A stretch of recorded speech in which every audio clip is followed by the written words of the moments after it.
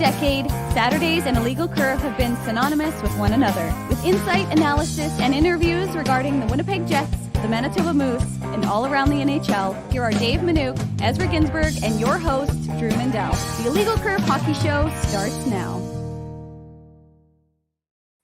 Good evening, Winnipeg. Good evening, Manitoba. For all those joining us live this evening on our YouTube channel and all of our social media platforms, we say good evening, universe, and welcome to Illegal Curve Hockey Presents Round 1 coverage of the 2022 NHL Draft. With Dave Minuk, with Ezra Ginsburg, I'm a puddle of sweat, Drew Mindell. The humidity is about 1,000% and the temperature is a balmy 35 degrees Celsius. It is a beautiful summer's day here in Frankfort, Kentucky. Gentlemen, good to see you both. Who's excited? Who's always a great night, that first round of the NHL Draft. Already some moves being made. Marc-Andre Fleury getting re-signed. Alex DeBrincat traded to the Senators. We bring it all to you over the course of the next 3+ hours. The Montreal Canadiens are on the clock and allegedly have not yet made the decision, but I'd hope for their sake they probably have gotten pretty close to deciding who they're going to select first overall. Yeah, obviously it's either going to be Shane Wright or Uri Slafkovsky, guys. But yeah, it's always exciting. We do the draft show every year. I think people just want to know, though, Drew, are you actually doing the show in the woods, or are you on like a deck or inside and that's just behind you? Because it looks like right now, Dave, Drew might be broadcasting into the deep woods right now. I am on the front deck of my in-laws here, and behind me is the woods. They have a large forest that sort of surrounds their house on all sides. Here's some special guests who are coming to say hi to everybody this afternoon. There's hi, my Aaron. daughter, Aaron. Sammy, come on over. You can say hi. There's my son, Sam. It's a family affair on this. Hi, Sam. What is this? It's a Thursday evening. Can you guys say hi? Can you wave? Hi. There you go. Good job, kiddos. Go on inside. Actually, turn on these lights if you can. Go ask some Nana or Papa where the lights are. Anyways, people want to know who they think Montreal is going to take first overall, Drew. Who my kids think is going to take? Perfect job. Good job, Aaron. Thanks for turning that on. I'm not sure. They're leaning more towards going a little bit off the board, maybe a Logan Cooley, but they're big gamblers. You never know how they're gonna shake things out in the first round.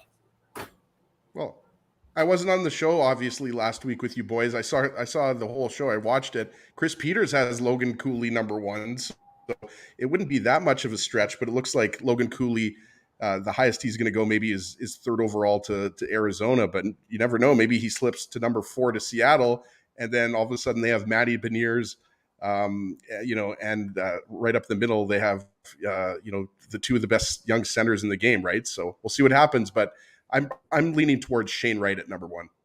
You still think it's going to be Shane Wright? That's interesting, Ezzy, because I don't have a lot of confidence in that, Drew. Okay, well, it's not a Ginsburg guarantee, Dave, so we know that what it's worth in that case. But it is sort of a fascinating situation that usually by now, on 5 minutes before the draft really starts, and I'm actually watching the ESPN feed here, and they're doing a moment of silence for Brian Marchment, an absolutely tragic start to draft weekend in Montreal. The announcement yesterday that Brian Marchment just suddenly passed away, former Winnipeg Jets 1.0 draft pick, or a player for the Jets, of course. So just an absolute tragedy to start the draft weekend there, Dave Emma.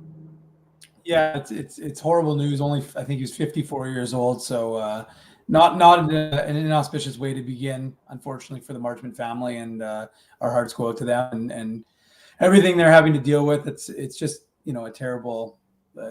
54 is just way too young. So I mean that's a terrible situation. Feel bad for the entire Marchment family and obviously the Sharks organization. So yeah, it's a brutal start, Drew. But I mean, again, there's a lot of it's hard to segue off of that, but I mean, there's a lot of fun when we have when we talk about the draft and when we focus on the draft. And we went for 5 straight years. We used to cover straight at the actual events, and doing it remotely. And I tweeted this from the account, whether you're doing it remotely or you're in person, and in person is good, but to be honest, you do a lot of schmoozing. Don't do that much work. It's not a lot of work. We like schmoozing though, Dave. I like the schmooze, but the reality is, I got to tell you, this is my favorite week, the favorite 2 days of the season generally, because it's just like nonstop. My brain does not stop, but we are just, and it's just so galvanizing to just constantly be on your toes, getting everything up. But like I said, there's so much news, so much intrigue, and there's so much optimism, right? And I've been asking Jets fans, whether it's in our chat right now or whether it was on Twitter or the Illegal Curve Instagram, who they should take, who the Jets should take, whether with the 14th pick, who the Jets should take with the 30th pick. We're hoping to have whomever they take on the show. That'll be a new thing because, of course, all those players will be at the draft. It'll be a little different than last year when we had Chaz Lucius on, and he was, of course, celebrating with his family. So his phone was blowing up, Dave. His phone was blowing up, but he still took Remember the time that? to He had to keep swiping because he was getting so many texts. Yeah. But the point is that there's a lot of optimism. A lot of people want to, have their 2 cents. And, the nice thing is I'm wearing the Manitoba t-shirt, and there's a lot of Manitobans the Jets could be drafted. And I tweeted this, and I want to know what people in the chat think, because I think it's the truth. I said, I was reading an article, Mark Masters from TSN Toronto was writing about Owen Pickering. It might have been it was Owen Pickering. And he basically said, he grew up a Jets fan. And to me, I thought to myself, I can't believe the Jets have been back now long enough that there's actually Jets, young kids being drafted now who are in fact Jets fans. I thought that was kind of neat. And, Denton Matejek said the exact same thing. So I think that's a lot of fun. There's a lot of quality, really quality Manitobans that could be selected by the Winnipeg Jets, whether it's the 14th pick or the 30th, or hey, maybe both. Who knows? But I mean, there's a lot of fun. Well, and again, we have a great time during the draft. Well, we Dave, should also mention, sorry, Drew, just wanted to quickly say Owen Pickering and Denton Matejek are cousins. I know you guys know that, and a lot of other people know that, but yeah. Just wanted to get that in there. Yeah, the genetics are strong, obviously, in that family, as they're both expected to hear their name called tonight in the first round of the 2022 NHL Draft. And it is, Dave, as you mentioned, it's sort of bizarre that these are kids. I mean, they're kids, relatively young guys who are, who've grown up with the Jets for the last 10 years. They remember, they were 7, they were 8 years old when the Jets reappeared on the scene. And it's such an essential draft for the Winnipeg Jets. They have the 2 first-round selections. This is an opportunity for the team, because this is a team that's frankly still in a little bit of upheaval with the roster. We know that so many of the players that have been the core of this Winnipeg Jets team for the last number of years are up in 2 years' time. Well, 2 years from now, the kids that they draft today should be, or could very well be, getting into the NHL action, becoming NHL regulars. So, the next wave of Winnipeg Jets players, you mentioned Chaz Lucius, you mentioned Cole Perfetti, both of whom will not play at the World Juniors that are scheduled for some time this summer. Still sort of going to be very bizarre to have this summer edition of the World Junior Hockey Championships. But this next wave of young Jets players is really coming through, and it's coming to fruition. We know the talent's on the back end, and now the talent up front is really what needs to start developing to be able to fix the next wave of players that are beginning to get a little bit older. Hard to believe we're talking about guys like Scheifele is getting, on the back nine of his career, but that's certainly where we're at after this many years. Yeah, absolutely. And obviously, Chaz Lucius isn't going to factor in for the Jets next year, but Cole Perfetti will in a huge way, right? So the first round and the draft in general is always big for a team like the Jets. We've talked about that, right? The Jets are just never going to attract free agents like, Vegas or Tampa Bay, Colorado. We don't have to go. Everybody knows the teams that attract the big free agents. It's not Winnipeg and Ottawa, I'll tell you that much. But we'll get into the DeBrincat trade a little later. Maybe when Huss pops on, he's going to pop on any minute here. But there's no doubt, Drew, because you have that bonus pick, right, that you got in the Andrew Kopp trade. So the 14th overall pick was obviously, for the Jets, they want to nail it. But you've got that 30th overall pick that you didn't think you were going to necessarily have. And because we know that the Jets haven't had as many draft picks, starting with, I guess, 2018 through 2021, it's going to be really interesting to see where they go. It's at 14, guys. It's hard to predict, who's going at 2nd or 3rd overall. But at 14th overall, I mean, it could be a defenseman, it could be a forward. It just really depends, what Mark Hillier and the amateur scouting staff, the rankings look like, right? So I know a lot of people. A lot of Jets fans are hoping that maybe Connor Geekie goes at 14th, but he could easily go in the top 10 it's a very wide open draft this year. It seems like we say that every year, guys, but it really is this year. Especially sort of after that top three. That seems to be, the top three seems to be not completely decided, because certainly one of the defensemen could certainly step in there. Juracek or can Nemec, see his name. Nemec, Simon Nemec. His name. Yeah, they could both see their name called earlier than you'd expect. But for the longest time, this was the Shane Wright draft. And now it doesn't necessarily seem it's going to be it's a sure thing that it's going to be the Shane Wright draft. On my second screen here, I see that Martin St. Louis is obviously addressing the crowd in Montreal, and certainly, being, well received, as it's, good timing for the loyal fans in Montreal after a very down year, that they get the excitement of getting the first overall pick in their home draft. Yeah, absolutely. And I think, Juraj Slafkovsky, like, I think what he did, everybody saw what he did in the Olympics for Slovakia, right? Their first ever Olympic medal. The guy's got, the size, the speed, the shot, everything like that. If he doesn't go number one, he'll most likely go number two if the Devils don't trade that pick, right? But sure. Going back to what we said before and what Chris Peters said on last weekend's show, or I guess, it was last weekend's show. It was a few days ago now, but almost a week. If Logan Cooley goes number 4 to Seattle, guys, that's going to be an incredible steal, almost comparable to Cale Makar, because, when you talk about upside, I mean, Logan Cooley with the U.S. National Development Program was unbelievable. Well, we'll see what happens. But you're right, Drew. I mean, aside from, we don't know what the order of the top three is going to be. We know that most likely, Cooley, Slafkovsky, and Shane Wright are going to go in the top three. After that, it's pretty wide open. Like a guy like Cutter Gauthier, some scouts have him going 11th or 12th overall, and some scouts have him going in the top 5. So it's always tough to predict. It's always a crapshoot, the draft. It certainly is going to be a crapshoot. Every year, this is where sort of the rumor mill gets to be running at full force, Dave, and the Winnipeg Jets were no different. We know about the names of some of the players that have been out there, predominantly Blake Wheeler. Mm-hmm. Obviously, his name is high above the trade target board, the trade bait board, whatever you want to call it. Are you expecting to see a move with Blake Wheeler happen this weekend? When I say this weekend, I mean obviously today and then the rounds 2 through 7 tomorrow. Nothing's happened as of yet. It's sort of been relatively quiet today. You had the move of DeBrincat leaving the Central Division. That Chicago team is going to be pretty terrible next year. And then you obviously had the move Marc-Andre Fleury re-signing in Minnesota. So still not a ton of movement in the hot stove, but it could certainly pick up over the course of this evening. Yeah, and Drew, it's as good a guess as anyone else's right now, because I have absolutely no idea. You haven't heard anything other than that Blake Wheeler's name is out there, obviously high on that trade target board as posted by Frank Saravalli. Without to bring it off to Ottawa, there's only Wheeler went from 3 to 2 and then back down to 3.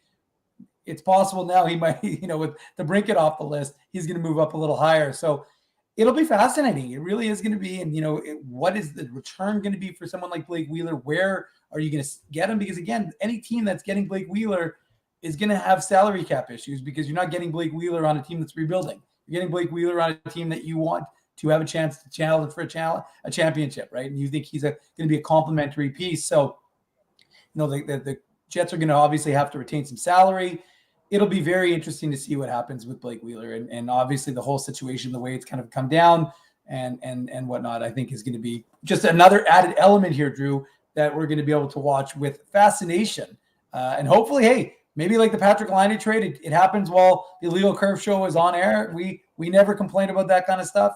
But regardless, I think it's going to make just going to add another storyline to one that's already so full with the Scheifele, Dubois, the glut of defensemen, what you're going to do there, plus all the optimism with the draft. The Montreal Canadiens are on the clock, and that means we're pleased to welcome to the Illegal Curve draft show our good friend, you know him as Hustler, Andrew Patterson joins us on the program. Hustler, how you doing, brother? Fellas, what's going on? I'm great. You know what? Kind of an interesting day. I heard you just talking about the DeBrincat trade. That was, I guess, not surprising that he got dealt. I was a little surprised about what came back. I think good on Pierre Dorion. I mean, you know what? No Listen, kidding. you're getting him for at least 2 years. It's not a lot different than the Dubois situation here. If it doesn't look like they can sign him, I'm not sure that they would be getting less for him if they traded him at the deadline or next summer at that point. So good on the Ottawa Senators for making a deal. We just heard Marc-Andre Fleury stay in the Central Division, 2-year extension with the Minnesota Wild. But I got to tell you, I am absolutely fascinated as to what's going to happen in the next couple minutes when the Habs go up to the podium. Guys, I've been paying pretty close attention to the betting lines on this for the last day, but especially the last hour. I've been going on. I'm going to jump back on with Gabe Morency a little bit later on once I'm finished with you fellas. And just while I was on with him, the line precipitously dropped for Shane Wright. Down like below minus 200. He was minus 333. So I still sort of expect Wright to be the guy, but this is as wide open. And I think we've heard this before. Cheveldayoff was saying he expects there to be a few gasps tonight. Wouldn't it be something if those gasps were the first pick with the Habs hosting the draft at home? Huss, it almost reminds you of, the last draft that I was at with you, the last draft that I was at, period, was at 2017 in Chicago. It almost reminds you of Nolan Patrick and Nico Hischier, right? It was right up until the last second. We thought it was going to be Nolan Patrick, right? And then, the last couple of days of the draft, it became clear it was going to be Hischier, but kind of reminds me of that draft 5 years ago. Well, it's a great comparison, Ez, because, Patrick was the consensus number one pick for well over 2 years. I mean, we spoke with Craig Button, and he said he might have been the number one pick. Obviously not in the Matthews line a year, but would have been in the mix. They thought that highly of him. And hey, listen, you can never predict injuries. He's had a real star-crossed year so far. What's insane, though, looking back at that draft, is that Cale Makar went fourth. I mean, remember all the doom and gloom around the Avalanche when they lost all 3 lottery balls and moved from 1 to 4 after one of the historically worst seasons in NHL history? Worked out okay for the Avs. What a player they got at number 4. Which just goes to tell you that for all the talk and all of the experts, legit experts, as well as the experts on social media, I don't know if anyone really knows anything once we get to this point, but it certainly is fun to follow along with. Knowing things is overrated, Hustler. The Montreal Canadiens, the pick is in. They're making their way to the podium, so we'll find out momentarily who the pick is. But it just goes to show you, of course, that the expertise can change. It's amazing how the expertise changes from October through to July now, and how people's opinions change and how the performances change, and maybe it's not to the player's benefit to be the clear-cut number one, because everyone's always poking holes in their clear-cut number one. Bob McKenzie just tweeted Uri Slafkovsky, so I don't know if that means he's going number one, but probably means he's going number one, boys. Yeah, if Bob is saying that usually means it's a pretty good assurance that it's going to be Slafkovsky going to the Montreal Canadiens. I don't know if it's a riskier pick. I don't know if it's necessarily off the board. But if Shane Wright turns out to be the exceptional player, the exceptional status that he had, if that translates to be an exceptional NHL player, in Montreal for years to come, they're going to be saying, what if, and what if. No, there's no doubt about it. I mean, the pressure of being the number one overall pick, especially for a couple of years, I think sort of really hangs on a number of these players. And yeah, there it is. Oh my God. Yeah. It looks like Slafkovsky going number one. Wow. That is something else. Hang on. Did the people want to? Did you make money? Well, to be honest, I stayed away from it. I certainly wasn't laying anything on it minus 333 or 300, although I was thinking about it once it got under 200. What I can tell you is my good friend Gabriel Morency has numerous, like the Shane Wright first overall Calgary Stampeders parlay and a bunch of ridiculous things. He will be losing his mind right now. For any folks like later on tonight, maybe go to the Game Time Decisions and try and go back on the YouTube channel to when Gabe finds out that the Habs didn't take Shane Wright. That will be a meltdown for the ages. I can guarantee you that. Well, so what does this do for the New Jersey Devils? They're obviously picking second overall. They've been very open and rumored that their pick is up for grabs. They want to win now. They're in win now mode in New Jersey, with Shane Wright still being there, with some of the other highly touted prospects being there. I mean, I don't know if it's a guarantee, guys, that Shane Wright goes second. I don't think it is either. But if there's a for sale sign on that spot in New Jersey, as there has been or rumored to have been for the last number of weeks, what does that mean? Is a team now going to be more aggressive? I mean, this is the NHL where teams are usually more cautious than they are aggressive. So, but is there a team out there who really wants to make a bold move, make a bold decision and get up to number 2 right now? This really could change things, because I think that the thought that New Jersey might move off the pick, we've talked so much about the number 2 pick moving, but I think that was always the case with assuming that Shane Wright was going number 1.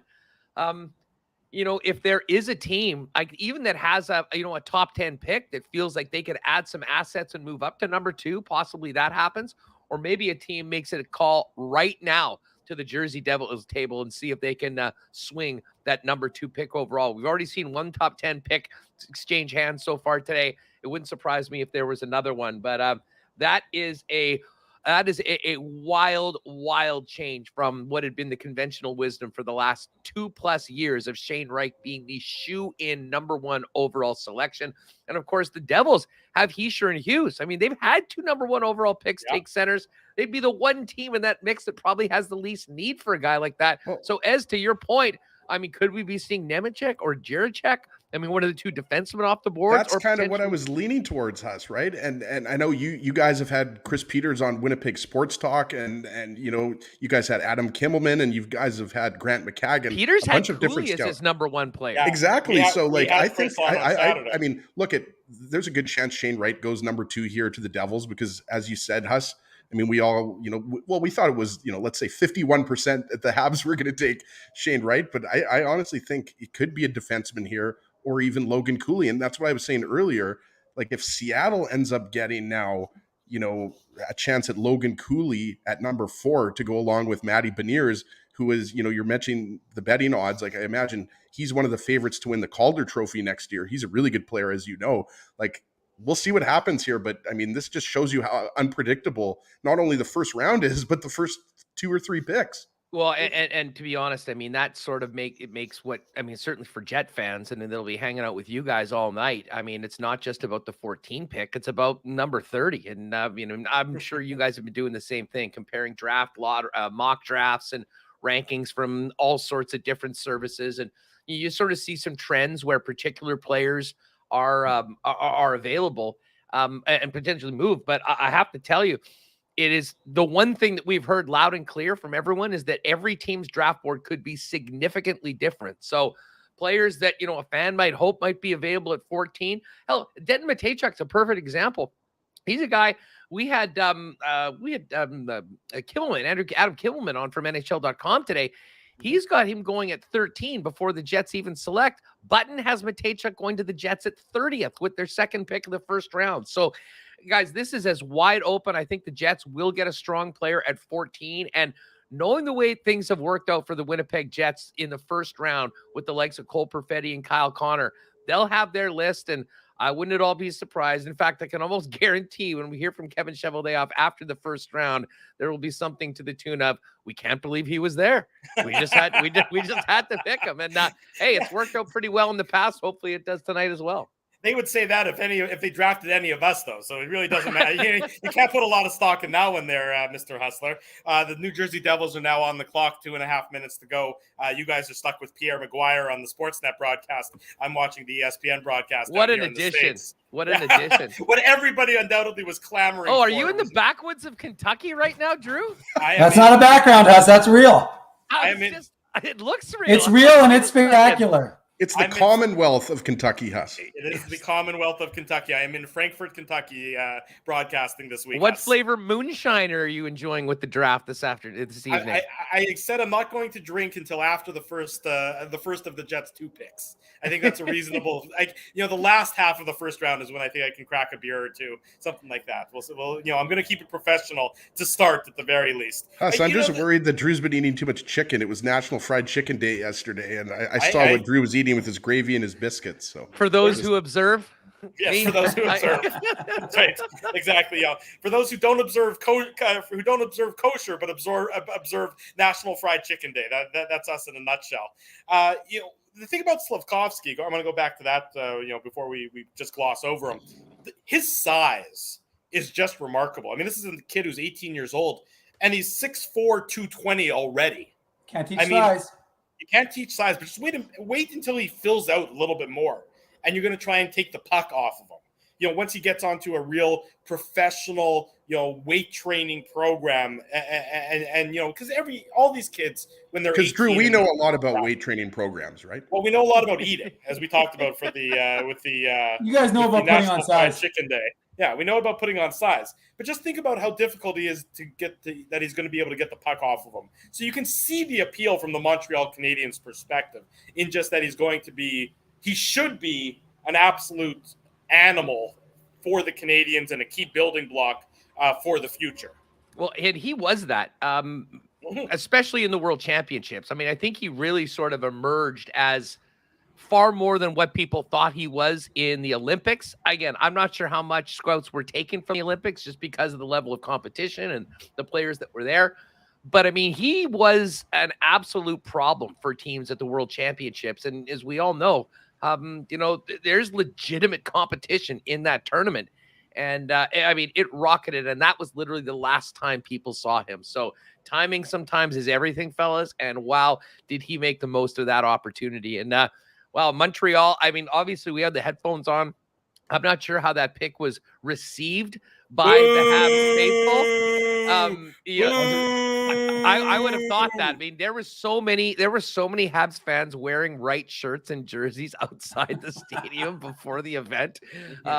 Never a dull moment in Montreal, that's for sure. But this is going to be. Sorry, go ahead, Dave. I was just going to say, is this draft going to end at midnight? Because, I mean, they've done one pick and we're half an hour into it. Like, what is going on over there? Yeah, but I mean, they had the 20 minutes. They had the moment of silence, obviously, for Marchment. And then Bob McKenzie reporting that it's Nemec.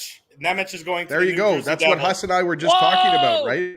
Top defenseman in the draft. Shane Wright is now available for Arizona at number 3. But there's rumors that they might go with Logan Cooley at number 3, which means Seattle could get Wright at number 4, which would just be bonkers.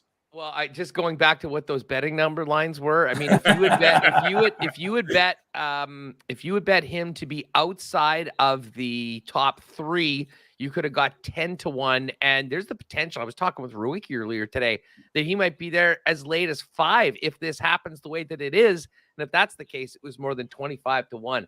Pretty incredible and stunning drop for Shane Wright for a guy that we've been told for 2 years is one of these generational players that will clearly be the number 1 pick overall. And now 2 NHL teams have apparently passed on him. Ezzy, try not to get too excited, but it's Marty Brodeur who's making the announcement for the Devils. I know he's your number 1. I know he's your BFF. So just try and keep it under control as the Devils make the announcement.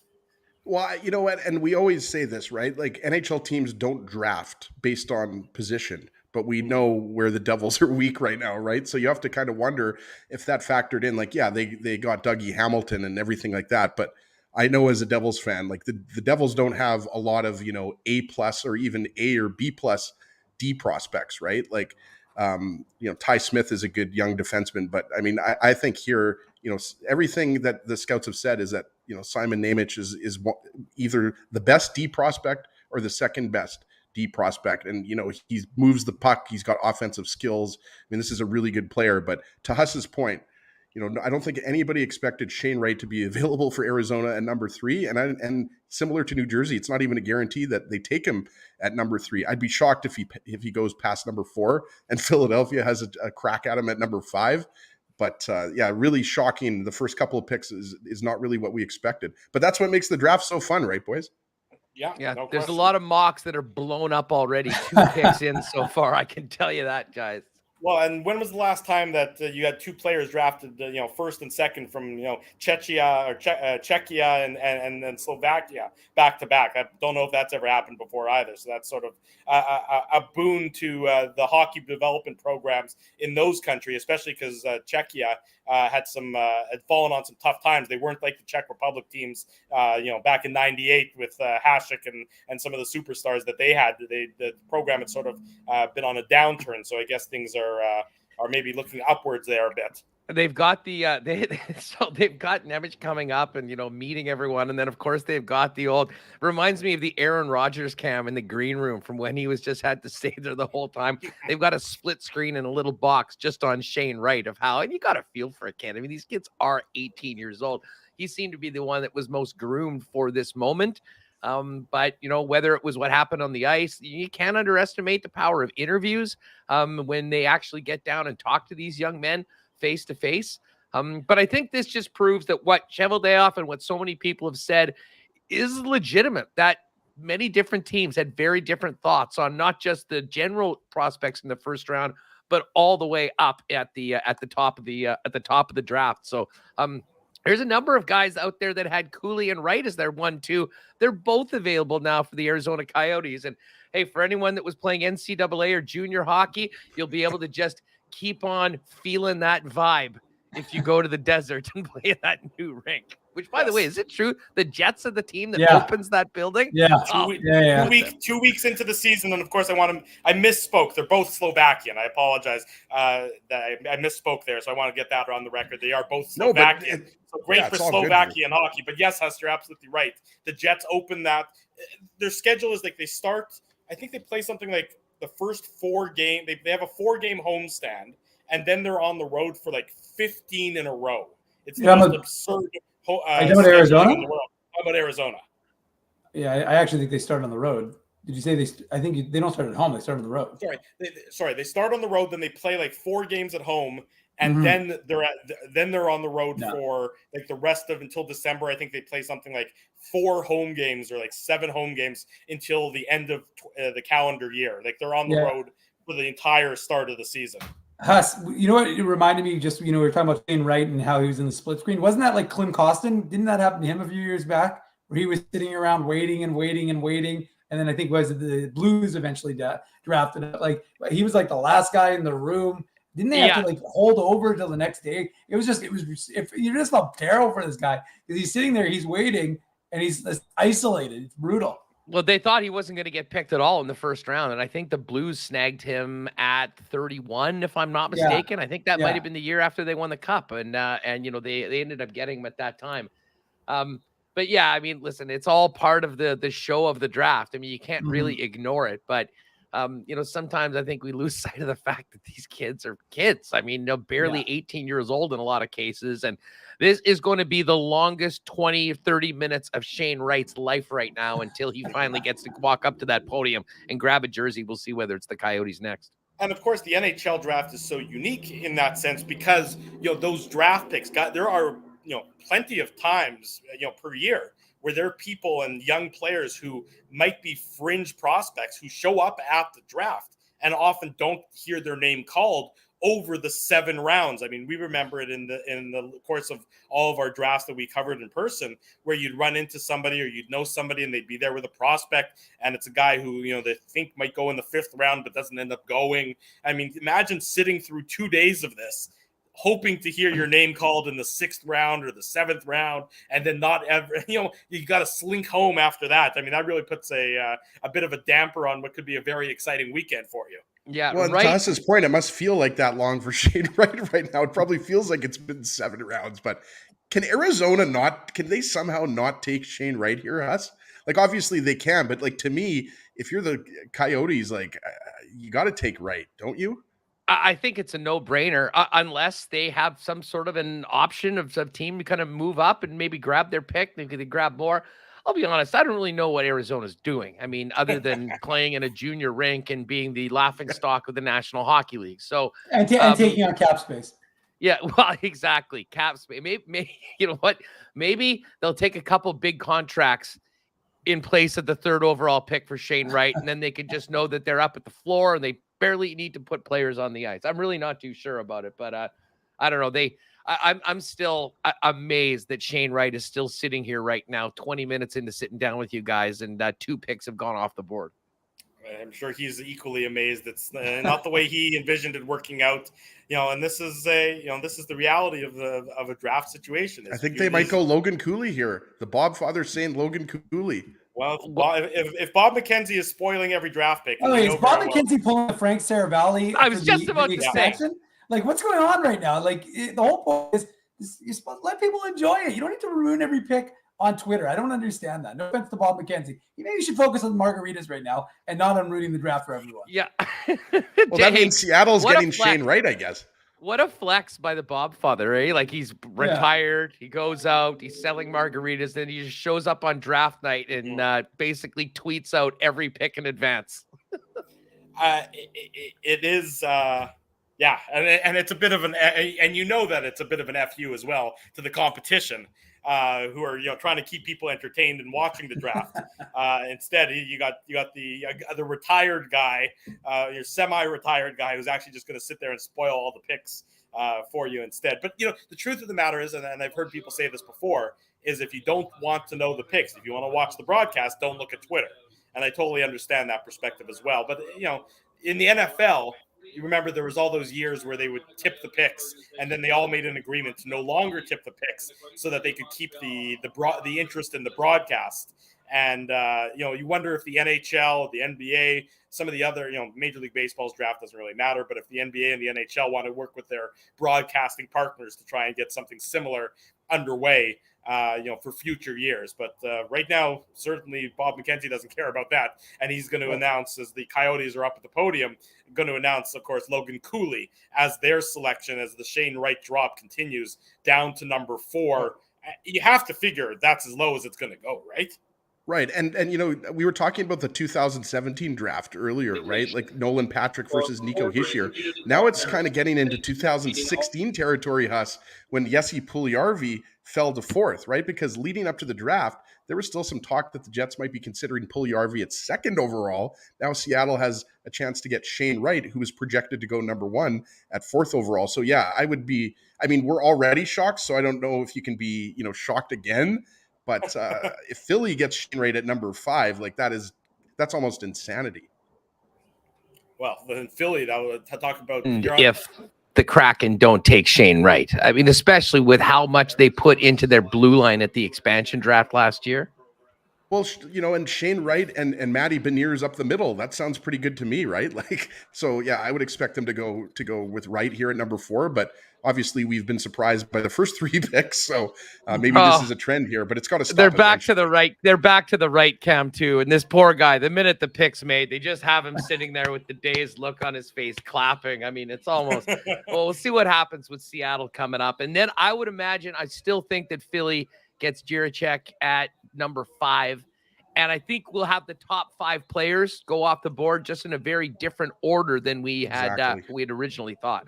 I would tend to agree with that. I'm concerned why everybody on the Coyotes that's on the stage, at least they all look like they were wearing the same suit and tie combination. I'll have to look at that when Logan Cooley walks up to the podium. Deal. It looked like, exactly right. That's clever. It looked like they were all wearing the same suit and tie, which I don't know if that's necessarily a great look to have. I don't think you all need to be wearing the same thing.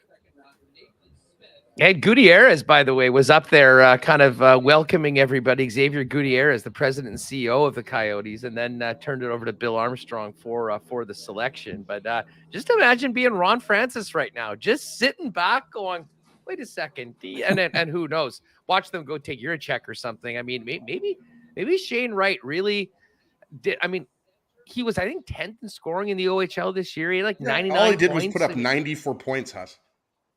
Well, you know what? That's great for a first rounder, but for first overall, I mean, it really doesn't compare to many of the other ones. And I think this sort of speaks to a team like the Winnipeg Jets that's getting, on the clock at 14. Why are they all wearing the same suit? Sorry, Huss. They're all wearing the same suit. They are. It's like a uniform. We're gonna have to ask the boys at EPH Apparel. Why are they all except for that guy who's wearing? I mean, it's like, what was going on there, guys? Yeah. Gutierrez has a slightly darker shade, but for the most part, you're right, Drew. It is the exact same suit, team uniform. I mean, hey. They need to. Who knows? I hope they didn't. I hope they. Whoever bought those, whoever they got those suits from, I hope they made it cash on delivery, because otherwise they might not be getting paid from the Coyotes. No doubt about it. Hey, let me hit you guys with this just while we wait to see what happens with Seattle and see another ISO cam of poor Shane Wright. do you guys think the chances that Blake Wheeler's a Winnipeg Jet at the end of this weekend? I don't think it happens tonight. Can't imagine a first-round pick being involved. To me, I think tomorrow is a far more likely time for this deal to happen. But, are we being sucked in by Frank's trade bait board? I mean, this doesn't seem like an easy deal to make. And I guess the other big question is, like, what does that deal look like? Is the Jets sending a sweetener, or are they eating a significant part of the Blake Wheeler salary to get some sort of return back? Speaking of trade, it looks like everyone in the chat To is announce saying two trade. trades. Two trades. Okay. Gary Bettman is running things here. Habs have made a trade. I think you're going to want to hear this. Sounds like it. Yes. What is it? Yes, we want to hear the trades, Bettman. Get on with it. Glad he's recovered from COVID. Obviously, he missed the Stanley Cup. It involves the Canadians. The Canadians move up to 5. So Romanov and the 98th pick to the Islanders for pick number 13. Okay. Here comes trade number 2.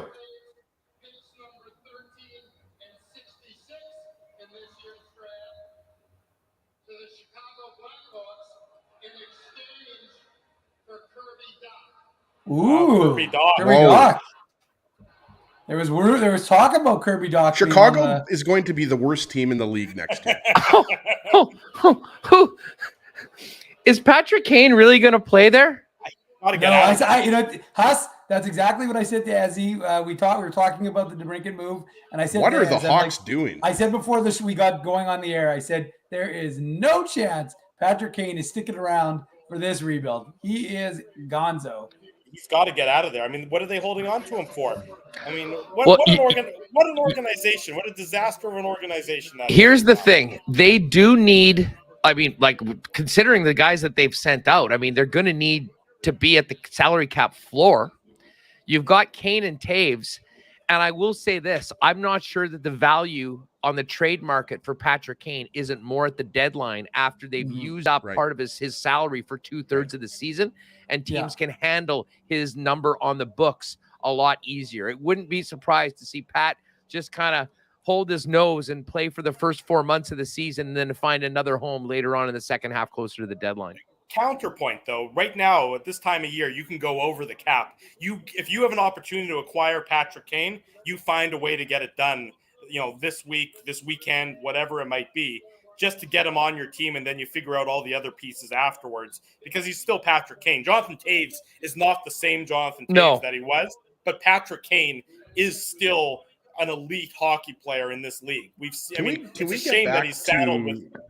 Can we get back to the fact that Kirby Dach and Alex DeBrincat were both traded for first-round picks? Like, this is crazy. Like, I realize they want to restock the cupboard here, but,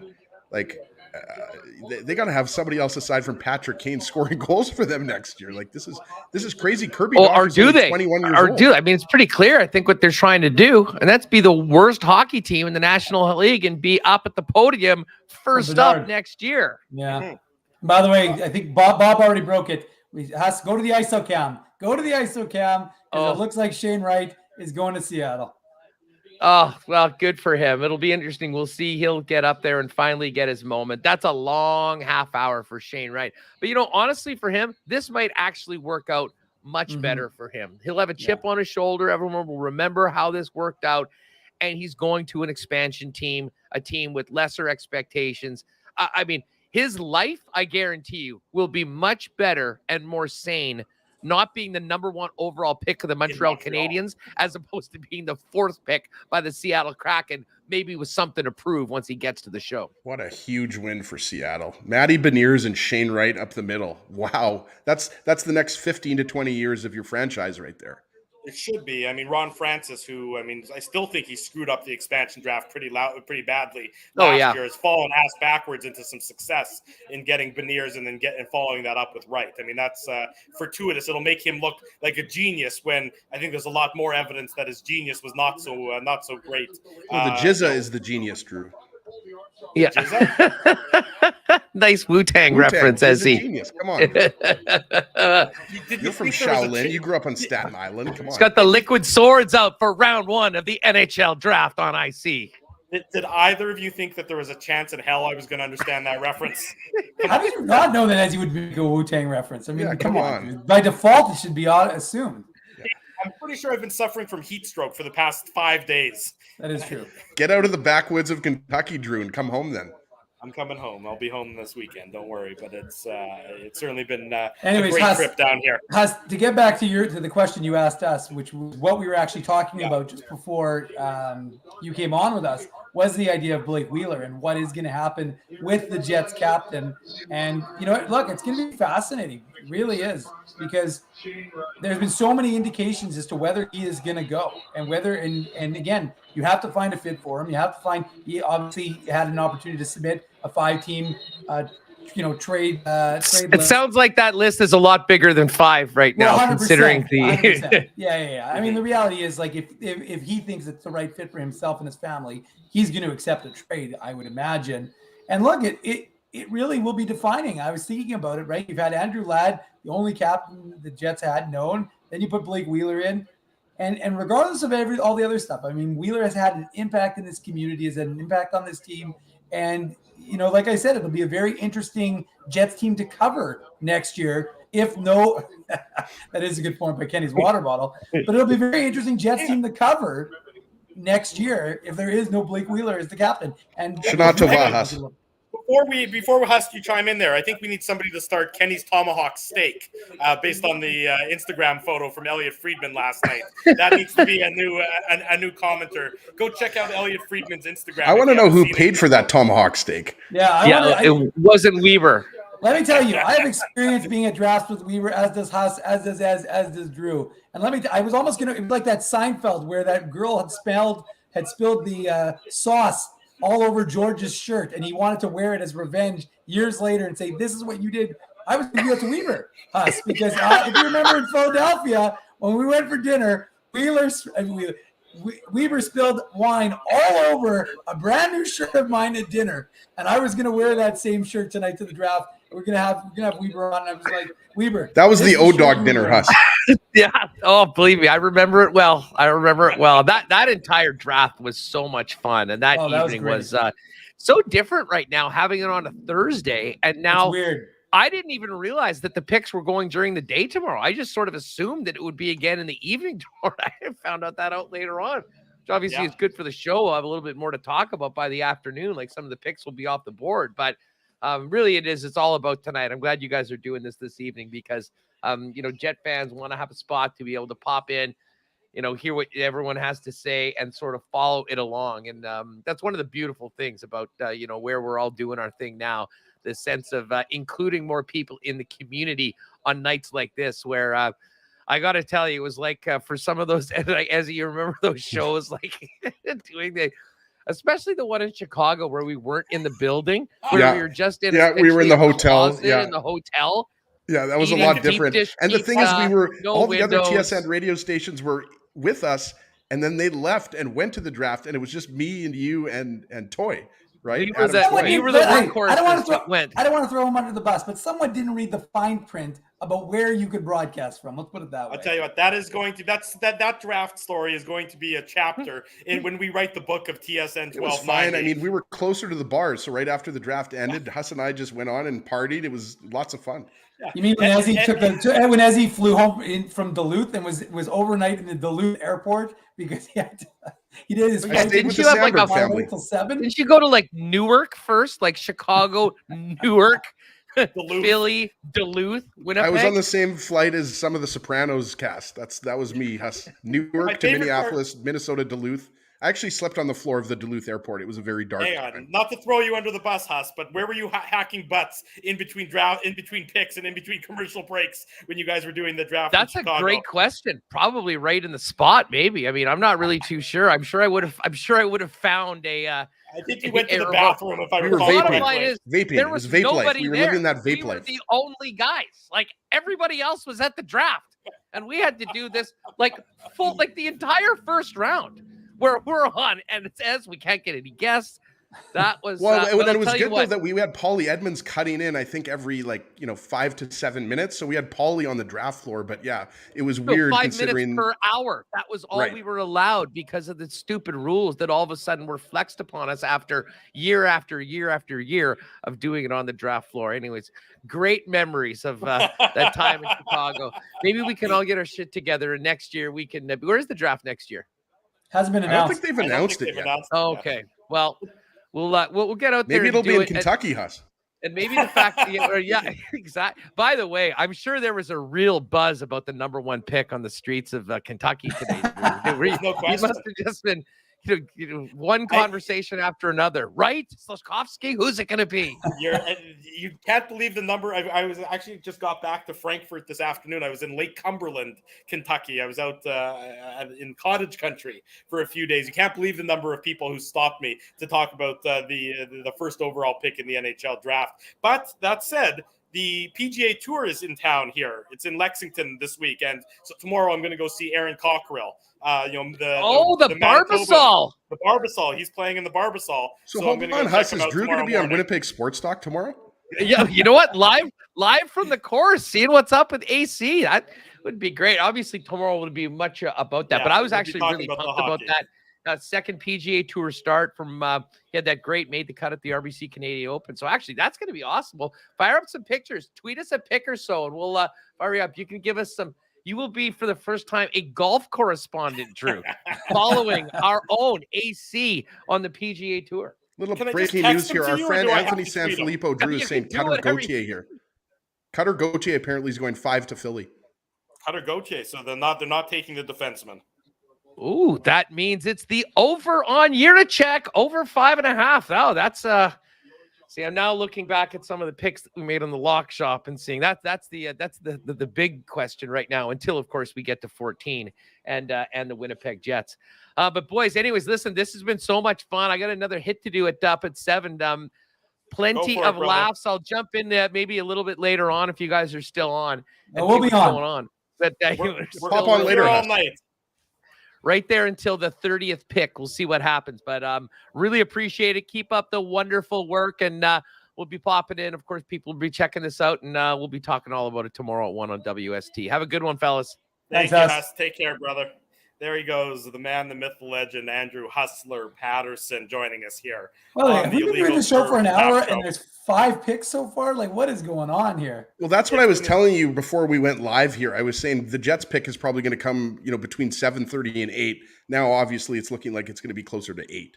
Yes, Yeah. for some of us, it's Eastern time, so it's even an hour later for some of us. So I think this Hey. draft's going to wrap up right around midnight or so Eastern time, the way it's going, and not quickly moving through things. But I guess it's the first time they're all back together, so they all need to, everybody needs a little time at the microphone. They call up the Philadelphia Flyers. The Flyers guy comes to the mic. He says, "Thank you so much. The people of Montreal have been also wonderful, blah, blah, blah." Then he introduces somebody else, and then that person introduces somebody else. And eventually 4 hours from now, they end up drafting somebody.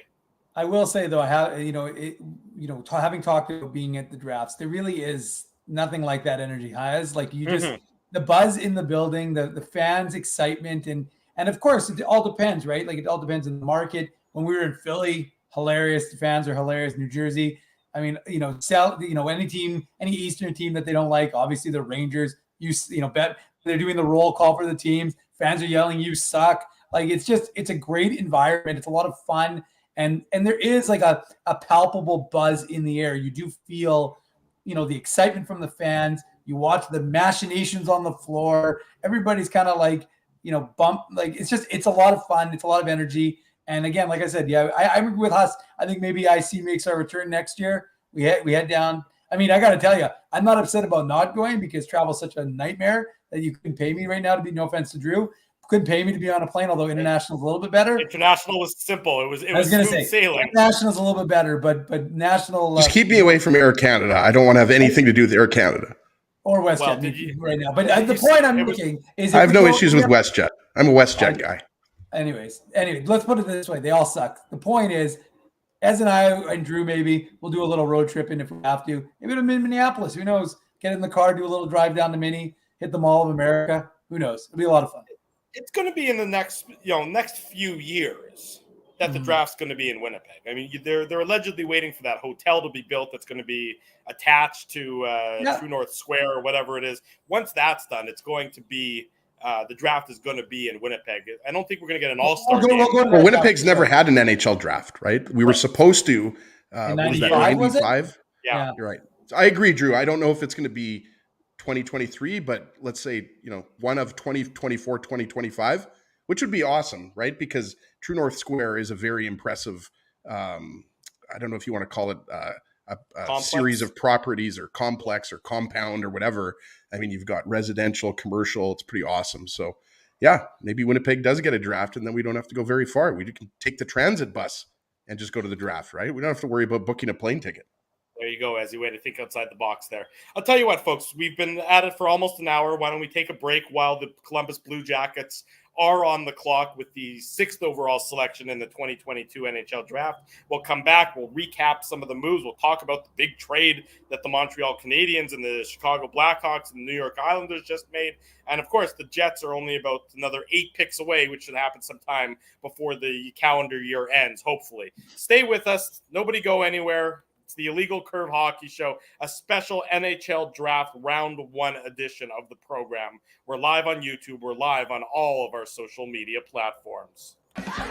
Keeping Winnipeg laughing for over 30 years.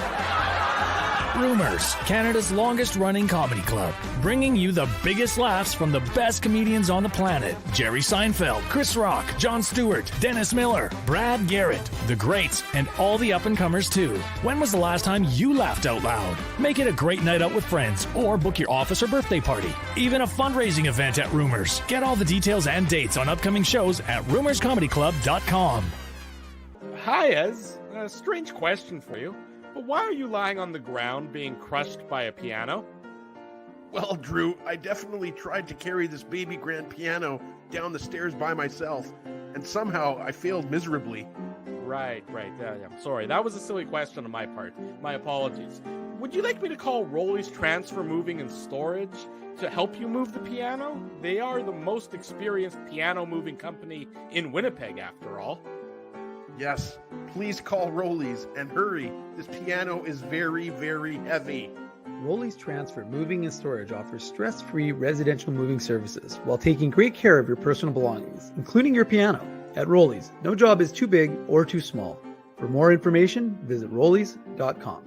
Hi, it's Drew from Illegal Curve here. Selling your home can be stressful, but it wasn't for me. Thanks to my friends at Zappia Group Realty, they made the process so easy. My home sold within 48 hours and with multiple offers. Zappia Group Realty took care of everything with their exquisite customer service and attention to detail. If you want to sell your home for more in less time, get started by talking to Frank and Mauro Zappia of Zappia Group Realty. Online at zappiagroup.com. Hey, it's Aaron from Bernstein's Deli. That's right, Ezzy. I'm the guy who makes all your sandwich dreams come true. So when you think Illegal Curve, what comes to you? How about juicy chicken schnitzel, grilled salami, fried onions, melted cheddar cheese, and honey mustard on toasted, thick-cut city rye bread? Man, that's like the holy grail of sandwiches. And so it shall be known as the Illegal Curve Sandwich. The Illegal Curve Sandwich. Try it today at Bernstein's Deli. Find us at Corridon and Lanark or online at bernsteinsdeli.com. Hey, Drew. Ezzy, whoa, what a smile! Yeah, I got my crowns done at Linden Market Dental Center, and they whiten my teeth. I see. They're so bright that every time I smile, they go, "We have hockey tonight. Do you have a mouth guard to protect those pearly whites?" I sure do. Whoa, they even ting through the mouth guard. Linden Market Dental Center covers all your dental needs from restorative to cosmetic dentistry and will fit you with a sports guard for that active lifestyle. 877 Waverly. See lindenmarketdental.com. So you're a pizza person, you married a wing person, but somehow your kids are salad people. You can't pick your fam, but you can pick your BP meal deal, starting from $18.99 for takeout or delivery at bostonpizza.com.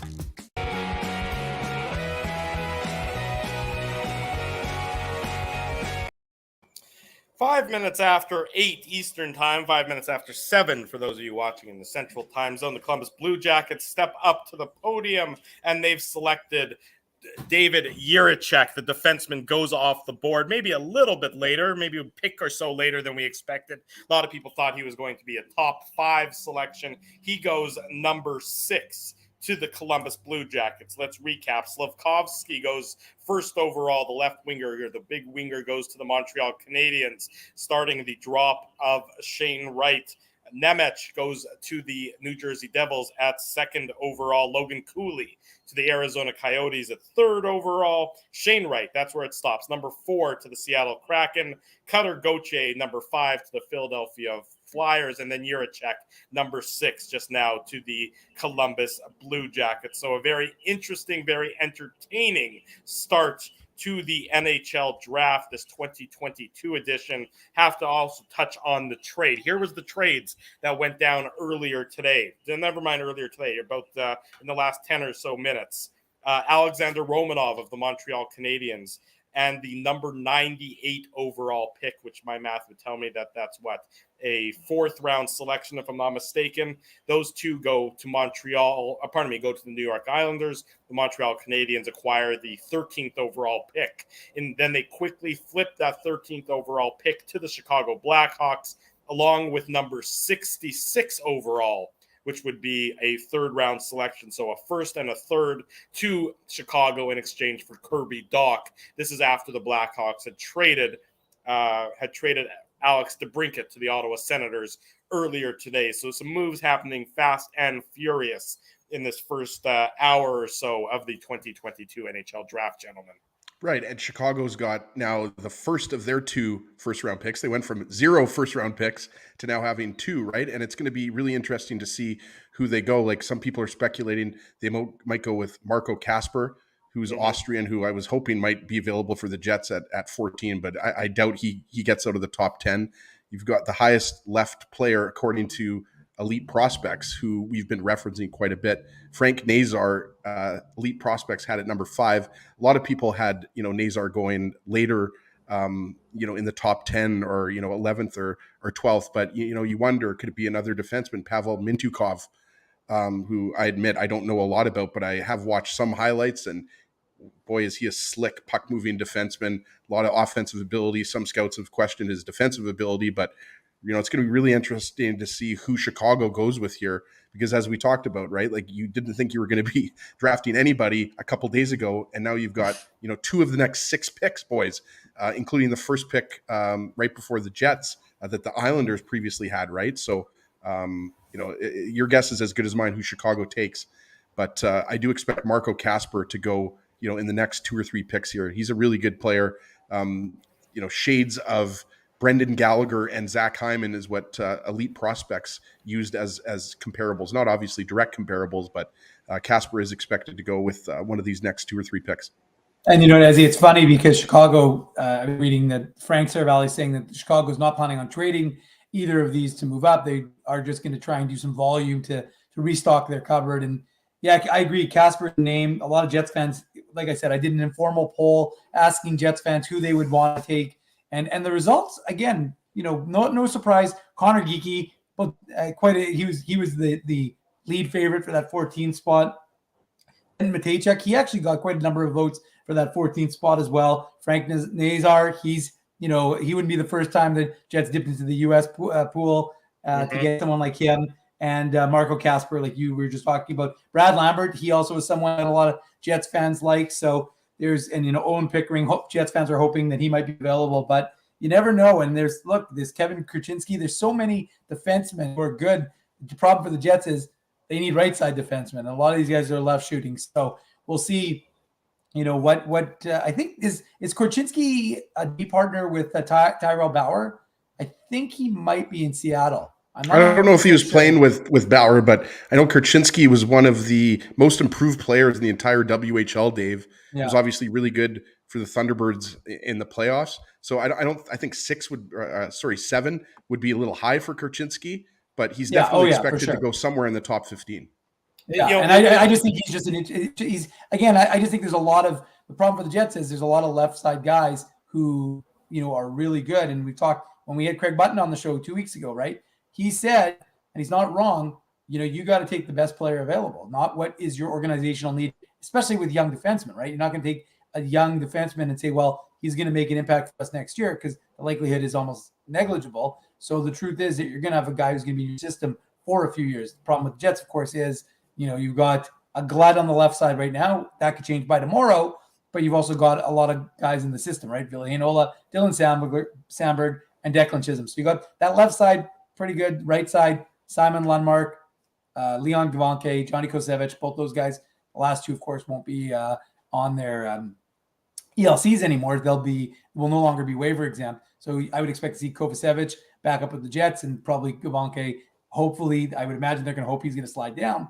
And Tyrell Bauer, speaking of, he'll, after signing his ELC in late May or early June, whatever he had to do before the deadline, he'll most likely be up with he's a right side guy. He'll play with the Moose as well come next year.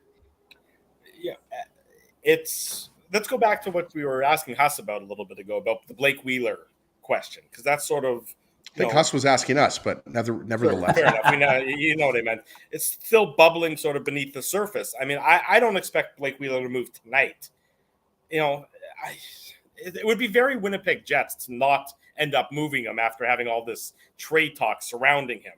And if you don't move him, I'm just not sure how you can bring him back as the captain for next season. That's the big question from my. Well, how can you bring him back? Period. Right. And Chevy was asked about Wheeler today, and he obviously didn't say we're going to trade him tomorrow or today or whatever. But he also didn't say we're not going to trade him. So I thought that was sometimes it's more important what people don't say, Dave. Yeah. And by the way, Ezzy Korchinski just won 7th to Chicago.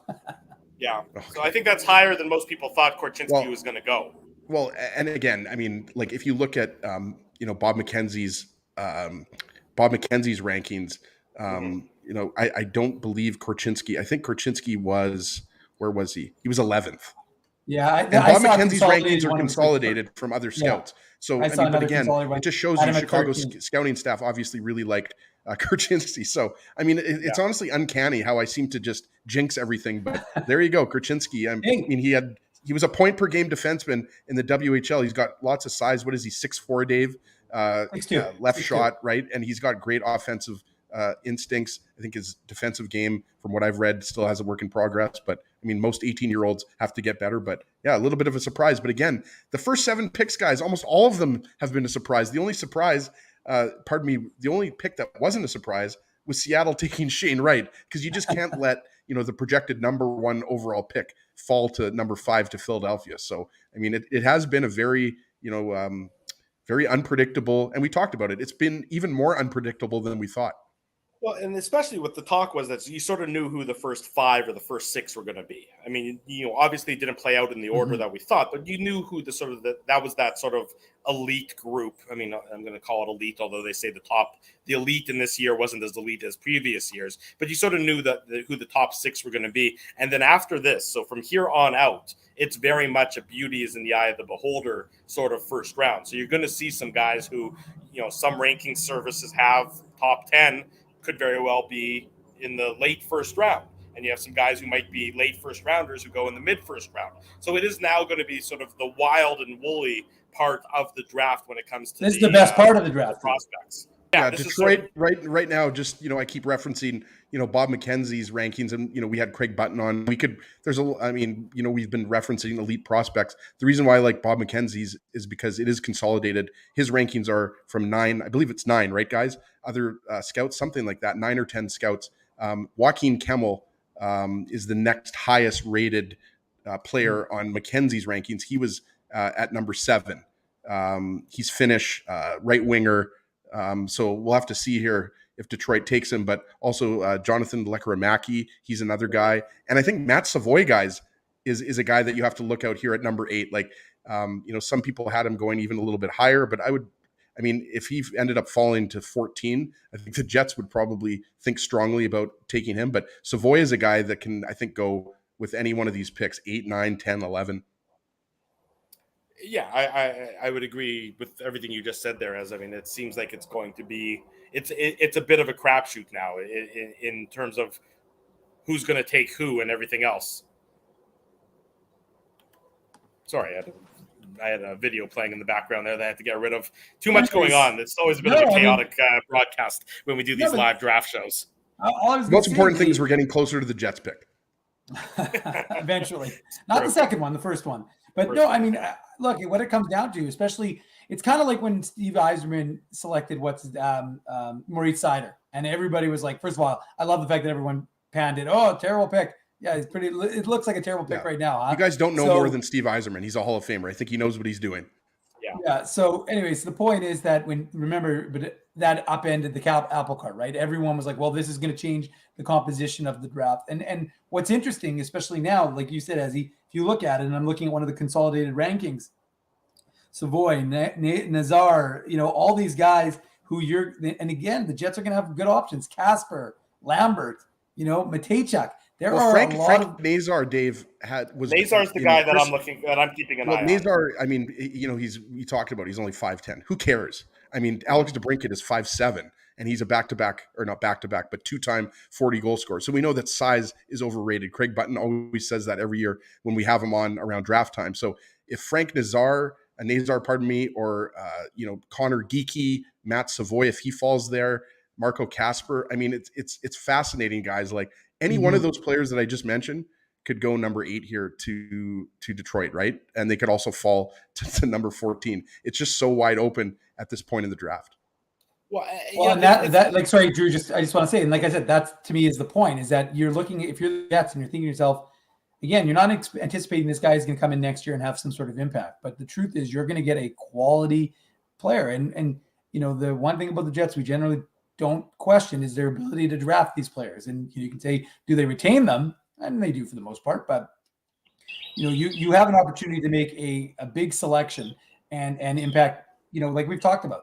And it'll be very interesting, right? Because the Jets have a need for forward prospects. So I think they could go a long way to restocking it. And wouldn't it be interesting if they draft a Connor Geekie, someone they're going to be able to, I mean, a lot of folks want them to select players from the WHL. I mean, if they're Manitoban and from the WHL, that's like an extra bonus. Jets are going to take the best player on their list. Absolutely. You know that, Dave, right? Yeah, and Kevin Cheveldayoff said that yesterday. As he said, we're not going to look at the birth certificate of a player in terms of where we're selecting. We're just picking based on. But I mean, you'd have to think that would factor. If you have two fairly similar players, I mean, your ability to retain one, if he is from our province versus someone who's from, Lincoln, Nebraska, I mean, there's maybe less likelihood there. So, and again, look, I'm not going to say that's always the case. Kyle Connor Hellebuck, lots of guys from the States come to Winnipeg and sign here long term. So it's not like it's impossible to do. I'm just suggesting that it may be a little bit easier with a guy from Manitoba. Marco Casper is the selection of the Detroit Red Wings at number 8. Told you. Overall. I mean, he was one of those guys. I just checked, Drew. He was number 10 on Bob McKenzie's consolidated rankings, right? Mm-hmm. So, I mean, he went a couple spots earlier, but Casper's a guy, we mentioned elite prospects, just loves, not only how much skill he has, but he's a guy that's tenacious on the forecheck, and he goes to those dirty areas. So, I mean, Detroit's got a good player there. Yeah, they certainly do. I mean, they got the guy who knows how to, he played in Sweden last year with the men, 7 goals, 4 assists in 46 games from Austria, played in Sweden with at the professional level. So, he's certainly, people sometimes look at those numbers when they're 17 years old and they're playing against the men in the Swedish Hockey League. It's like, oh, what are his numbers? The numbers aren't anything to write home about. Well, think about when you're 17 going up against, fully grown men. It doesn't necessarily work out to translate into huge point totals either. But he was the captain of Team Austria at the World Championships. Sometimes we saw it with Nikolai Ehlers. When you get these players from what I'll call non-traditional hockey markets who are exceptionally talented and exceptionally skilled, they can turn out to be some high quality players. And I'm sure the Red Wings are thrilled to add him to their roster. 6'1", 183 pounds, originally from Innsbruck in Austria there as it. Yeah, so you've got Buffalo coming up at number 9, and then you've got Anaheim at 10, San Jose, Columbus, and then you've got Chicago before Winnipeg. But 2 guys, I think I mentioned Matt Savoy. I wouldn't be surprised if Matt Savoy goes 9th or 10th here. Another guy to watch, and it's not just because he has the same birthday as me, July 24th. Get your presents ready for my 40th birthday, boys. Jonathan Lekkerimäki, pardon me. He's a guy that was number 9 consolidated ranking, number 8 on Bob McKenzie's consolidated ranking. So he actually hasn't turned 18 yet. He's a guy that in the Swedish league, his numbers weren't great, but in the under 20 league, he was over a point a game per player. And maybe the most important is that the U18 tournament, he had 21 points in 12 games. Sweden won gold at the U18. So Lekkerimäki is a guy that, again, I wouldn't be surprised if Buffalo takes him, at number 9. But he's another guy to watch. Like, is he going to fall? Is he going to be like a Chaz Lucius? Like, are the Jets going to have, maybe Savoy or Lekkerimäki to choose from, in addition to, a guy like Connor Geekie, to choose from? Because I think Geekie is a great option for the Jets at number 14. I realize some people have, concerns with his skating. But Geekie's a guy that, to me, I was telling Dave, kind of reminds me, like, with the hands and the shot, kind of reminds me of like a Rick Nash. Like, I realize it's, not a direct comparison, but, Geekie's that'd be a pretty good one. Well, Geekie skating might not be the best, but he's a pretty damn good hockey player. He's ranked as one of the top 15 guys in the draft for a reason. So, but Geekie, Savoy, Lekkerimäki, I think all these guys are options for the Jets right now. If we've seen anything in this day and age in the NHL, it's skating is just so important. If you can't skate, or if there's any questions about your skating, it's just so hard to keep up and to be in, among the elite. Fair point by Justin there on the screen saying skating is easy to fix. Well, I don't think it's that he's a bad skater, Drew. I think it's just not a bad. Nobody at this point is a bad skater, right? I think it's just there's certain elements, look, I'm not going to profess to be a skating expert here. The highest level of hockey I played was A1 hockey for Varsity View. So I'm not going to pretend like I was, as smooth a skater as Dave M was. You were the first overall pick in the Jewish Hockey League. Sure. I will. Yeah, that will be, my claim to fame, Drew. But you know what I mean? It's because Geekie's a bigger guy. He's just got a bit of an awkward skating style. But hey, I'll say it again.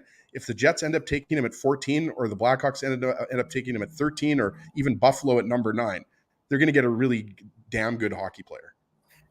Are they getting an Adam Lowry, another Adam Lowry though? I don't know that. I don't think it's like Lowry. I heard that comparison, but Geekie's not a defensive forward. He's not a power forward. Geekie's an offensive player. We've all seen what he's done with the Winnipeg Ice, right? Like, he's going to be a huge part of the Ice team that's favored to win the Memorial Cup next year, right? With Savoy and Carson Lambos and Benson, who's eligible for the 2023 draft. Mikey Milne. We know who the Ice have. They're stacked. So I don't think Lowry is a great comparable, Drew. But in terms of what he projects at the NHL level, I think the high end would be top 6 forward. But are we talking about a 60-point guy, a 70-point guy, a 50-point? I have no idea. But I just know from watching him and what he's done with the Ice in his entire career, he's going to be a really good player, even if he's not the best skater in the draft. It's a fair point. Based on history, and the Jets have certainly dipped in, Dave, to the U.S. National Team Development Program many times with a lot of great success. And we know how stacked that team was. Craig Button spoke about it. We had Chris Peters on Saturday. He spoke about it. I do strongly wonder if the Jets are maybe looking towards the U.S. National Team Development Program as a source of one of their next pick. Maybe even to get somebody at 14 and 30 from that program who have familiarity with one another. That wouldn't surprise me at all, as the Jets have certainly had a keen eye on that program before.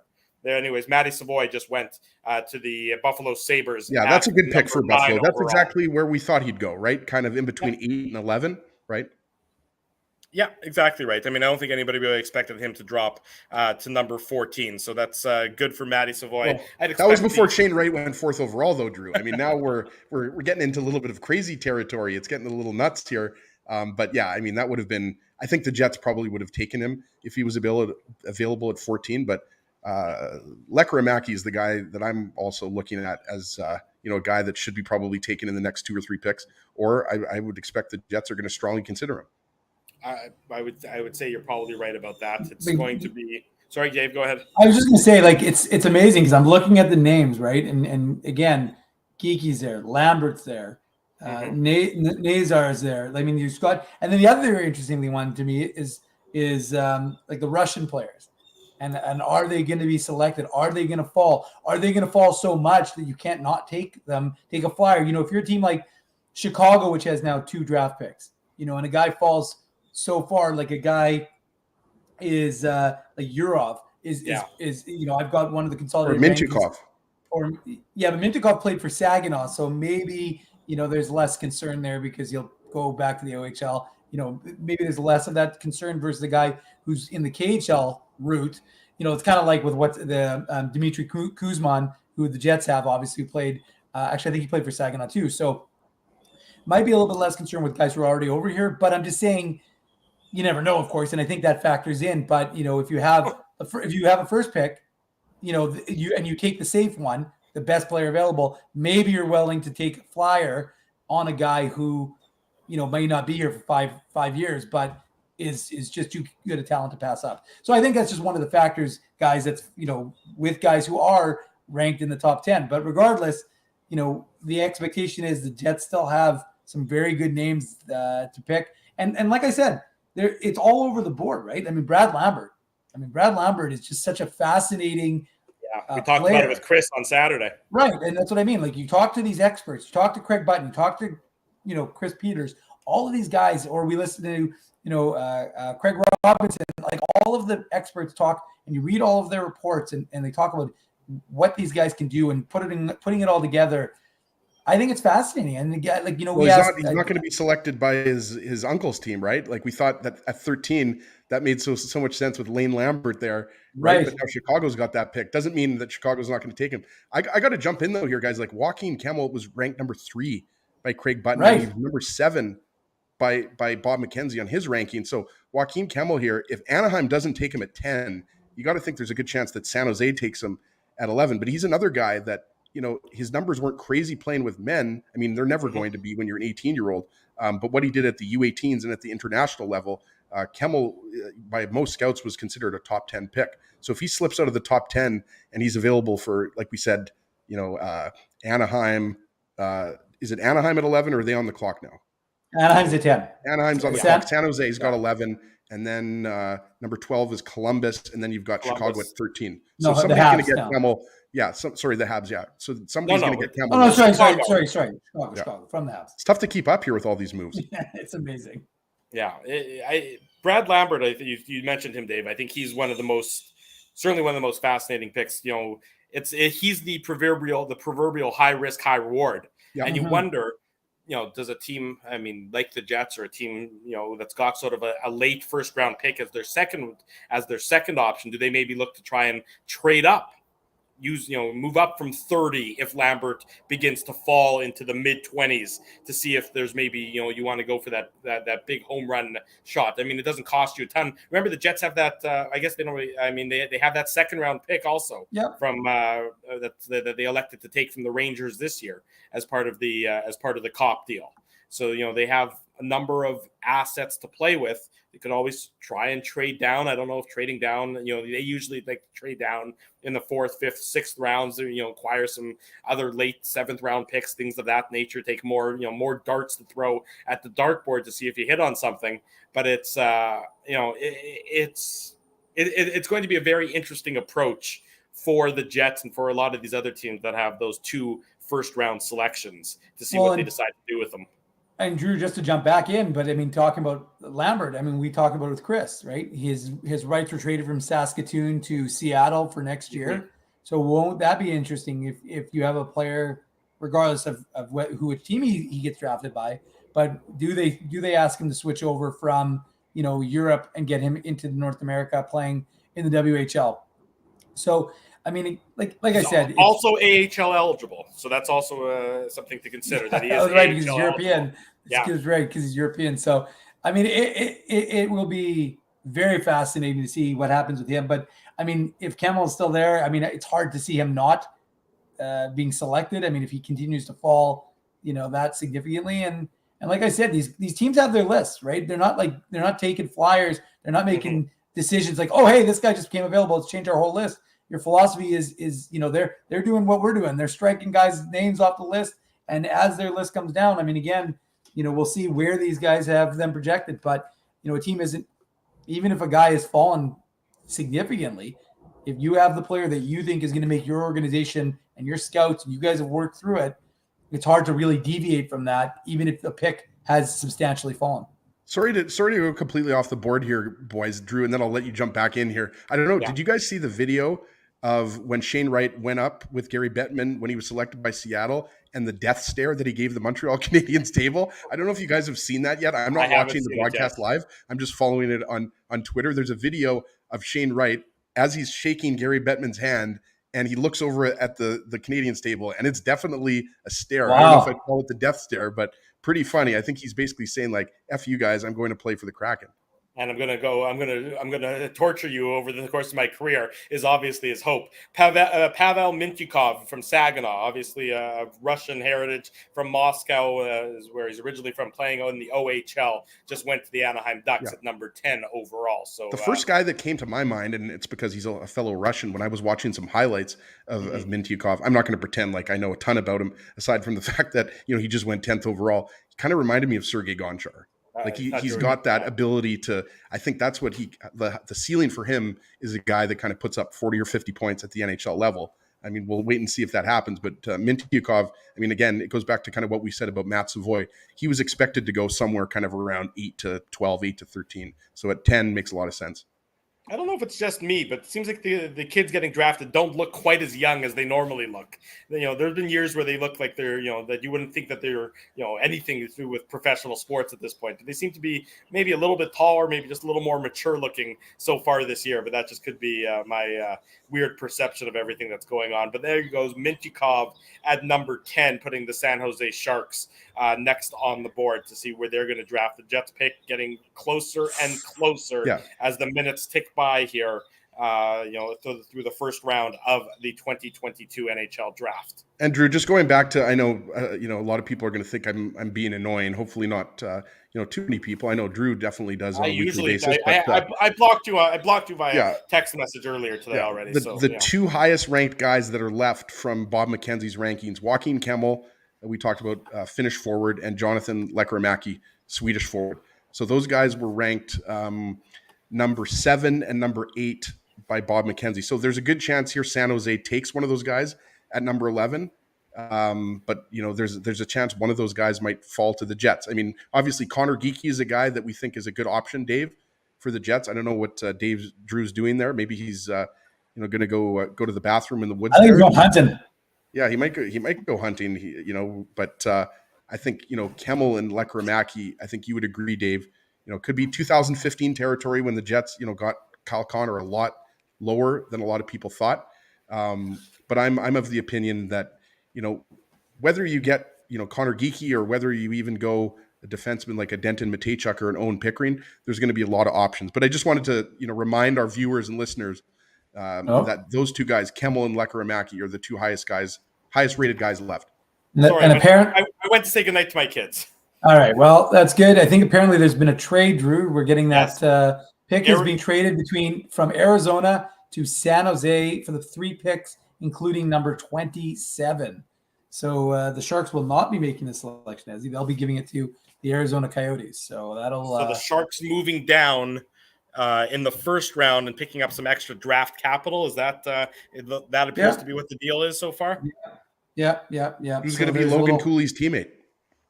Oh, maybe it'll be Frank Nazar. Could be. They've already got some chemistry there, so you never know. We'll see. But look. I'm curious to see the return on that trade, because moving from, where are we now? We're at 11, if I'm not mistaken, right? We're at 11. So San Jose was supposed to pick at 11. They've traded that to Arizona.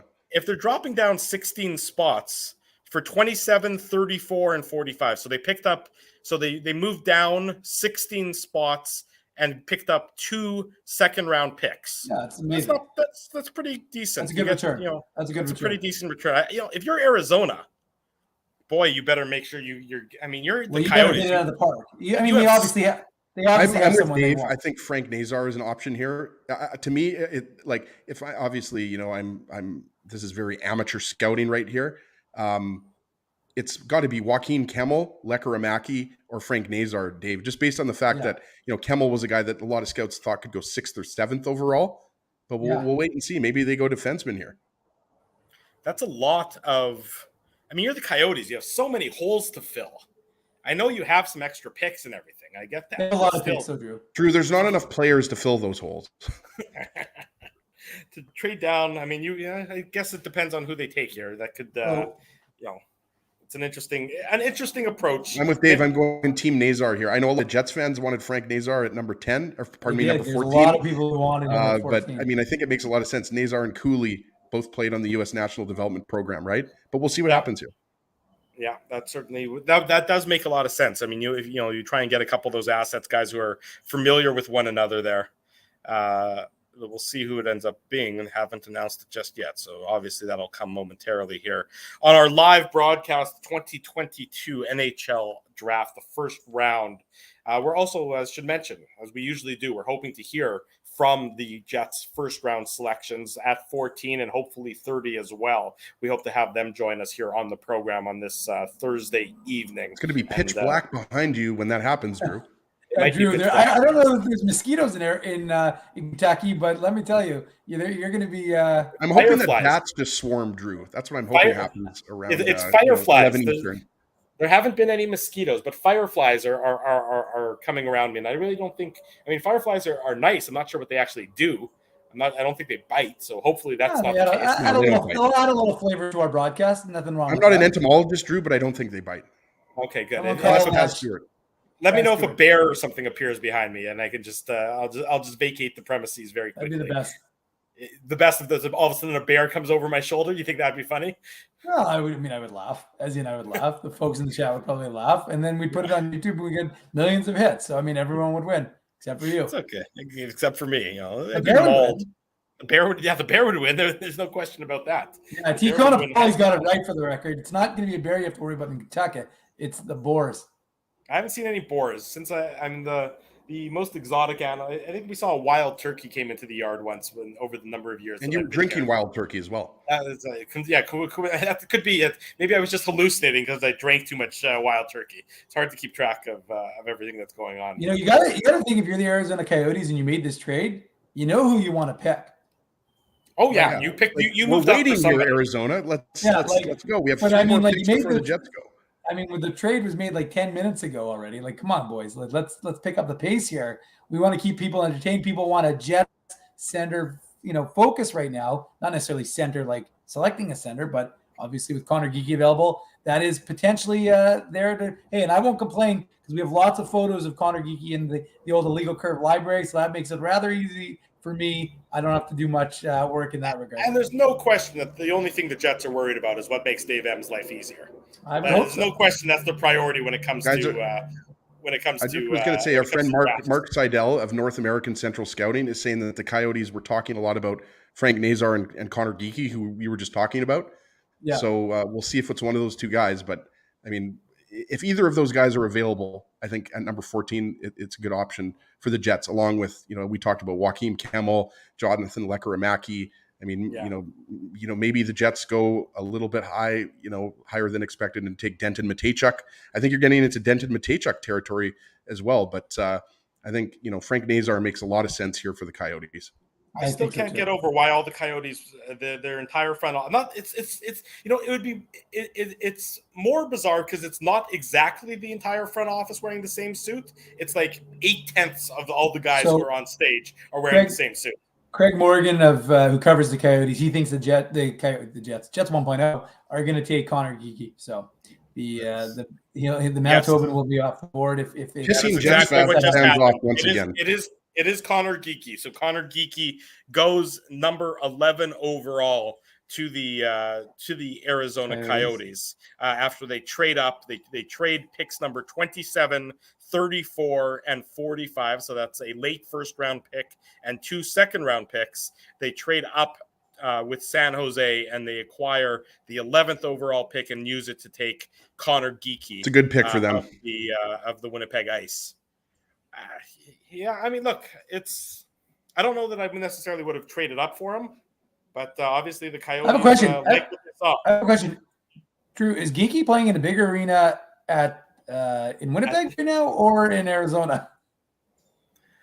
It's actually not a joke. It's not funny. It's actually a good question. Probably pretty close. I mean, he'll feel right at home playing there in that in that sense. You're absolutely Well, right. I'll tell you about this that. much: though, Geeky's going to play for the ice next year because that team is absolutely stacked. He's not going to be a guy that goes right into the NHL. Most of these guys aren't. I mean, there's going to be a few, maybe 2 or 3, like Slavkovsky, maybe Shane Wright. We'll see what happens. As your boy Kemmel is still on the board. Well, Joaquin Kemmel, Jonathan Lekkerimäki. Frank Nazar to me would be a slam dunk pick for the Jets at number 14. Dave, just makes so much sense. Just two-way center, played so well. I mean, he was over a point a game, right, with the U.S. National Development Program. So really Nazar makes a ton of sense. Like really well regarded. So I mean, I know he's small. He's 5'10". But there's a lot of small guys. A lot of small players are 6. I mean, look at Brian Little, right? Like, I mean, it's if you think he's going to project to be a very good NHLer, you take him, regardless of size. We know that. No, I agree. And again, like I said, that's the Jets need to fill that pool. So we'll see that end of the pool, if you will, because they have a dearth of forward prospects. So I mean, that is an area of concern, and it's something they're going to want to do. Absolutely the case. It's going to be getting close. Does Columbus go with Brad Lambert here, Drew? Like a lot of mock drafts because of the Finnish connection, obviously with Jarmo Kekalainen, Patrick Laine, everything like that. Like you wonder. I mean, Brad Lambert might play for the Seattle Thunderbirds. I'm not sure, if that's clear. If Lambert's going to play in Finland or in the WHL. I know his rights were traded by Saskatoon, but you wonder here with Columbus with the 12th overall pick if they go with Lambert here. Or Joaquin Kemmel though, has he? I mean, right? There's another Finnish opportunity. So, I mean, it is like I said, the Jets picking at in this spot it's fun because there really is still. I mean, if you look at this, right, Denton Matejchuk. I mean, what a slam dunk he seems to be. And there's Frank Nazar. I mean, there's so many guys that you could select. Brad Lambert, Joaquin Kemmel. The Jets are going to get a quality pick here. I mean, he's not going to be a quality pick who's going to have an impact on this roster next year. But I mean, it's hard to not see that this Jets team is going to have one player that fans. And again, like I said, I'm going through it.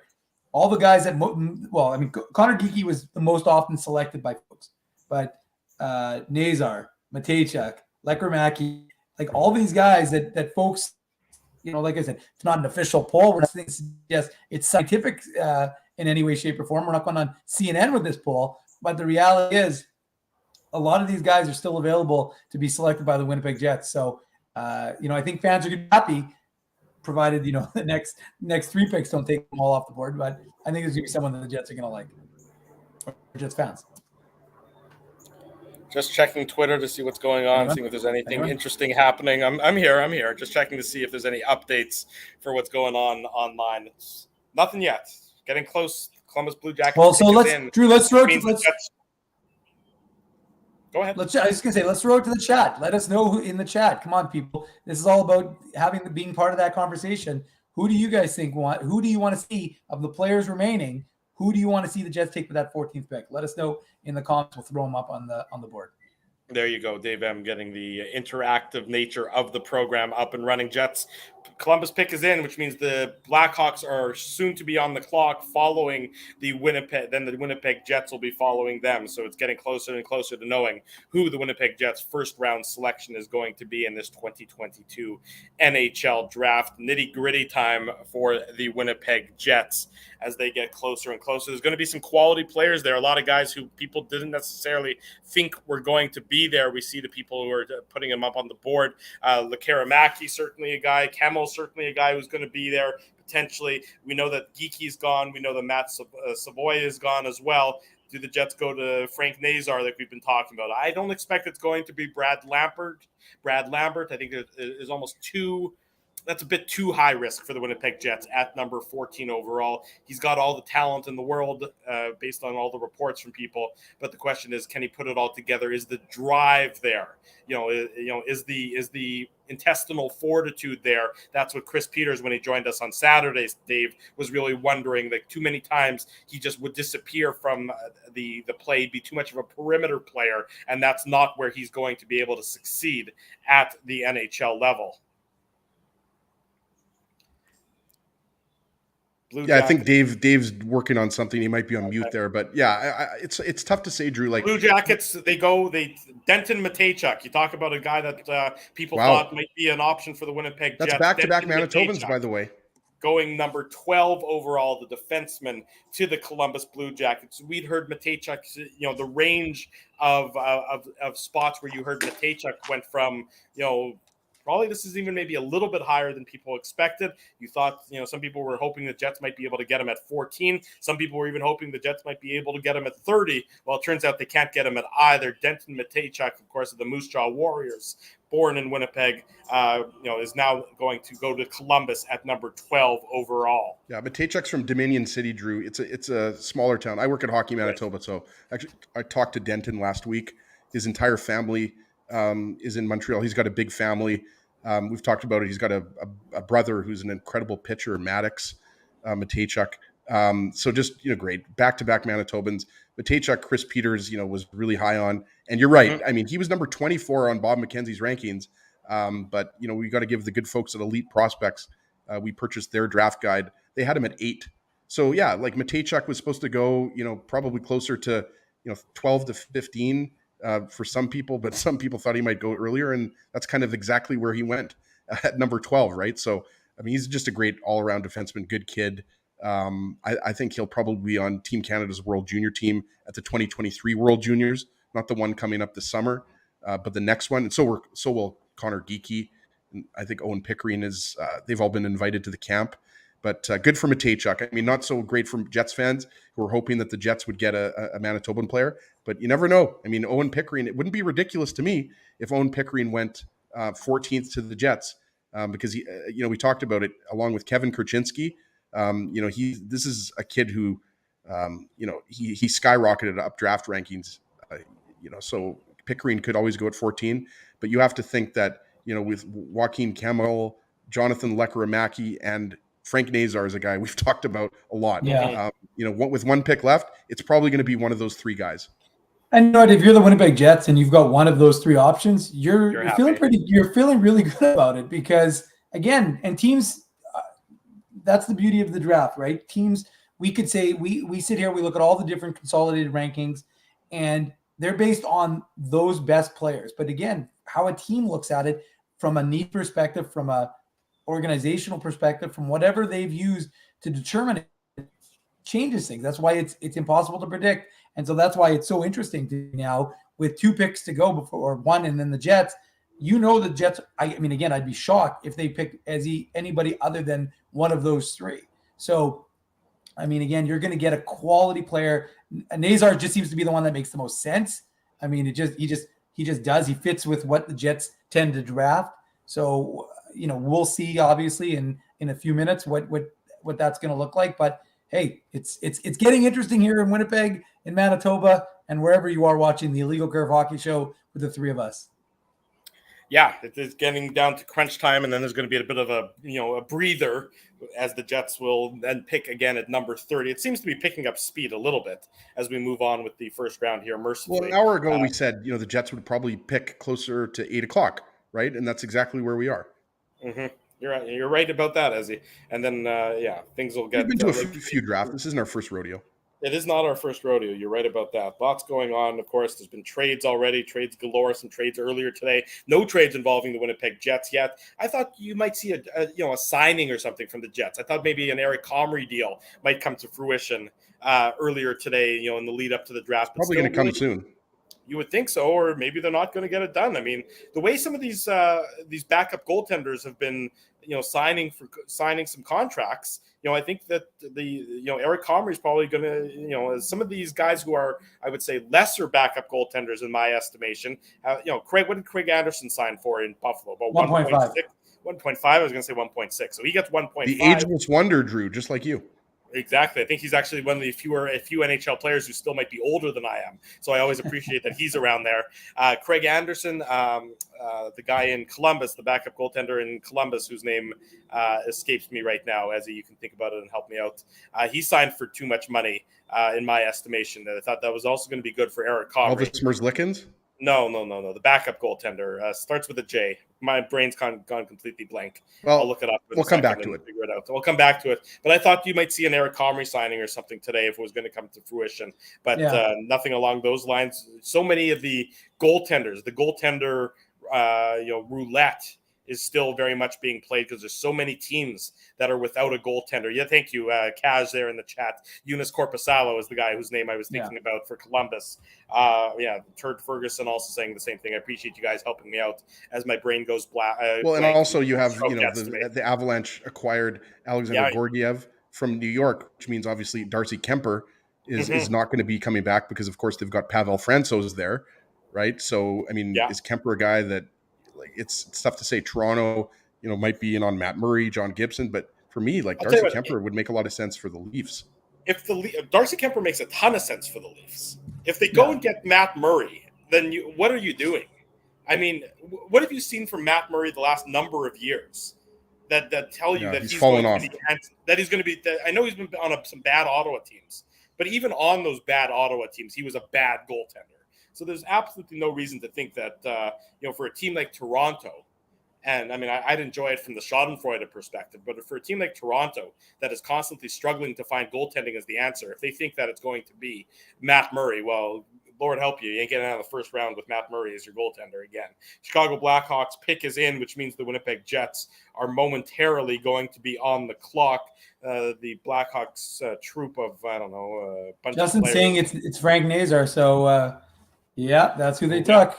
Cap Friendly saying the same. Frank Nazar goes to the Chicago Blackhawks. A lot of people thought that he was going to be the option for the Winnipeg Jets. But here we are, ladies and gentlemen. It is 8:52 p.m. Eastern Time, 7:52 p.m. Central Time. The Winnipeg Jets are now on the clock for the 2022 Joaquin NHL Kemmel is draft. a guy that the Jets have to be strongly considering here. I mean, Jonathan Lekkerimäki, Swedish forward as well. Mm-hmm. I don't look forward to trying to spell his name, I know there's a couple of E's, a couple of I's, some K's in there. But Joaquin Kemmel, we talked about. Rated as high as 6. T. Kona wants Rutger. He says now's the time to take Rutger. Rutger's listed I'm reading one consolidated ranking has him around 20th. So Bob McKenzie's consensus rankings have him about 27th. So I think he might have been more of an option. His name is Rutger McGordy. Easy for me to say. So he's possibly maybe I think a late first round selection. Yeah, Rutger I think is going to go probably later in the first round or the second round. I mean, who knows? But I mean, we didn't think Moritz Seider was going to. Sure. Kemmel right now is the guy. Kemmel and Lekkerimäki, they're 7-8. In Bob McKenzie's rankings, so it's going to be. Again, it's kind of like a Perfetti situation. A guy who was originally ranked quite high, falling down to you, and again, Kemmel's 5'11", Lekkerimäki's also 5'11". I mean, they might, get a little more, few more inches. I mean, it's not necessarily a bad play to have these young, talented players who can score. I mean, the Jets, like I said, we've talked about it. They have a lot of D prospects, don't have a lot of forward prospects, something they're going to need in the next couple of years. So, right winger, right shot, smaller guy, 5'10", 5'9", Dave, for Joaquin Kemmel, and put up, really good numbers in Liga, right? So I think he had an injury as well. I was reading, I think it was shoulder. Don't quote me, but I think he had a shoulder injury, so he missed some games. But Joaquin Kemmel and Jonathan Lekkerimäki, you'd have to think, just because of the fact they were both considered top 10 picks by a lot of scouts, right? So we'll see what happens here. Brad Lambert is another option, but I'm going to go with Joaquin Kemmel. We'll see. Well, and I'm reading here Scott Wheeler of The Athletic. He has Kemmel ranked 7th overall in his rankings. So again, another guy that he's very high on. He had 8 points at the under 18s. He had 6 goals at the under 18s. So he was able to put up some numbers there in that very important tournament as it pertains to to those draft eligible players. He didn't play on a very good team in Liga right now, so it's it'll be interesting to see where he ends up going. If it is right now for the Winnipeg Jets, with Lekkerimäki right there, 9th on Scott Wheeler's rankings as well. Playing. That's what the Jets do, though, right? Like, look at Kyle Connor, 2015, Cole Perfetti. I mean, Cole Perfetti. Some scouts had him going top 5 that year. Yeah, And they got 4 or him 5 that year. 10th overall, Dave, right? Yeah. Perfetti was, 10th right? overall. And Chaz Lucius, another guy, that fell. So, I mean, the Jets have a long history of, picking guys that were ranked higher by scouts. So we'll see what happens here. But, I mean, if the Jets end up getting, a top 10 quality talent, should also mention Joaquin Kemmel is considered, just reading another scouting report, it's tough to retain all this information. He's considered more of a shooter than a playmaker, but he's a guy that, good skater, just is skill. I think skill is really, the name of the game. A lot of these guys, you could say that, but I think, smaller skilled winger is the way I would kind of sum up Kemmel. And then I was just going to say, like Bob McKenzie just came in and said Joaquin Kemmel and Jonathan Lekarmaki falling way out of the top 10, both good offensive goal scoring forwards. Winnipeg with pick number 14 up next. So he didn't reveal who the Jets are going to pick, but he did say the 2 players who have fallen out of the top 10. Now, why have they fallen out of the top 10? Did a bunch of teams see something that, the public boards aren't seeing? Maybe they didn't like their answers. Who knows? The chat is 23 points, though. Sorry, Dave. 23 points in 39 games for an 18-year-old in Liga, though. JYP was the team he played for. I don't know what that stands for. But they weren't a very good team in Liga as well. Right. So Kemmel, I mean, and you mentioned what he did at the U18s, right? So maybe the injury or there's something, but it sounds like this guy should be going. Pick is in. Soon. So the Jets brass are going to be making their way to the table very shortly. The pick is in according to the ESPN broadcast that I have on my second screen here. So we'll know momentarily. Is Winnipeg coming back? That's my question, guys. Well, is it Winnipeg or whatever the Swedish version thereof will be as well? So we will find out momentarily here. Nobody's tweeting it just yet either. So, we're obviously in a wait and see mode for the Winnipeg Jets to see. By the way, it got very dark there behind you in the backwoods of Kentucky, Drew. Well, there's not a lot of light. It is an hour later than it is where you guys are. It was actually bizarre. As I was mentioning, I was out at the lake. We went to the lake for a couple days, and it's still in Kentucky. But the lake, Lake Cumberland, where we were, is actually Central Time, and here where I am right now is Eastern Time. So even though we just went, I think, a couple hours south of us, for whatever reason, it switches time zones. Like Kentucky is one of those states that has 2 time zones. So we transferred back into the Central Time zone very briefly, and now we're back to the Eastern Time zone. So it's sort of hard for me to keep track of what day it is and what time it is. But in any event, I know the Winnipeg Jets are on the clock, and I know that they're walking their way to the stage right now as they're getting ready. Are they walking or are they walking? That's very clever, Ezzy. That's a good pun. Well done there. It can be clever, 10% of the time. 10% is a pretty good ratio for you to be clever there. Kemmel is Megan Chaika. She's also one of the draft analysts for ESPN. Kemmel is number 1 left on her board, so that could very well be some interest. Of course, they're both. She's also high on Lekarmaki, as both of those players are options for the Winnipeg Jets. Momentarily, as the team gets closer and closer to getting onto the draft stage, as the Jets pick is about to be announced momentarily, almost as the clock exactly strikes 8 p.m. Central Time. Kevin Cheveldayoff approaching to the mic right now, announcing the selection for the Winnipeg Jets. Apparently he drafted, are you ready for this?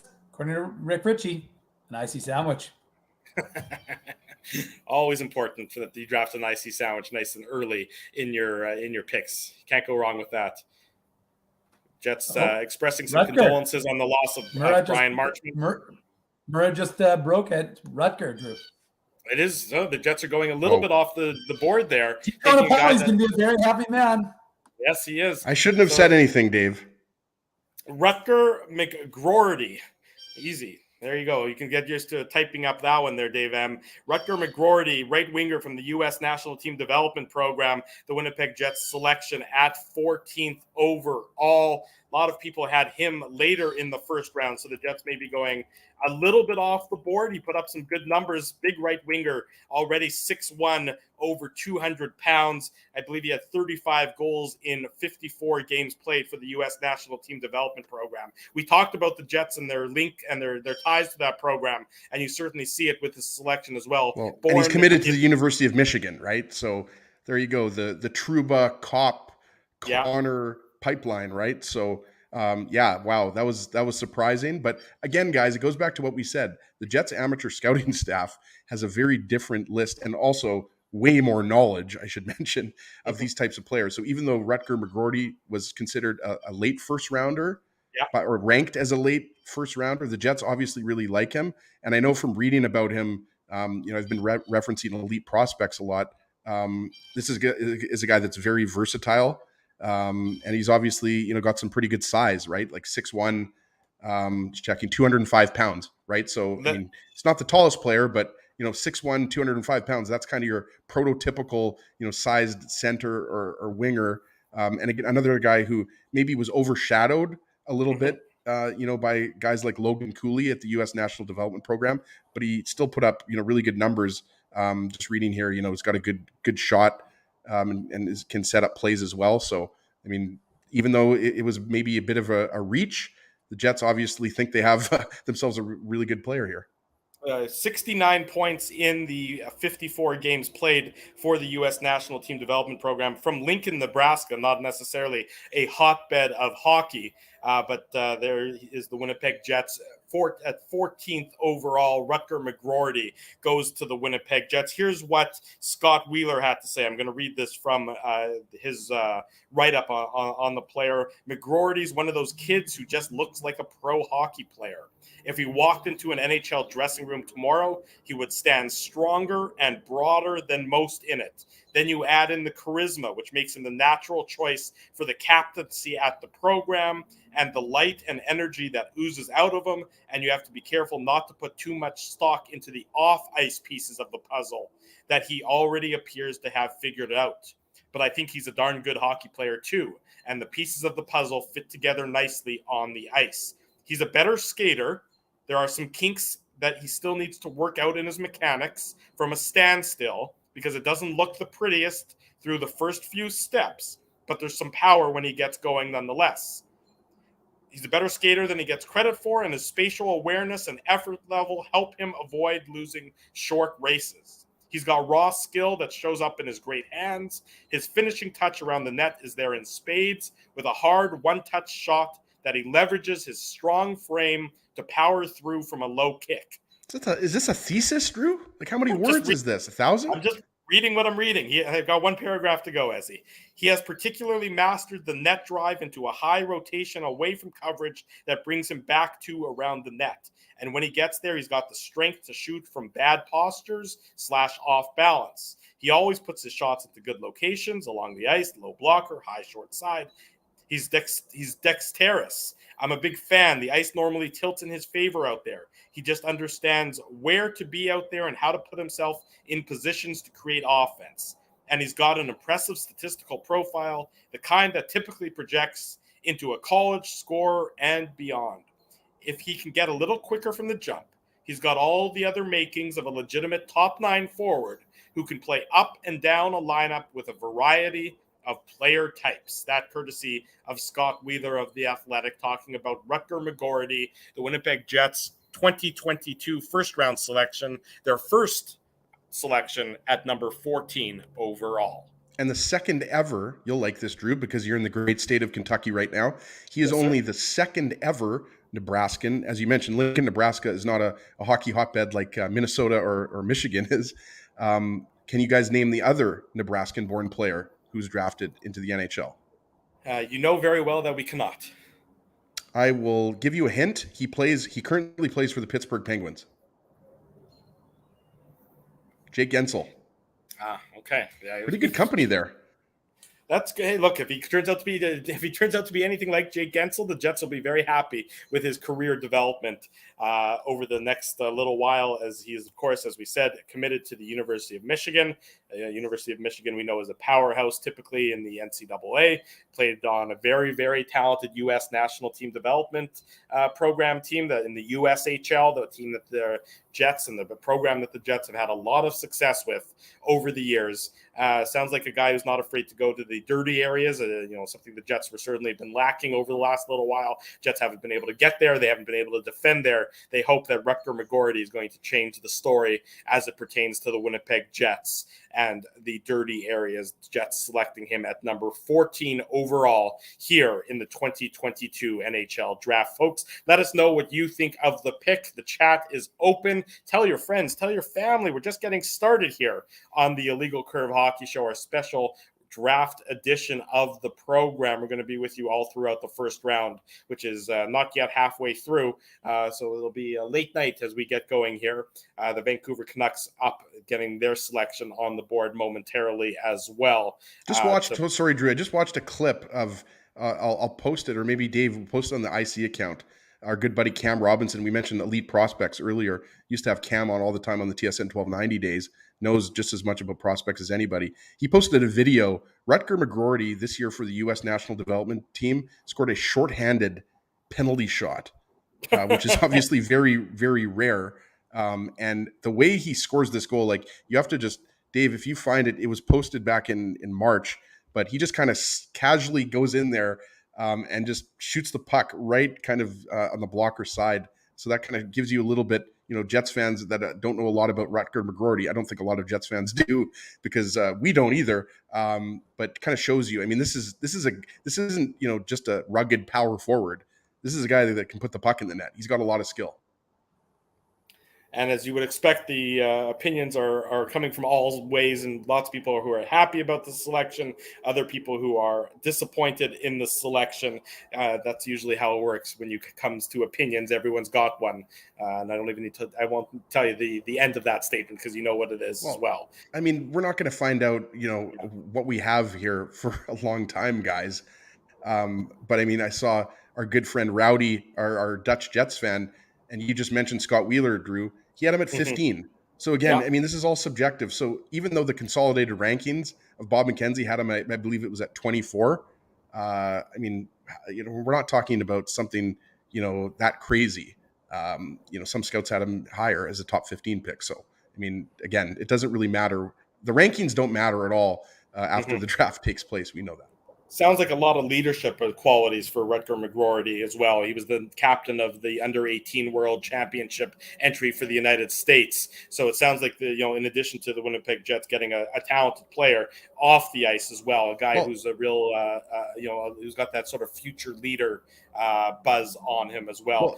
Jonathan Lekaramaki going right after. He just went at number 15 to the Vancouver Canucks. I should add. Yeah, and 2 years in a row of players from the U.S. National Development Program, but also 2 straight years of unbelievable names. I mean, Chaz Lucius and Rutger McGroarty right there. I mean, those names, take a backseat to nobody. Well, there certainly are some good names. There's always, you know how that always works. Some of the names that they come up with in hockey circles are pretty good, and this is just as per usual, another very good hockey name. The Jets hope they get a very good hockey player as well in Rutger McGroarty there, Dave Minuk, who's I'm sure doing some work typing away for the website, if I'm not mistaken. Am I right, Dave? Dave's giving me the thumbs up on that front as well. So the Winnipeg Jets, we're hoping to hear from Rutger over the course of the next, however many hours this broadcast is going to go on for, as it gets gradually darker behind me, of course. And, the Jets next on the clock at number 30. So another about 14 picks away if the Jets don't move up or if they don't trade out of that selection over the next little bit. Time will tell what the Winnipeg Jets decide to do with that second first-round pick that they have in this year's draft, Ezzy. Sorry, Drew, I was trying to post something on social media here. Yeah, absolutely. And I mean, it's going to be even more unpredictable than the first 14 or 15 picks have been at number 30. We talked about Owen Pickering earlier. We expect him to go in the first round, which would be the third Manitoban after we had the back-to-back Geekie and Matejchuk picks. What was that, at 11 and 12th overall, right? So he's another option. But, Joaquin Kemmel, you would think, is going to go soon. I mean, it goes back to what Dave said before. I mean, if he was ranked 7th or 8th or whatever by a lot of scouts and he's still available at, what are we at, 17 now, 16, 17, something is obviously, teams from taking at this point, but you'd think he'd go at this point. And another guy is Brad Lambert. You have to think that he's going to be taken, pretty soon. But as we talked about, he's the wild card of the first round, so maybe he doesn't go till late first round, early second round. But those are a couple of guys, Lambert and Kemmel, I'd expect to go in the next 2 or 3 picks. Yeah, those are the guys who are sort of high up on the board. As we get into the mid of the first round here, it's interesting. The Jets went to that U.S. national team development program. You thought, a guy like Isaac Howard might be an option after, Frank Nazar went off the board earlier. But Isaac Howard, who was from that program as well, ranked higher than Rutger McGroarty, certainly. But the Jets decided to go that way instead. And we'll see how that plays out over the next course of the next, 14 or so picks as the Winnipeg Jets decide what they're going to do moving forward, as they still have one more first round pick to go in this 2022 NHL draft. He's, it sounds like Rutger McGroarty is a popular guy in terms of sort of getting under the skin of some of his opponents. He likes to chirp on the ice, according to our buddy Mark Masters, who's saying that you always sort of know when McGroarty's on the ice, given his presence, given his efforts along the boards and things of that nature. So it'll be interesting to see what the Jets are getting when we first see him in Winnipeg, and hopefully have him join us in the next little bit here on the program. Okay, got it. Sorry, Ez. No, go ahead, Dave. No, I was just going to say, I know folks are losing their minds because there are guys who are, consensus guys who are more highly ranked than him. But, ultimately, at the end of the day, like I said, probably like 45 minutes ago to an hour ago, you could go based on what your list. Most teams aren't going to deviate. Most teams already have in their mind the way it's going to go. And as you strike the names off, you don't jump a guy that you had because, you obviously didn't rank high enough to put him on there. So Kemmel, a lot of these guys, the Jets just didn't have him sufficiently high enough to put it ahead of Rutgers. So, like I said, this was a decision they made. A lot of people gasped when the Jets took Mark Scheifele with the pick they did, and that one seemed to work out. So, especially when it comes to the college players, I know Max Geese is leaving the Jets organization, one of their amateur scouts who covers college for them. He's very well regarded. So you have to have a little bit of faith, I think. Again, not blind faith, but we don't know. I don't follow the college game to the same degree as these guys do. And you just have to believe that there's some sort of expectation, some sort of justification for them to have gone with a pick that, you're right, a lot of guys didn't had him more in the 20s, the early 20s or late teens. But again, like I said, ultimately the Jets had him high enough on their list that they want to take him versus someone else. At 16 overall, the Buffalo Sabres select Noah Östlund from Sweden, the young centerman.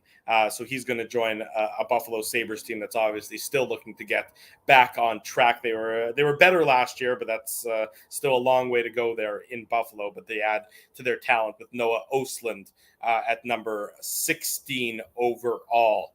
Jets still up in about another 14 picks. We're hoping to hear from Rutger McGroarty as well this evening. Let's take a break. I think we can all use an opportunity to take a deep breath, maybe grab a drink. Don't go anywhere, folks. Tell your friends, tell your family. We're going strong. It's the Illegal Curve Hockey Show, a special Thursday night, round 1 of the NHL Draft edition of the program. We're live on YouTube. We're live on all of our social media platforms. Keeping Winnipeg laughing for over 30 years.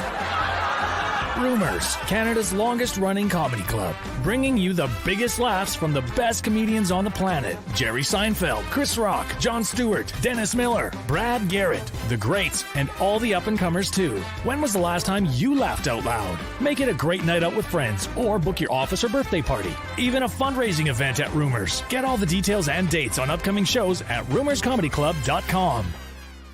Hi, Ez. A strange question for you.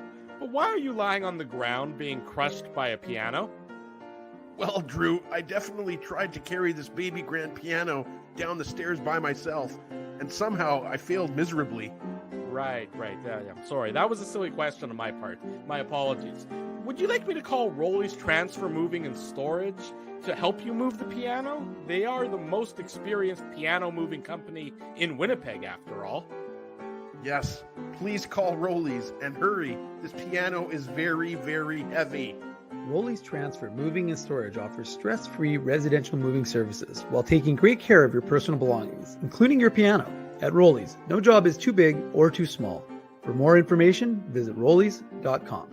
Hi, it's Drew from Illegal Curve here. Selling your home can be stressful, but it wasn't for me. Thanks to my friends at Zappia Group Realty, they made the process so easy. My home sold within 48 hours and with multiple offers. Zappia Group Realty took care of everything with their exquisite customer service and attention to detail. If you want to sell your home for more in less time, get started by talking to Frank and Mauro Zappia of Zappia Group Realty. Online at zappiagroup.com. Hey, it's Aaron from Bernstein's Deli. That's right, Ezzy. I'm the guy who makes all your sandwich dreams come true. So when you think Illegal Curve, what comes to you? How about juicy chicken schnitzel, grilled salami, fried onions, melted cheddar cheese, and honey mustard on toasted thick-cut city rye bread? Man, that's like the holy grail of sandwiches. And so it shall be known as the Illegal Curve sandwich. The Illegal Curve sandwich. Try it today at Bernstein's Deli. Find us at Corridon and Lanark or online at bernsteinsdeli.com. Hey, Drew. Ezzy, whoa, what a smile! Yeah, I got my crowns done at Linden Market Dental Center, and they whiten my teeth. I see. They're so bright that every time I smile, they go, We have hockey tonight. Do you have a mouth guard to protect those pearly whites? I sure do. Whoa, they even ting through the mouth guard. Linden Market Dental Center covers all your dental needs from restorative to cosmetic dentistry and will fit you with a sports guard for that active lifestyle. 877 Waverly. See lindenmarketdental.com. So you're a pizza person, you married a wing person, but somehow your kids are salad people. You can't pick your fam, but you can pick your BP meal deal, starting from $18.99 for takeout or delivery at bostonpizza.com.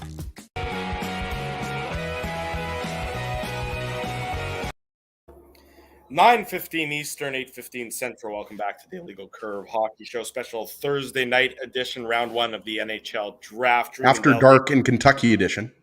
Dark Kentucky edition, no doubt about that. Drew Mindell, Dave Minuk, Ezra Ginsburg with you, bringing you right first round coverage all throughout the night of the Winnipeg Jets selection. Next up at number 30, and because the draft wasn't quite long enough, the NHL just decided to name Julien Brisebois as general manager of the year. I know everyone was waiting with bated breath to see who was going to be the general manager of the year and hoping It's a very random time to announce that. in the middle of the draft. I'd agree so. I don't know why they needed to do it right now, but here they are. They announced it. Hopefully it doesn't take much time, and hopefully it won't keep things going for too much longer. But whatever it means, the Nashville Predators are on the clock, yet apparently their clock hasn't even started to tick down yet. So I guess it'll take a few extra minutes. But our boy Marco Almeida, I hope I'm pronouncing that correctly, Marco. He's a loyal IC viewer listener. You can see the comment up there. I mean, Owen Nolan, he's been compared to, I mean, maybe it's because I'm a quarter Irish. Owen Nolan's from Northern Ireland, but obviously Canadian. If McGrory turns out to be anything like Owen Nolan, I think Jets fans are going to absolutely love him. But that's an interesting comparison, right? Kind of power forward. But as we talked about, I mean, this is a guy who scores goals and sets up goals, right? Like this isn't like a defensive forward or anything like that. This guy's the real deal. Well, and obviously he's not going to play for the Jets for a number of years. I mean, best case scenario would be, next year he's going to be with the University of Michigan. So maybe the year after that, or maybe the Joe Sakic win general manager of the year. I don't even know who won general manager of the year. I think they were showing all the nominees. It should have. I was going to say it probably should have been Sakic. Yeah, it looks like they were showing nominees. I don't know why there's nominees for general manager of the year, but it looks like Joe Sakic won it, and now he gets to make a speech. So this is really taking longer than necessary. Anyways, getting back to Rutger McGrory. When he joins the Jets, lineup, this Jets team, the knock on them as of late, especially since they went to the Western Finals, is they've sort of been easy to play against. There's not a lot of, there's not a ton of grit. No doubt they're easy to play against. You think about the number of times you watched the Jets last year, and we know last year was obviously a tremendous disappointment, but the number of times where the Jets would go a game and it seemed like they never lay a body check, that the forecheck was not what I would describe as physical in any sense of the word. You wonder if that was sort of an organizational priority, is to try and find somebody. And I'm not saying that they were pigeonholing themselves into a player like that, but that they were trying to find a player who might add a little bit of a grittier element while also having that skill set.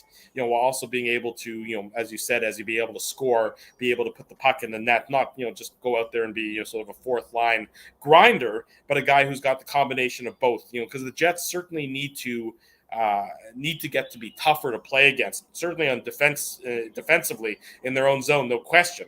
But you wonder if they want to add that sort of a bit of a sandpaper element into their game up front as well. And maybe that's why Rutger McGroarty was so appealing to them based on, the Owen Nolan comparison, because you certainly knew when you were on the ice against Owen Nolan back in the day. Absolutely. And, I think you're always looking for, it's like the stock market, if you want to use that. Like, people are always looking for trends. And the trend of drafting players, American players, either that played for the U.S. national team or, that are going to college in the U.S., whether it's University of Minnesota Duluth or in this case, University of Michigan, there's definitely a trend there. I mean, let's be honest. The Jets do like their American players, but they've also drafted players from Canada. They've drafted players from Denmark, from Russia, from Sweden, when you're talking about David Gustafsson. So it's not like you can say that the Jets only draft American players, but definitely, first rounders, there's a trend there. But there's definitely not a trend here when it comes to the last couple of years. Like Cole Perfetti and Chaz Lucius, like these are guys that, we're not sure if they play center at the NHL level, but these are skilled offensive-minded players. Whereas McGroarty, even though he's got, the offensive skills, he's kind of more of that two-way, as you said, power forward. Right. So I think there is something to be said there, Drew. Maybe they put a little bit more emphasis this year, the scouting staff. As Dave talked about, there's been a little bit of turnover there in the scouting staff, but just look at their history of drafting players, not just American players, but just the draft in general. Have there been misses? Sure. I mean, if you want to say Christian Vesalainen was a miss in 2017, go ahead. But what are we talking about? One miss in 10, 11 years here? So let's just pump the brakes. Rutger McGroarty is going to play for the University of Michigan. It might be a year. It might be a couple years. I wouldn't expect it to be more than 2 years. But, I mean, who cares if he was ranked 25th or 26th or whatever? It happens every year. The rankings don't mean anything. All that matters now is the Jets took him at number 14, and we'll see how he develops. He's, reminder, 18 years old. I mean, when you're, old farts like we are, I mean, these guys just seem to get younger and younger, but nope, they're always 18, and he's going to take a couple of years here to develop in college hockey and then most likely play for the Moose. I mean, it's the Jets system, right? Like, guys don't often step into the NHL unless your name is, Patrick Laine. Way to bring up some sore memories there, Mr. Ginsburg, but that's okay. Sorry, Dave, go ahead. No, I was just going to say, I mean, I just think it's great that, the Jets go somewhere they've never gone before, the University of Michigan. I mean, what a crazy thing that they've done to go with that, someone who's going to go back and forth, Dave. Minnesota, Michigan. But look, it's an interesting pick, and I think Drew, you hit it on the head. This team. It's funny when you hear people talk about the Jets because you realize they don't pay attention to them very much. Yeah. They talk about them as if it's still that 2017-18 team, and that they're hard to play against. They're this. You're like, are you watching the same team? Have you actually watched these guys play? Because that's not who this team is. And the reality is, as he just touched on, the truth is this guy isn't playing for the Winnipeg Jets next year. He's not going to be playing for the Jets for a few years at least. So, I mean, he's not coming in and solving that problem. That's going to be something that Rick Bowness is going to have to deal with. And, we even have, it's amazing. We've gone 2.5 hours already on the show. We haven't really even talked about the Rick Bowness. That's what I was going to ask. That's what I was going to ask you guys, because we sort of have a bit of a pause here between the Jets' next selection coming up at number 30, which will be a little while, and hopefully hearing from Rutger McGroarty joining us on the program, hopefully at some point in time. I don't even think he's done the media with the guys who are there right now, Drew. So it'll be after that. He's just meeting with them right now. Yeah, so he'll be after that we hopefully will have him on, and of course we'll bring that to you live. But I was going to ask you guys about the Rick Bowness introductory press conference, because that happened earlier this week. If that happened Monday, if I'm not mistaken, what were your sort of thoughts about that? What were your impressions of what he had to say to the media? I mean, Rick Bowness knows how to handle the media. He knows how to talk to the media.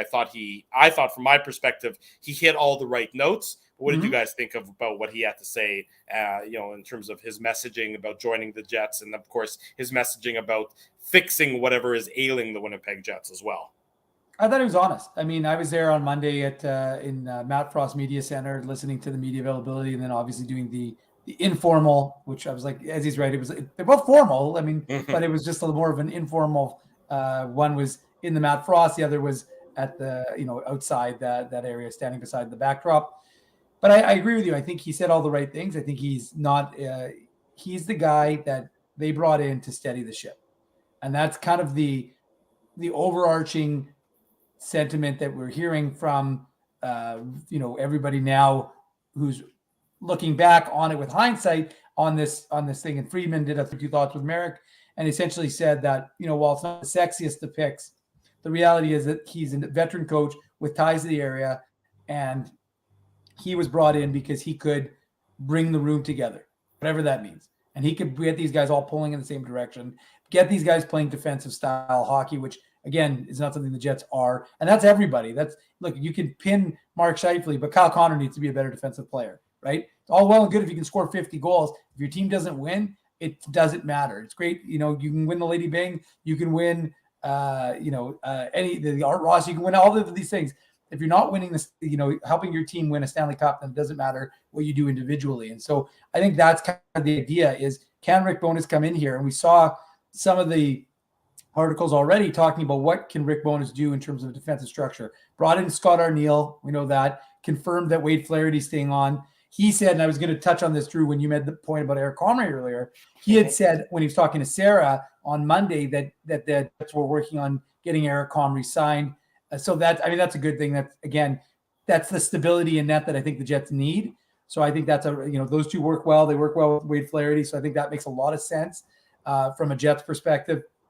And I just think he'll bring that calm, that veteran presence. And I like, as he talked about this, you can't point at his record and say, what he did with Ottawa. We're not gonna hold that against him. You have to look at what he's gonna do with this group. And so, again, like I said, if he can make them a structured team, play with structure, something we've all complained about, the Jets didn't do a ton of, improve their penalty kill, because we saw how bad the Jets penalty kill has been, how atrocious it was in the beginning of the season, and how that probably cost them later on. And like I said, ultimately get them playing a different structure. So, I mean, look, you got to give the guy a shot. I mean, he's the head coach. He signed a 2-year deal with an option for a third. So we'll see. Team option For a third, sure. But I mean, the reality is it's not a caretaker. He's not here for a year. You're going to give him a shot. So we'll see what he does. I mean, again, there's so many people who say, it's terrible. It's the same thing with Rutger. The guy hasn't even put on a Jets jersey. And you've got people already saying this guy's terrible pick. I mean, you have to let these guys come in and see what they can do. And then reflectively, you look back in 2-3 years and you'll say, okay, this is what it looked like. But before, it's hard to do. Well, you're obviously not reading, Scott Wheeler's Twitter, boys. If you think Rutger McGroarty is a bad pick, Scott Wheeler is our, one of our, along with, Craig Button, Chris Peters, we mentioned. We had Wheeler on, a few months back, but he said for the third year in a row, the Jets have drafted the kid I've most enjoyed talking to. Obviously, referring to Perfetti and Lucius in the last couple of years, right? But McGroarty was the captain of the U.S. National Development Program. And, we talked about Mark Masters, talked to him recently, had a good piece up on tsn.ca. Mm-hmm. Like, McGroarty sounds like, and, hopefully, as Drew mentioned, we're going to talk to him in the next, 20 minutes or so, half an hour. But, this kid, I think Jets fans are going to fall in love with him very quickly. And you just got to get past that. You can't fixate on, where you had him ranked or where other scouts had him ranked. It doesn't matter at the point. He's a Jet. And I really don't think it's that big of a reach when you consider Wheeler had him ranked at number 15. So, Ezzy, what did you think about Rick Bowness's introductory press conference? That was what Dave was just talking about. Sorry, I went back to McGroarty there. I Dave mentioned he was in the Matt Frost Media Center. I wasn't. Barry Trotz was everybody's number one. And I think Jim Montgomery was probably most people's number two. Rick Tocchet was a weird one for me. I didn't really think at any point, that was going to be, just had a feeling that wasn't going to be the Jets' next head coach for a lot of reasons. But when you talk about experience, we know there's the experience, and that's what this Jets team needs. And I think you got to look more recently, what Rick Bowness has done in Dallas and Vancouver. And another thing, I wanted to mention, I think, we're all expecting Nolan Baumgartner. I actually thought that might be announced today. We're all expecting, former Moose captain, Nolan Baumgartner to be one of the assistants. I mean, when you look at this coaching staff, guys, obviously there's a lot of Manitoba Moose connections here with Arniel and Jets connections. But I mean, this is an impressive coaching staff Chevy is putting together, right? Like Hang on, Baumgartner. I gotta stop you right there. I mean, Nolan Baumgartner, his track record of success in Vancouver last year, prior to being fired, along when Travis Green was dismissed, his track record of success with the Canucks defense and their penalty kill was nothing to write home about. The penalty kill was, if I'm not mistaken, one of the worst in the NHL. It actually improved after he was dismissed. I mean, the Canucks defense, I mean, that's not his fault necessarily, but I think that defense was at best mediocre, but that largely had to do with the players that were brought in, which he has nothing to do with. But based on their penalty kill, I think I'd have a lot of concerns as to why he immediately, needs to get hired by True North. And I think fans have a right to say, look at his track record, particularly on the penalty kill, and be concerned with that, because his track record in Vancouver on the penalty kill is of a concern to me. And I know that the ties to the organization, I get all that, and I get the True North loves their guys and everything else. But to me, that is, I think, a big question mark and a big area of concern in bringing in Nolan Baumgartner as an assistant coach. And it does sound like that's going to get done. So you're right about that. But I think there's some fair questions to be asked about that decision, Ezzy. Okay. Yeah, go ahead. I just want to do a quick interjection, which has nothing to do with this, but it's courtesy of Frosty Winnipeg, who's giving us some insight on Rutger and his frame of mind and the kind of player he is. So he was asked by TSN, what was your best chirp last season? This was his response. His dad is the GM of the Muskegon Lumberjacks. So someone on the Lumberjacks was chirping him, and he was like, my dad never, and he's now qualifying, saying his dad never actually said this, but he was, my dad hates you. So clearly he's a bit of a nest disturber. That's kind of funny. It's a good way of putting it, but he's definitely got, as Drew has talked about, and as he's talked about, a little bit of a personality, and that's probably something Jets fans are going to enjoy. But sorry, go back to bonus. I just want to Muskegon Lumberjacks are in the United States Hockey League, for those who don't know that. But I mean, fair enough point. Drew mentioned Nolan Baumgartner's track record with the penalty kill. That's a fair point. I mean, this is just a guy that I think is a very smart hockey mind, and I think you can't always hold. Look at he has not been an assistant coach for very long. But let's be honest, Drew, we don't know. We're not in the coaching world to know how good of an assistant coach he is versus other candidates. We just don't know that. I mean, I think a lot of fans jump to conclusions and they point to that. But this is a different team, different scenario, right? So let's give him the benefit of the doubt. Or at least I'm going to give him the benefit of the doubt by saying that this is a different team with a different group of defensemen and everything like that. But I think it makes a lot of sense to bring in a guy like Baumgartner because of his connections and also just how well regarded he has been. But we'll see. I mean, we'll see what happens. I mean, there's a team here. There's going to be a lot of changes, a lot of young players like we're expecting. Sandberg and Heinola, but he was applauded for the way he worked with Quinn Hughes, for example, right? I mean, Quinn Hughes is already an ultra talented defenseman. Right. So I'm not saying Nolan Baumgartner turned Quinn Hughes into the defenseman he is. I'm just saying, I mean, I know he's a very well-liked guy, a very well-respected guy. Yeah, he certainly is. And look, I'm not saying it's necessarily not going to work out. It could very well work out. I'm just, I want to just point out that, his track record of success, and you can certainly say what you want to say about the Vancouver Canucks and the talent that they had on the back end, and certainly the talent that they had in terms of their penalty killing forwards. Their penalty kill was nothing to hang your hat on last year, and it'll be interesting to see if Nolan Baumgartner can resuscitate his reputation as it pertains to the defense and as it pertains to the PK if he does become an assistant coach with the Winnipeg Jets, Dave M. But you like you said, you were there in the room. I thought Bonus was he didn't try and pull the wool over anyone's eyes, which I thought was important. I thought that he spoke passionately. He spoke honestly. He said, look, this Winnipeg Jets team, he saw them up close and personal multiple times last year, as the head coach of the Dallas Stars, and the Jets and the Stars obviously being in the same Central Division. He said this Jets team looked flawed. They looked like a team that wasn't themselves, that something was amiss with the team, and it's incumbent on him as a head coach to find out what that something is.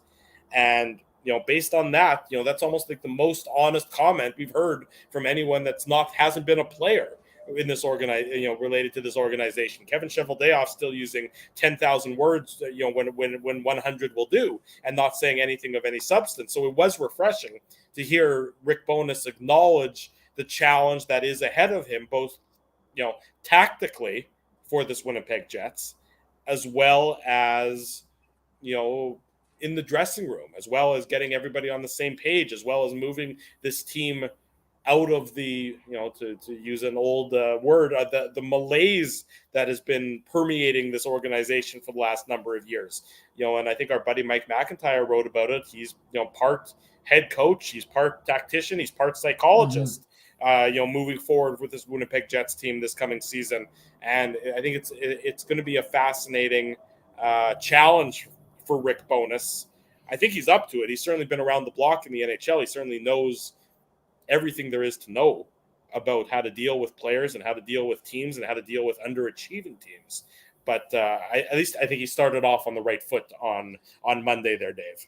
Yeah, and I would just say that, look, what he did with Ben and Sagan and transitioning them and reducing, getting guys like Jason Robertson and Rupe Hintz and the cavalcade of other young guys to take more of a role in Dallas and manage egos, right? And that's one of the things that, and now look, the knock on him is he'll be a one-line coach and forget about the other three, and he'll run heavy on his big dogs. Well, where have we heard that before? Paul Maurice, one of the biggest knocks was not using 4 lines. So like I said, there's a lot of these guys have a lot of past. You can draw on it, but you can see if they can bring a structure, if they can do that. How one of the things that Bowness seems to do is really change his style of his team's style of play based on the score, right? If they're up, then they close it off. If they're not, well, then maybe it's a little more open. But I think you're right, Drew. I think ultimately what it comes down to is here's a guy who he didn't want to come out and say, blame Paul Maurice and dump on Paul Maurice. By the way, December 6th, for any Jets fans who saw the schedule get released yesterday, Paul Maurice's first visit to Winnipeg, December 6th. Andrew Kopp's first Blender visit night. to Winnipeg, it could be October 14th. We don't know. That's if he's playing for the New York Rangers, who the Jets always seem to open their seasons against. But the reality is that going back to Bowness, I think that there's going to be a lot of responsibility. And I think Mike's right. And I think, to be honest, I think he is kind of that right guy to be able to do that from what we've talked about. This team, if you're going to keep it the way it is, if you're going to run it back to a certain degree, regardless of whether you get rid of Blake Wheeler, if you're going to take this same this composition of this team, then you needed a steady hand that was a veteran hand, that was a guy that could command respect in the room. I mean, whether we agree with it or not, that's just the reality of the NHL. Folks could have wanted a young coach, a young hockey mind who's going to have a different way of thinking. But the reality is that's not necessarily easy to integrate with a group that has Connor Hellebuck. I'm fine to stay if we're winning. Well, I mean, maybe that's not necessarily going to happen. We could see it, right? There's lots of examples of younger coaches, younger in the sense of NHL experience, coming in and doing phenomenally well. I'm just suggesting that it sounds like I said, from what Friedman was suggesting on Monday, the idea was you didn't want a rudderless ship here in Winnipeg. They wanted someone who was going to command that respect, able to see him to do this in a Dallas room that had a lot of ego, bring people together, well-liked, well-respected. Tyler Seguin, you hear how glowingly he spoke about Rick Bowness. To be honest, you hear about a lot of people. I haven't heard too many people speak negatively about him. And again, it's the same thing with Rutger. You're not going to be happy with him if he's the nicest guy in the history of the world and scores 1 goal a season. That's not what you're looking for. This is the NHL of nice. I mean, this is the best hockey league in the world. So you need to be able to fulfill a role. I think that I'm just saying that even though you know what you have in Bowness, it's a little early to start already poo-pooing it. And I agree, Drew. Ultimately, I don't think he was there to snowball the media. I don't think that was the thing. Dave Lowry, again, I'm not panning him, but he was very close to the vest. Everything was he was overmatched in the role. No, I know, but the reality was it was like pulling teeth a little bit to get the most basic of information out of him. Sometimes seemed like it was a lot of information. I felt like that with Rick Bowness, there wasn't, to your point with Chevy, it didn't feel like there were 1,000 words when 100 would suffice. I felt like he gave you what he needed to give you. He was verbose enough.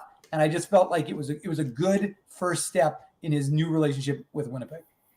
And I don't think it's a coincidence that it's that 2-year plus the team option 3-year contract, because that, of course, fits in with the current window, whatever this window is regarding the Winnipeg Jets, with Scheifele and with Hellebuck, and well, who knows what's going to happen with Blake Wheeler, of course. But it all sort of fits in, and you know that 3 years from now, it might be sooner than that, but 2-3 years from now, this Winnipeg Jets team, if they don't change the trajectory, if they don't all of a sudden start going on that upward trajectory again, is going to be a completely new team, starring many of the players we've seen selected over the last number of years. Obviously, Connor and Ehlers will still be key components there, but that's going to be Chaz Lucius's team. It's going to be Cole Perfetti's team. It could be Rutger McGroarty's team at that point in time. You're going to see that big transition happen, and I don't think Rick Bowness would be the right coach for those players necessarily. But right now, as you're sort of trying to bridge the gap between the younger players and the veterans on the team, assuming those veterans are still going to be sticking around, it does seem like Rick Bowness will be able to do that. And what I sort of like about Rick Bowness's teams, Ezzy, is that they often play the situation. If the situation is that they are pressing and that they need to get some offense, they play a more open style. That was the reputation he had in Dallas, at least.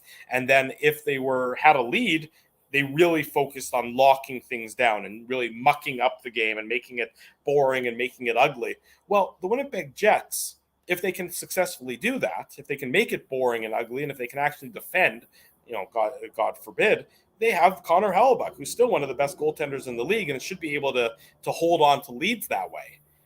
It's just a matter of, can he get the players to buy in? And I know that's what he's doing right now, talking to all these players and getting on the phone and talking and getting them to understand his philosophy, as the, training camp is only really 2 months away from now, is he? Yeah, I think a lot of coaches do that, though, Drew. I mean, I think that's being overstated a little bit in terms of, in game, you have to make, your adjustments and play depending on what is being presented to you. I'm not diminishing what you said there, but look, I think it ultimately comes down to something that, has been said many times already. You needed an experienced NHL head coach, and you needed a coach that's going to hold these players accountable. And I know that some people have said, well, if Paul Maurice couldn't make the players accountable, why is Rick Bowness going to make the players accountable? Fair enough. I don't have the answer to that. I'm not a magician. Rick Bowness is a guy that I think if you look at his recent track record, he's had a lot of success. But it's not just looking at the recent track record. It's looking at a guy that can come in here and he can get this back on the right track. Now, I don't think the Jets are even close to being a Stanley Cup contender. I don't even know if the Jets are going to be a playoff team, because we don't know what the Jets are going to look like next year, right? Like, is Blake Wheeler part of the Jets next year, or is he going to be traded? Is Pierre-Luc Dubois going to be a member of the Jets, or is he going to be traded? If the Jets trade Dubois, for example, and they don't get a bona fide top six center, you're going to lose Paul Stastny. You already traded away Andrew Kopp. There's going to be a lot of offense missing if you don't have, Wheeler to go with Stastny and Kopp. Now, Cole Perfetti is going to factor in big time. I expect him to be a top six winger for the Jets, might play some center depending on, what happens here. But Rick Bowness is a guy that, when you talk about, Barry Trotz, to me, he's probably he was the closest option for the Jets aside from Trotz. When you just look at it from an experience and a personality and just the way he's regarded. Dave mentioned Tyler Seguin was visibly upset when it was, announced that Rick Bowness wouldn't be back as the Stars head coach. Seguin's a really good hockey player. He might have fallen off a little bit over the last few years, but players like playing for Rick Bowness. He had a really good reputation when he was with Dallas, and also as an assistant with Tampa Bay. And before that, he was an assistant with Vancouver. Bowness has been around forever, right? Yeah, so he's a hockey lifer. I like the hiring, but just because I like the hiring, I don't think you have to liking the hiring doesn't mean the Jets, are going to be second place team in the Central Division next year. The Jets are a non-playoff team that are. We know they'll be higher than the Hawks, Ezzy. Well, exactly. The Hawks are trading away their entire team with Kirby Dach and Alex DeBrincat being traded today, right? So I like the hiring. I like his personality. And in this case, I like the fact that, he not only did he coach the Jets 1.0, he played for the Jets 1.0. And Bowness admitted, 3 other teams wanted him to be their assistant coach. So you can say the NHL is an old boys club all you want, and it is, by the way. And I would love to have seen Pascal Vincent, for example, be named the head coach of the Winnipeg Jets. I don't make that decision. Chevy made that decision. So, let's just see what happens here before we, get the pitchforks out. Yeah, it'll be. I mean, obviously, it's what have you done for me lately situation as it pertains to the Winnipeg Jets, and the team is in desperate need now more than ever of actually getting some good news. So that's why it's so important that I hear people saying that I'm not going to the Jets play boring hockey. It's not going to be entertaining. People aren't going to buy tickets. Look, if the Jets start winning, people will buy tickets. That's absolutely what it boils down to. Barry Trotz would have sold some tickets, but aside from Barry Trotz, there was absolutely no head coach the Jets were going to hire. No, the players sell the tickets, guys. Like, people pay to watch Kyle Connor. People pay to watch Nick Ehlers. People pay to watch Josh Morrissey, Connor Hellebuck, right? Like, Barry Trotz is one of the best coaches, if not the best coach, out there right now, even though he's not going to be coaching in the 22-23 season. But I mean, they got a really good coach in Rick Bowness. That's what it comes down to. Who's going to hold these players probably a little bit more accountable than Paul Maurice and Dave Lowry did. And I like how it's an entire new, fresh coaching staff. I think that's really important. Yeah, well, I mean, and it'll be interesting to see who else they round out the coaching staff with. We know that Scott Arneal's officially been announced. There's the rumors about Nolan Baumgartner. There's obviously going to be another, Wade Flaherty's coming back as the goaltending coach. We know that, which obviously makes you think that, they're going to run back the Eric Comrie, Connor Hellebuck duo. Because, well, if they don't, I really don't know where else the Jets are getting a backup goaltender from, for the next season. Mikhail Burden is not the solution to that question at this point in his career. I expect him to still be earmarked with the Manitoba Moose for next season, but it's just another part of the unanswered questions related to the Winnipeg Jets that have been lingering throughout this offseason, that have been, where are the Jets going to go? What's next for the Winnipeg Jets and everything along those lines moving forward. The Capitals just took Drew at number 20. The Washington Capitals took Ivan Moroshenko. We were talking about Russian players earlier, and obviously Washington probably has one of the best histories success with Russian players. Obviously, talking about Alex Ovechkin, but there's others. So he went. Well, and I would assume that that given Ovechkin's close ties to Putin, the Washington Capitals Russian draft pick won't have any trouble doing what he wants with the rest of his career, because God forbid Putin and Ovechkin be tied at the hip, and Ovechkin do the right thing as opposed to try and whitewash things for the terrible human being been going on over there in Russia, but that's a separate issue altogether. Some other picks that have been selected. Nashville Predators took Joachim Kemmel. We talked about him earlier. He fell a lot from where people thought he was going to go. The Dallas Stars took a defenseman, Leon Bischel, originally from Switzerland. He played last year over in Sweden as well. So another young defenseman for the Dallas Stars, as they, have some talent on the back end. And then another Liam, probably the first time. I wonder if it's that was a Lee-in and then a Lee-im go back to back with the Minnesota Wild, taking Liam Ogren, also out of the Swedish Hockey League. He's from Stockholm.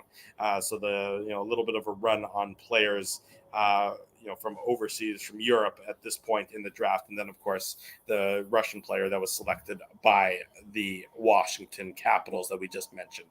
Let's take a break. We're going to hopefully get to hear from Rutger McGroarty. The Winnipeg Jets are about 9 picks away from their second first-round pick here in the 2022 first round of the NHL Draft. Things are happening. Don't go anywhere. It's 10 minutes before 10 o'clock Eastern time, 10 minutes before 9 I don't think it could get any darker behind you, Drew. I'm sure it can. I mean, it's pretty pitch black. I'm not sure it can get any darker. If the lights go out, if my in-laws turn the lights out on me, then maybe it'll get a little bit darker behind me. But for now, things are going fine. We'll keep it going. Don't go anywhere. You're watching a special edition of the Illegal Curve Hockey Show. We're live on YouTube and all of our social media platforms. Keeping Winnipeg laughing for over 30 years.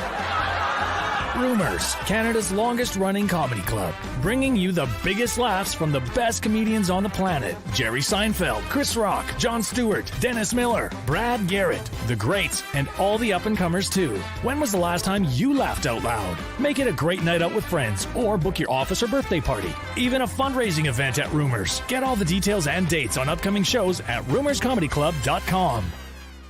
Hi, Ez. A strange question for you. But why are you lying on the ground being crushed by a piano? Well, Drew, I definitely tried to carry this baby grand piano down the stairs by myself, and somehow I failed miserably. Right. I'm sorry. That was a silly question on my part. My apologies.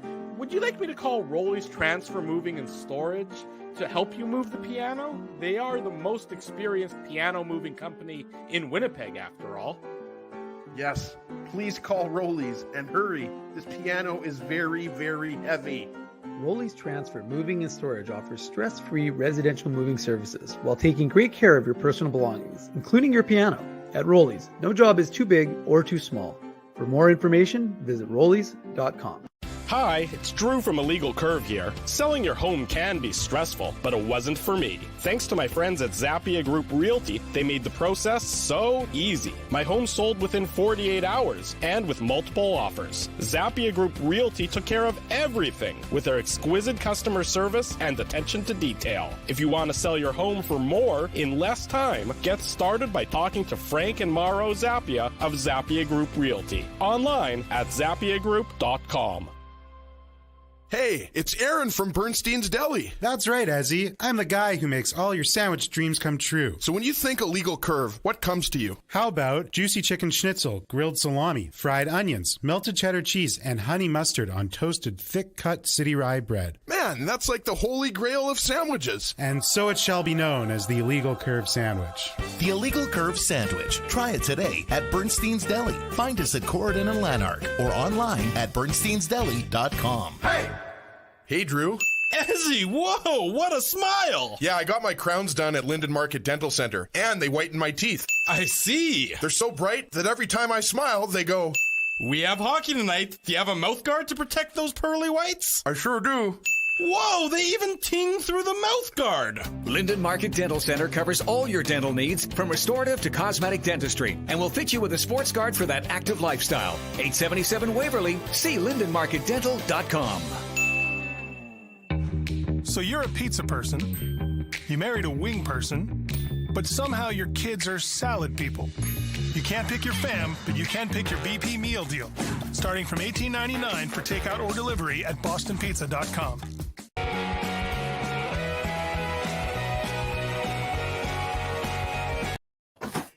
Welcome back to the Illegal Curve Hockey Show special 2022 round one of the NHL Draft edition on this Thursday night. Drew Mindell, Dave Minuk, Ezra Ginsburg with you. Should make note, the Washington Capitals selected Ivan Miroshnichenko. It's actually a good news story. I was a little bit too glib, and I apologize for that. Highly touted prospect. He was diagnosed with Hodgkin's lymphoma, and he's beaten Hodgkin's lymphoma. So it is a good news story. Want to say congratulations to him for getting selected in the first round of the NHL draft. And I'm sure he's absolutely thrilled about being able to go play for the same team that employs Alex Ovechkin, who I'm sure Owen Pickering just went 21st overall. You interrupted my good news story. I was going to get to Owen Pickering momentarily, but Miroshnichenko goes to Washington. Congratulations to him after he fought Hodgkin's lymphoma. And as you just said, Owen Pickering, another one of the Manitobans and a cousin of Matejchuk, who went earlier in the first round. He goes to the Pittsburgh Penguins team. So it's likely Owen Pickering at some point in time might be mentored by Chris Letang, who agreed to re-up in Pittsburgh earlier this year. What a nice contract for Chris Letang, eh? On a 6-year deal. 6 years for a guy who's already 35, 36 years of age. So a big long term for Chris Letang. $6 million thereabouts per season for him. And Owen Pickering now going to be able to go play eventually, hopefully, with Letang and, of course, with Sidney Crosby. And time will tell if it's also going to be Evgeny Malkin. As the Penguins are going through a little bit of a contract negotiation with another one of their cornerstone players in Malkin. Number 22, the Anaheim Ducks are now on the clock. The Winnipeg Jets about 8 picks away from getting their first round selection here in the 2022 NHL Draft. She mentioned Owen Pickering. I mentioned earlier, some people don't know, I work at Hockey Man with his sister. Avery Pickering is a really good hockey player as well. She plays for Balmoral Hall. She's a candidate to make our U18 provincial team. So it's a good hockey family there. We mentioned cousin of Denton Matejchuk. Also, his sister Avery Pickering is a top female player in Manitoba. So St. Adolphe, Dominion City, Strathclair, Manitoba, all across the province. Lots of proud family and friends. Yeah, absolutely. And there was a great article in the Winnipeg Free Press. Our buddy Mike Sawatsky wrote about them, about the Pickering family and their hockey roots. So you encourage you to check that out. In fact, Mike Sawatsky's done a great job covering all of the Manitoba prospects here at the 2022 NHL Draft. So I'm sure Dave M has all those articles linked on illegalcurve.com, but we do encourage you to check those out. Is that right, Dave M? I do. I have all the articles, and Mike's done a great job. Actually, got to give Mark Masters again credit. He's done a lot of good one-on-ones with a lot of the Manitobans, a lot of the guys with the Manitoba flavor. So that's been a good thing. And it's all these Manitobans coming off the board. So the dream of Manitoba being wearing Winnipeg Jets jerseys. And like I said, I think that's okay. We're getting closer to having Rutger join us. So that's good news. I'm just hearing from the Jets. So it sounds like we're going to get him very soon. So that'll be good. Make sure that you're paying attention. If you've got questions, fire him up in the chat for Rutger. He's hopefully coming up fairly soon.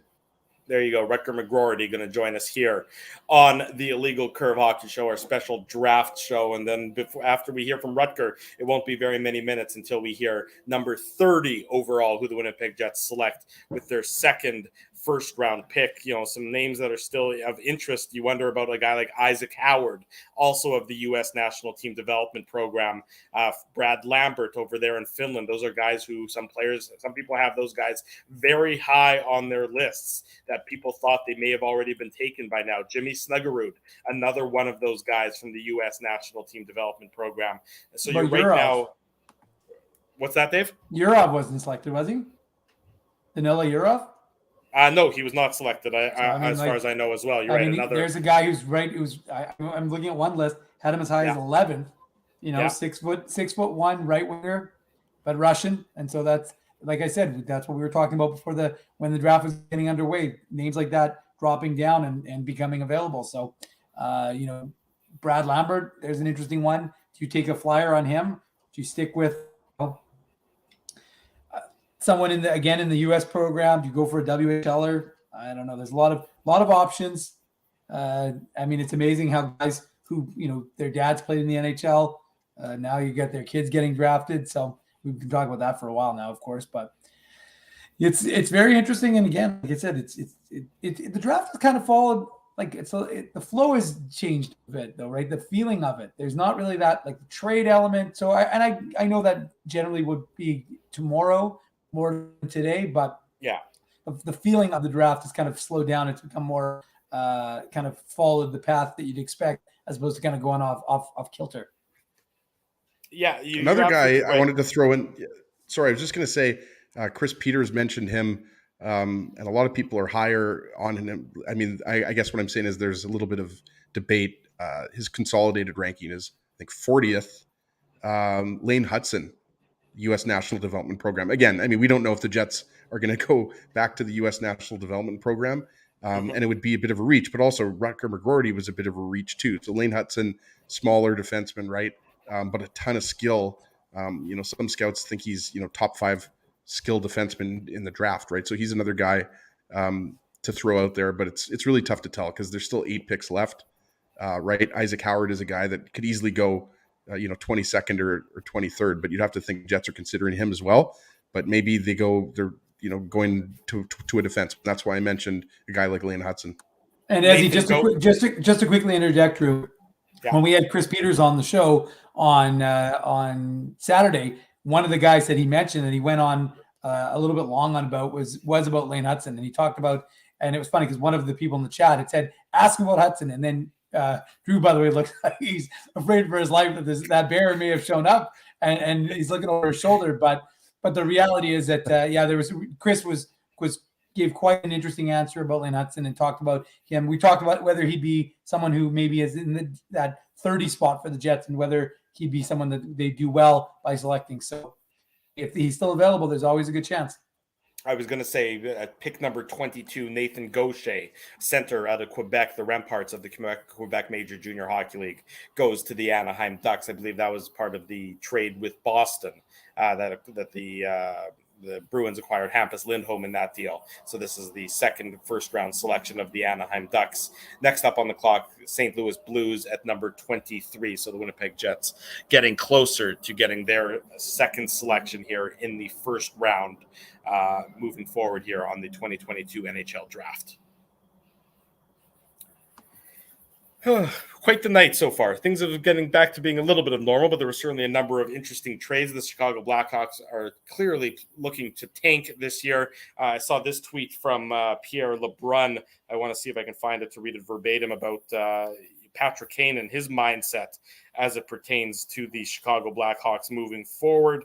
Let me see if I can find it. Pierre LeBrun, he reached out to Patrick Kane's agent, Pat Brisson, and his NHL future in Chicago in light of today's trades by the rebuilding Blackhawks. Quote, Brisson said they're not going to make any decisions or comments at this point, which is certainly not a long way away from Patrick Kane saying he's happy to be in Chicago, given the moves the Blackhawks have made earlier today, basically bottoming out their entire team in order to try and be the worst team this year to get back to getting some high picks for the years to come. Interesting to see what happens with Patrick Kane, as I think he's going to be the question of the next couple of weeks and so forth in the NHL, to see what the Blackhawks decide to do with him. Yeah, absolutely. I mean, it's just such a weird time for the Blackhawks. And if I'll say this much, if Ottawa doesn't sign Alex DeBrincat long-term, I don't necessarily like the trade as much, but we'll have to wait and see. I mean, I think his qualifying offer is $9 million. So obviously Chicago's got into the first round in a big way, but you're trading away two of your best young players, right? In Kirby Dach and DeBrincat. So it's just... Isn't that it? Aren't DeBrincat and Dach guys you build around? Exactly. And the thing is, people are already saying, obviously, they're trying to tank for Connor Bedard, but it's not a guarantee that you're going to get the first overall pick, right? And it is a deep draft. So even if you get the second or third pick, you've got guys like Adam Fantilli and it's the Russian forward's name, Matvei Michkov, right? So, it is considered to be a deep draft. That's why you had a lot of NHL teams acquiring those 2023 draft picks prior to the deadline, right? Another guy I wanted to throw out there, I don't know if we've talked about him. He's a teammate of Denton Mateychuk's and Moose Jaw, Jagger Furcus. He's got one of the best names in the draft. Can the Jets get a Rutger and a Jagger? Yeah, exactly, Drew. That would be funny. But Jagger Furcus is a guy, if I'm not mistaken, he had 80 points for the Moose Jaw Warriors, and he's a guy that's really improved. He's not a huge guy. I think he's 5'11", 6 feet, but we've talked about that before. I don't think, if the Jets like how a player, fits into their system and how he projects, I think they'll take him. But Jagger Furcus is a guy, I'm not saying that the Jets are going to take him at 30th overall, but he could be an option here. What pick are we at now? 22, boys? 23? St. Louis, 23. Right? The Blues pick is in at number 23. Yeah, and St. Louis, Minnesota. I wouldn't be surprised if, you hear Jagger Furcus's name here. Yeah, I mean, lots of things still going to happen, as we get closer towards the end of the first round. And you talked about trades and things of that nature, and it's usually the trades probably won't happen. My guess is the trades probably won't happen, at this point in time. But after the draft ends tonight, all these gentlemen, they don't go to bed. Let me tell you, they'll get back together. They'll get back together and talk about options and things that were on the board that maybe didn't have anything to do necessarily with first round selections. We've seen over the years that a lot of activity happens between the end of the first round and the start of the second round of the NHL draft. And I would not be surprised if this is also very similar as we move forward here in the 2022 NHL draft. And let's welcome to the program live from Montreal, Quebec, the Winnipeg Jets' newest draft pick, first-round selection, number 14 overall, Rutger McGroarty. Welcome to the Illegal Curve Hockey Show, and congratulations on hearing your name called earlier tonight. Thank you. Thanks for having me. It means a lot. It's our pleasure to have you. I mean, I can see the big smile you have on your face. I saw the big smile that you had on the scoreboard there at the Bell Center. It must just be an absolute thrill. Just sort of walk us through the emotions of the night to hear your name selected over there at number 14 overall.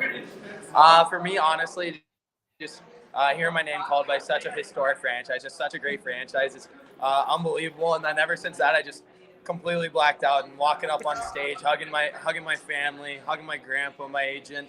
It was a really special time, and I'm really excited to be a part of such a great franchise. Rutger, we talked about this earlier, but and we should mention Drew's in the great state of Kentucky right now. His wife is proudly from Kentucky, and you're from the great state of Nebraska, highest drafted player from Nebraska, second ever Nebraskan drafted after Jake Gensel. I mean, I'm sure you've been asked about this, since you were drafted by the Jets, but just what does that mean to you? First player from Nebraska to play for the U.S. National Development Program. What does that mean? Like, how proud are you, to hold that honor?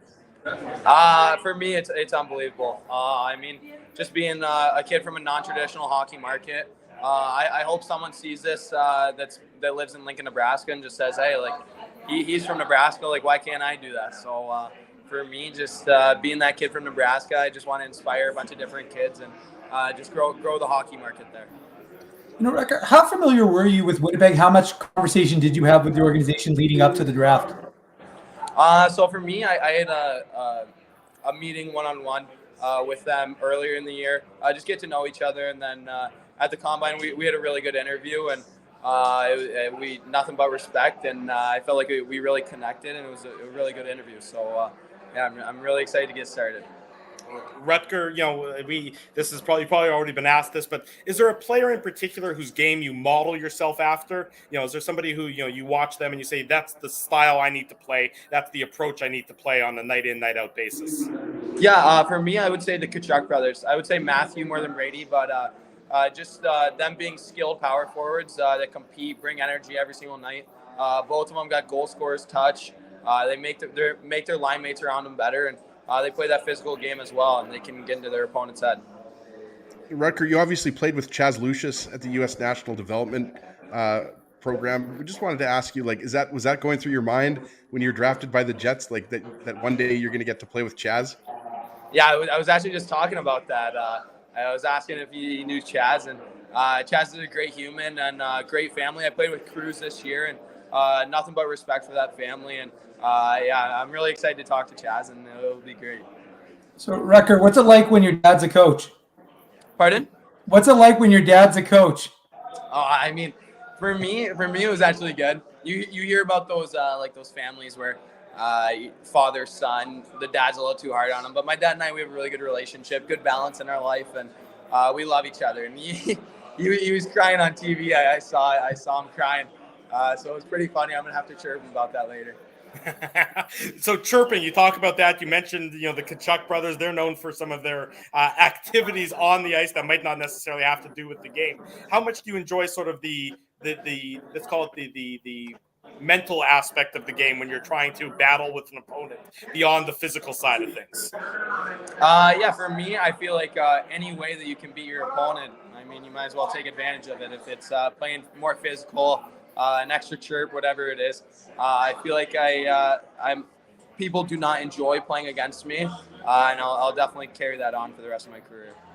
And a lot of Jets fans are going to love hearing that. We wanted to ask you, why University of Michigan? I mean, obviously it's a storied program, but for you personally, why did you pick University of Michigan?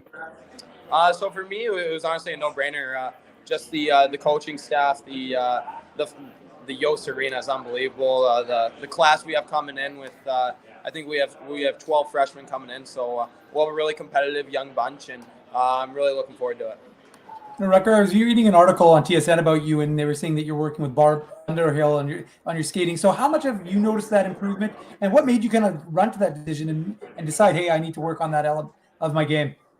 Pardon? What'd you say? Sorry, I couldn't hear you. Just the idea of that you're working with Barb Underhill now on your skating and changing that sort of element of your game, adding a skating coach. Yeah, so for me, coming into this year, I knew skating was definitely something that I had to work on, and I feel like over the past year, I've definitely improved it a lot. But it's something I'm going to continue to work on and really work hard on it, and I'm really looking forward to it. I mean, Barb and I, we have a really good relationship, and she definitely sees potential in my skating here in the next few years, and we love working together, great relationship, and I'm really looking forward to working on my skating and get better on it. Rutger, I mean, you mentioned your dad. He's a coach. You know how important family is to getting you to this point in your career. Who else has really sort of molded you as a hockey player? Who else deserves credit for getting you to today, where you got to hear your name announced as the first round selection of the Winnipeg Jets? Honestly, it's tough to say. I mean, there's so many people that have impacted my life in so many different ways, from Toronto Bulldogs giving me a chance at the Brick when I was 10 years old, to get me noticed, to go to Honey Baked at 11 years old, and then just University of Michigan, just my dad, all the coaches I've had throughout my career, Adam Nightingale, Mike Hamilton, just everyone. Sorry if I'm leaving someone out, but Brandon Naurato. I feel like there's so many different people that deserve thanks and have been a big part of my career, and I'm extremely thankful for them. Rutger, we're going to let you go in a few seconds. We really appreciate you joining us. I wanted to, because you got to go celebrate with your friends and family, but just wanted to ask you, like, how nice is it to see? I mean, we knew there were going to be a lot of, players from the U.S. national team selected, but how nice is it just to see, your teammates drafted and, finally get to know where they're going to play, hopefully, in a couple years. Yeah, it's awesome. I mean, I feel like that was definitely something that was good about our team is, we talk to each other, and you got 23 other brothers, and it's unbelievable, and we can help each other out through it. If someone's stressed out, talk to them, whatever it is. I feel like we really utilized that this year, and I loved every second of that team. Okay, so Rutger, got to ask you, what do you know about Winnipeg? I know a little bit. One of my best buddies is from North Dakota, and North Dakota is pretty close to Winnipeg. And I forgot the name of the tournament, but I came to Winnipeg like 3 separate times for it was a summer tournament. The Winnipeg. I totally forgot what it was, but I've been to Winnipeg a few times. So there you go. There you go. Rutger McGroarty is the newest member of the Winnipeg Jets, selected 14th overall. Rutger, congratulations. This will be a great night. I'm sure you'll never forget it. Thanks so much for joining us this evening on the Illegal Curve Hockey Show. Thank you. Go Jets. Congrats, Rutger. Thanks, Rutger. There he goes. Rutger McGroarty joining us here on the Illegal Curve Hockey Show, the draft program on this Thursday evening. Jets now 5 picks away. Sounds like there's been a trade to announce between the Chicago Blackhawks and the Toronto Maple Leafs. Sounds like it's a salary dump. Let's see if I can get the details. The Peter Mrazek, who of course was a terrible signing by the Toronto Maple Leafs, he goes to the Chicago Blackhawks for a first round pick? The Blackhawks get a first round pick and Mrazek for number 38 overall.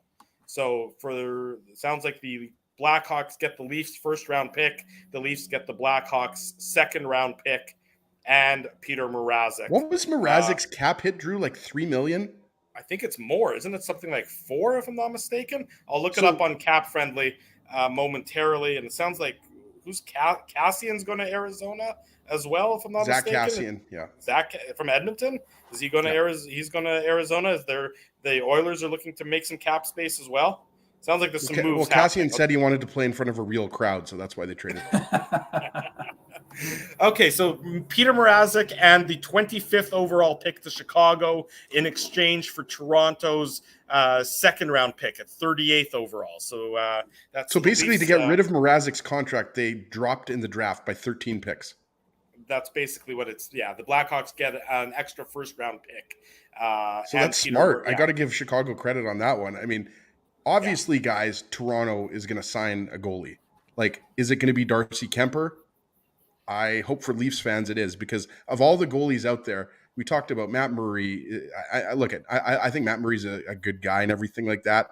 But I mean, his body of work, sure, there have been some injuries and everything like that. But I mean, does Darcy Kemper not make so much sense for the Leafs? To me, he makes so much sense. I don't know that they can afford him, but it certainly makes a lot of sense. Well, this trade helps. Let's talk about Let's talk about Rutger. Come on, let's talk go. about Rutger. Come on. You know, that just came across the wires. That was a great interview. I mean, I know you're really excited about the oozing Leafs, from that kid, but Dave. calm down. Dave, I just have to make mention of it. You know, there's lots of things happening. Relax, cool your jets. This is we focus on the Winnipeg Jets here. People aren't here to hear about the Toronto Maple Leafs. Thanks to Gregor Bauer for hooking that up, by the way. Yeah, that was great. Rutger, obviously, you know, as you expect, very happy, you know, well-spoken, you know, sort of as advertised after the Winnipeg Jets took him. Look, I think the Jets, I mentioned it before. The kind of player the Jets need. Yeah, he's the kind of player the Jets need. The Jets need to be more difficult to play against. Now, it obviously won't be this year, and it is unlikely to be next year as well. I mean, I suppose there's a possibility, of course, depending on what happens in his first season at the University of Michigan. But the Jets need to be harder to play against because they've been easy to play against for the last number of years, probably since Buffalo left. I mean, you know, when Buffalo was on the ice, you always knew when he was on the ice. Every opponent knew when Dustin Byfuglien was on the ice. Now Rutger is probably going to, you know, obviously not be Dustin Byfuglien because there's only one Dustin Byfuglien, but he's obviously going to, you know, add a little bit of that tenaciousness, add a little bit of that sandpaper, and but sandpaper with a scoring touch. You know, if Matthew Tkachuk was just sandpaper and wasn't also a dynamic goal scorer in this league, he wouldn't be as effective as he is. Now, Rutger is obviously, you know, he said it himself, the Tkachuk brothers, more Matthew than Brady. That's who he styles his game after. And boy, do the Winnipeg Jets need a player like that. Well, and, you know, I don't know if you guys were thinking this when he said Matthew Tkachuk, but obviously the Keith Tkachuk and the fact that their mom is from Winnipeg, right? So it just seemed like that was such a great comparison. Yeah, you're right. I mean, the Tkachuk brothers are two of the best players in the league. So first off, that was just a good, like, he's got a magnetic personality, right? Like that just comes across. And obviously, you know, we've never talked to him before, but, you know, for everybody that was listening to that interview, I mean, you couldn't help but, you know, fall in love with that player and be excited that the Jets got that kid, right? Like, I mean, I think, you know, when you talk about all the different players the Jets could have got, I mean, and there were no shortage of options with the 14th overall pick. We talked about it, right? Like a guy like Joakim Kemmel was ranked number 7. I think he went 17 or 18, right?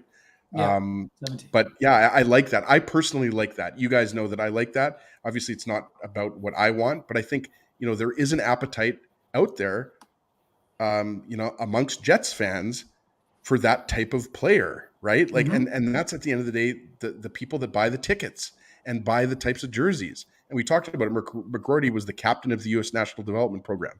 Think about how important that is, right? Like this is some of the best young American players in the world, young players in the world, and he's the captain of that team. He doesn't necessarily have as much talent as a guy like Logan Cooley, but this is a guy who, you know, the team, the coaching staff, and the players picked to be their leader, right? So again, obviously, we're not saying he's going to be the future Jets captain. He was just drafted an hour ago, but we're saying that, you know, those intangibles do matter.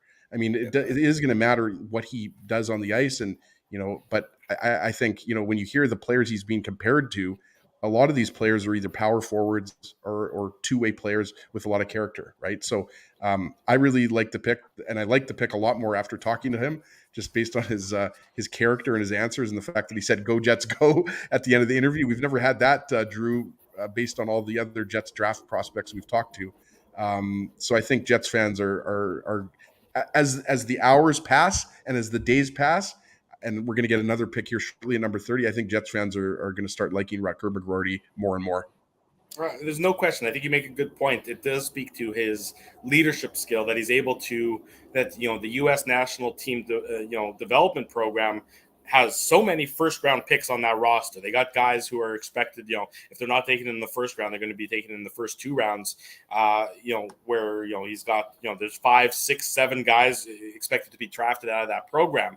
And the fact that he was named the captain, that means that he was obviously had the respect of so many young, talented players, that he was able to win them over, that he was able to, be the voice that they need to have in the dressing room. I think speaks to a lot of those intangibles that we were talking about, speaks to what the character of the player as well.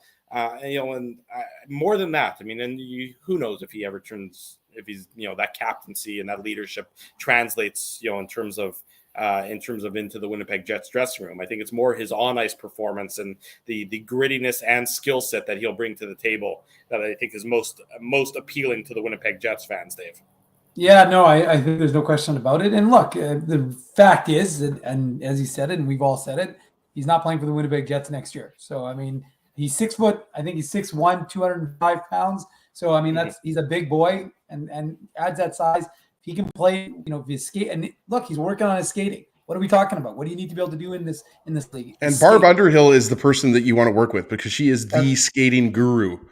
Well, and again, like I said, like reading the article from Mark Masters, he talked about why he decided to make that decision, and I've got it linked on the website on legalcurve.com, so you can go check that out there. But I mean, if his skating is going to improve and he's going to work on that element, and guys always work on different things. It's already got the size could still grow. I mean, this is a player, right? This is a guy that you're going to want in your organization, and it seems like he fits. He's got that character that the Jets are going to like. He's got a familiarity. Hey, Lincoln, Nebraska is just south of South Dakota. We're not looking; it's not very far away from Winnipeg, Manitoba. So he's got that prairie mentality. He's got that everybody knocks on him mentality. So the point is, I think he seems like, again, the chat can let us know what they think, but it seems like people like him. And again, this isn't about liking a guy. Most players are excited. Most young guys are excited, but this seems to be the type of player who's going to potentially have a big impact on the Jets in a few years. So, it looks like a good pick. I mean, is it a reach? Who knows? We don't know. We'll find that out. Again, that's the beauty of these drafts. We look back at them. 2017, you were looking at it now. You're like, all right, Christian Vesalainen, bit of a reach. But Nikolai Ehlers, that wasn't a reach. Great pick, right? I mean, that's what you do. Kyle Connor, 2015, right away, the Boston Bruins let 3 picks go by. Kyle Connor slips to the Jets. Looks like a fantastic pick at 17. So that's the mentality you have to have. It's too hard. I can't stand the slapping. This team won the draft. This team won the draft. How? Who knows? Shane Wright was the consensus #1 pick for how long? And then all of a sudden he went bye-bye. So, I mean, it doesn't make a lot of sense to me that you're already poo-pooing what an organization's done. It's too quick to do that, too quick to judge. Let's watch this play itself out, right? And then from there, we'll see. Look, did anybody expect Chaz Lucius to be signing a pro deal? I didn't. None of us did, right? And look, we talked about it with Chris Peters. I asked Chris Peters on Saturday, is Chaz Lucius going to play for the Manitoba Moose next year? Well, I didn't say it specifically like that, but I said, what do you think is going to happen? He seems to think, because his rights are owned in the WHL by Portland, I believe. So he seems to think it is Portland, Dave. Yeah. So he seems to think that Chaz is going to play with Portland. But we don't know yet. But the point is that there's always there's so much that can happen with these prospects. There's a lot to look forward to, a lot of excitement. That's all I'm saying. Drew, you're muted. Find the guy. Sorry, Montreal Canadiens pick is in at number 26. Let's take a break. When we come back, we'll give you the Habs pick. The Jets are 4 picks away for their second first-round selection. Much more to come. Don't go anywhere. We're into the last few picks of the first round of the 2022 NHL Draft. This is the Illegal Curve Hockey Show. We're live on YouTube. We're live on all of our social media platforms. Keeping Winnipeg laughing for over 30 years.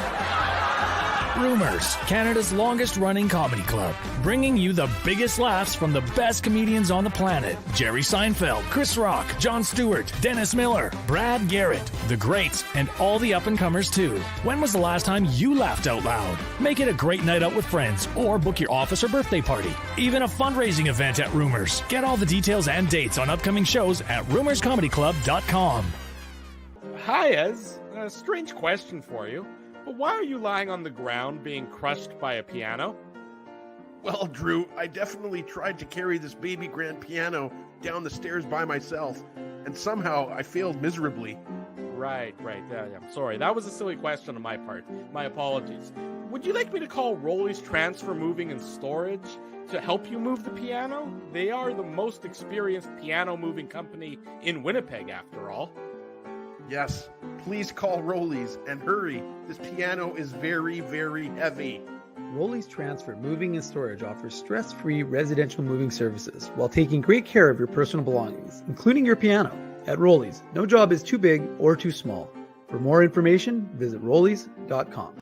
Hi, it's Drew from Illegal Curve here. Selling your home can be stressful, but it wasn't for me. Thanks to my friends at Zappia Group Realty, they made the process so easy. My home sold within 48 hours and with multiple offers. Zappia Group Realty took care of everything with their exquisite customer service and attention to detail. If you want to sell your home for more in less time, get started by talking to Frank and Mauro Zappia of Zappia Group Realty. Online at zappiagroup.com. Hey, it's Aaron from Bernstein's Deli. That's right, Ezzy. I'm the guy who makes all your sandwich dreams come true. So when you think Illegal Curve, what comes to you? How about juicy chicken schnitzel, grilled salami, fried onions, melted cheddar cheese, and honey mustard on toasted thick-cut city rye bread? Man, that's like the holy grail of sandwiches. And so it shall be known as the Illegal Curve Sandwich. The Illegal Curve Sandwich. Try it today at Bernstein's Deli. Find us at Corridon and Lanark or online at bernsteinsdeli.com. Hey, Drew. Ezzy, whoa, what a smile! Yeah, I got my crowns done at Linden Market Dental Center, and they whiten my teeth. I see. They're so bright that every time I smile, they go... We have hockey tonight. Do you have a mouth guard to protect those pearly whites? I sure do. Whoa, they even ting through the mouth guard. Linden Market Dental Center covers all your dental needs from restorative to cosmetic dentistry and will fit you with a sports guard for that active lifestyle. 877 Waverly. See lindenmarketdental.com. So you're a pizza person, you married a wing person, but somehow your kids are salad people. You can't pick your fam, but you can pick your BP meal deal, starting from $18.99 for takeout or delivery at bostonpizza.com.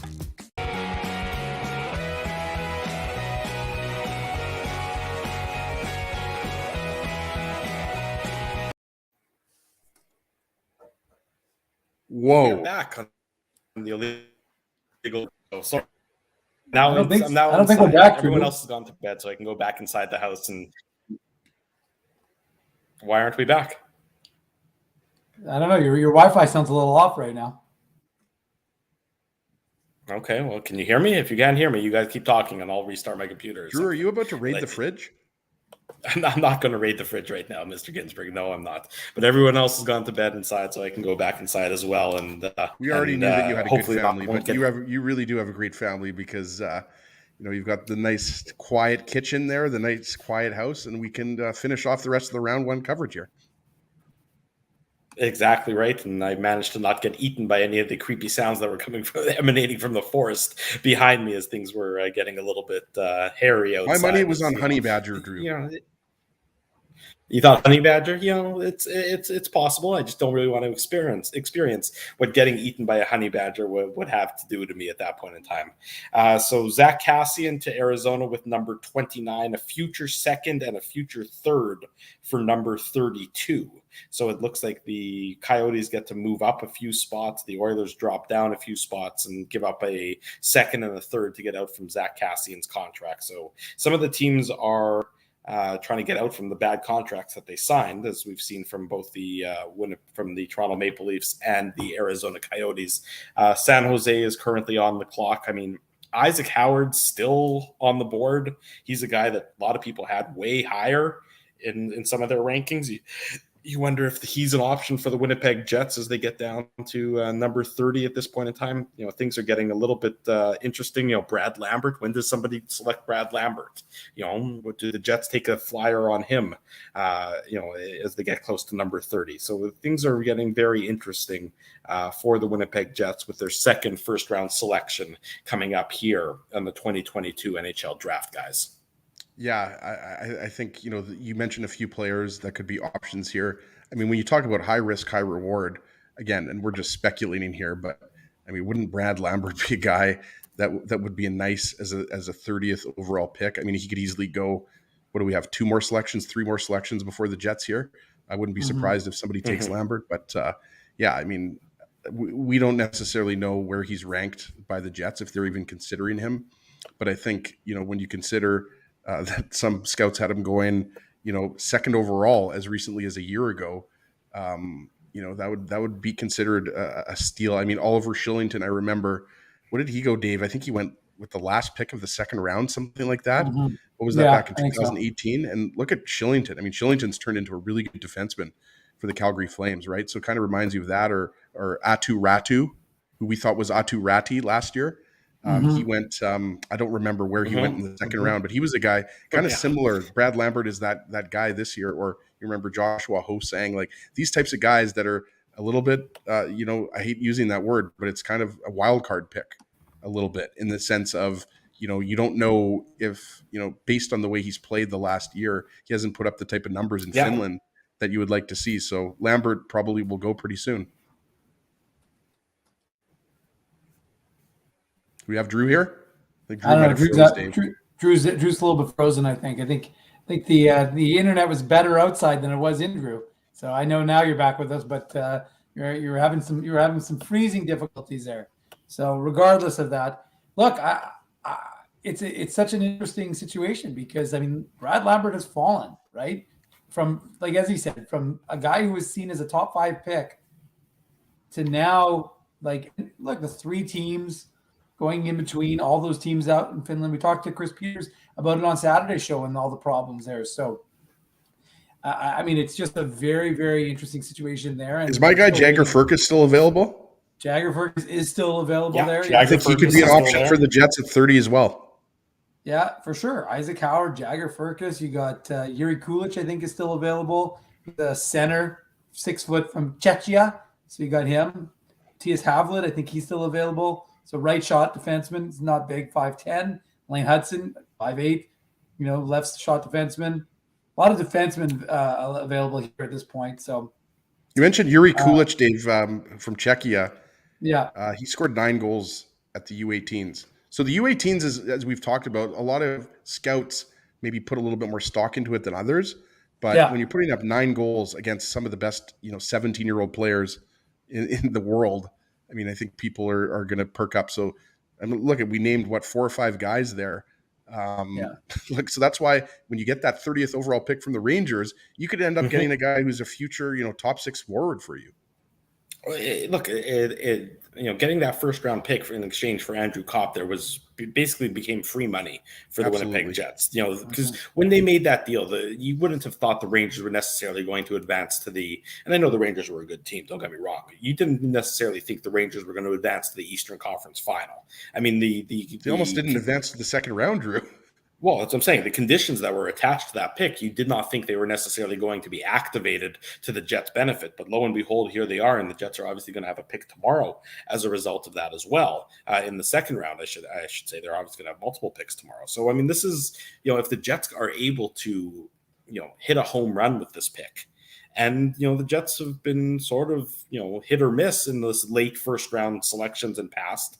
It's too soon for some of those guys, but you think about, in their latter half of the first round, some of those guys necessarily haven't worked out to be as great as you would have hoped or as solid. We talked about Christian Vesalainen, who's obviously going to play overseas next year. Logan Stanley is, looks like a third pairing depth defenseman, that seems to be what his ceiling is going to be. I don't think he's ever going to materialize into that top 4 player like so many people had hoped for when they certainly saw the combination of size John and is skill. saying Lane Hudson's a game changer, Drew. So, he's not the first guy. So Lane Hudson's another guy. We mentioned him earlier, 5'10", I believe he's 5'10", 5'11", defenseman. Is he left shot, Dave, or right shot? I forget. He's a left shot. So, but Hudson's a guy that I think, he's kind of his consolidated ranking is kind of closer to the second round. Yeah, 32. Right? Yeah, so end of the first round. So that would be kind of exactly. So yeah, Lane Hudson, if you want to go defenseman, we talked about Jagger Firkus, we talked about Brad Lambert, but you're right, Drew. Jack Roslovic is the obvious guy that was a hit.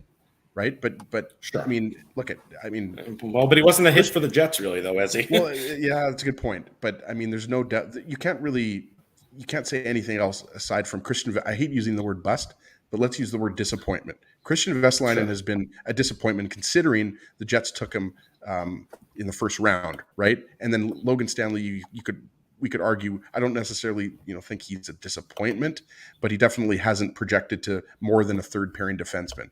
Maybe, on a certain team, he could play in their top 4. And that's nothing against Logan Stanley. That's just kind of what he is at, I think he's 23 years old now, right? So, I wouldn't say Stanley's as much as a bust, if you want to use that word, as Vesalainen. But there's no doubt. I mean, there's the potential here, just like there's the potential in the 2nd, 3rd, 4th, 5th, 6th, 7th round, to get a player that, one day is going to have a long NHL career. So we'll see where the Jets go here. We're going to find out really soon. And I was just going to say, like, it's funny because a lot, like, there's a mix, right? You got some folks who say don't draft Hudson. He's 5'8" defenseman. You don't need another small defenseman. Other people, like I didn't see who said it. Said it's a home run. Either you're going to have a dynamic player who could be a steal in that spot. And Hudson is an interesting name because when we asked the Jets fans to comment on who they would like to in that 30th spot, after Owen Pickering and Denton Matejchuk, who didn't think you were going to get down to 30. Pickering maybe just because he was 23rd, 24th, but like Hudson was the 3rd most often name thrown out there by Jets fans as someone they could see in the system. Yeah, maybe you don't want someone, but again, hockey IQ, maybe the body catches up. I mean, these guys are young; they still have room to grow. I mean, they're not necessarily at their full height and weight. And we saw, like, look what guys who are dynamic can do to an NHL team, right? And that's depending on how the structure of your organization. That's not necessarily a bad thing to have a guy who's exceptional and maybe just needs to add some size. Well, I mean, you can always do that, right? And size isn't everything. Don't you ever question that, guys. Believe size isn't everything. Ask SEG. Absolutely. I'm only 5'9", and look at me. You're a spitfire there, Mr. Ginsburg. Nobody wants to mess with you in a dark alley on no, but Dave makes a good night. point. I mean, this whole thing with size, like Torrey Krug is not a big guy. I'll take Torrey Krug on my team any day of the week. I'll take Alex DeBrincat any day of the week. I mean, if you're a good hockey player and you do the right things, small players can thrive, right? So I mean, it just depends if the Jets like him with the 30th overall pick. But you got Turd Ferguson. You're saying Lane Hudson will be a steal. So again, and again, I don't know if I just think being serious as but he says his whole family is 5'11" or more. His brother just reaches after he turned 11. Now I don't know if Turd's just having fun or if that's real. But I mean, like I said, that's something that's not possible, right? The point is the Jets, to say that the Jets already have so many small defensemen, that's not a reason to not take a player, right? Like you take a player. You take the most talented player. Someone's going to take Lane Hudson, right? Like someone's going to draft him. It might be the Jets, but like that's not a reason not to take him. You take him, because he's a good hockey player. Not, he's not gonna. You can't do anything about the fact that he's only 5'8", right? So I just think that it's ridiculous when people say you can't draft him because the Jets already have a bunch of small defensemen. Well, you take the most talented player and then you let the chips fall where they may because you don't know who the Jet defense is going to be 3 years from now. You don't know who the Jets. By the time Lane Hudson's in the NHL, the Jets defense is going to look much different. I can guarantee you that.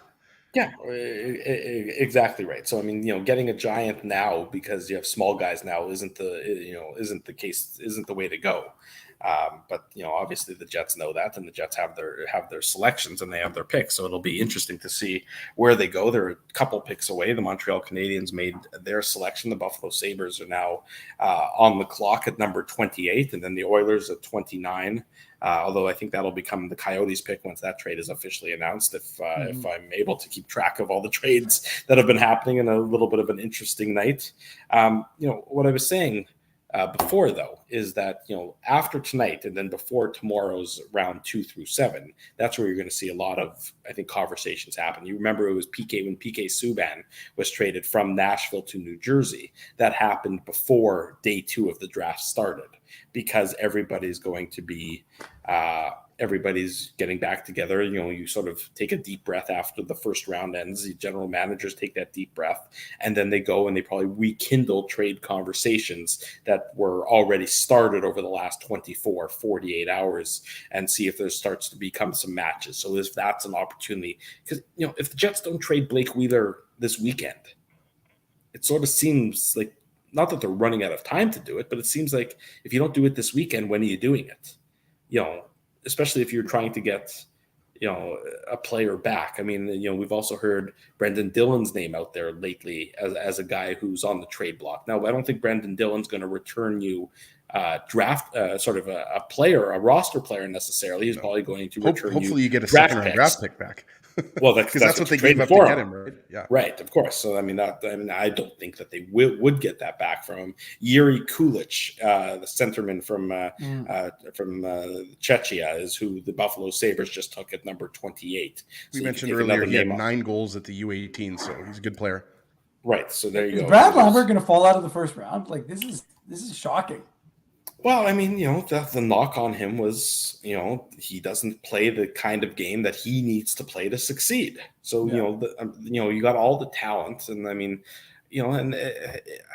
how risk averse are these general managers? Well, they often tend to be risk averse. I mean, you see it, and you've seen it so many times. A guy like, the guys who have the bad raps on them, for better or worse, and whether those raps are fair or not fair, they tend to get negativity attached to them.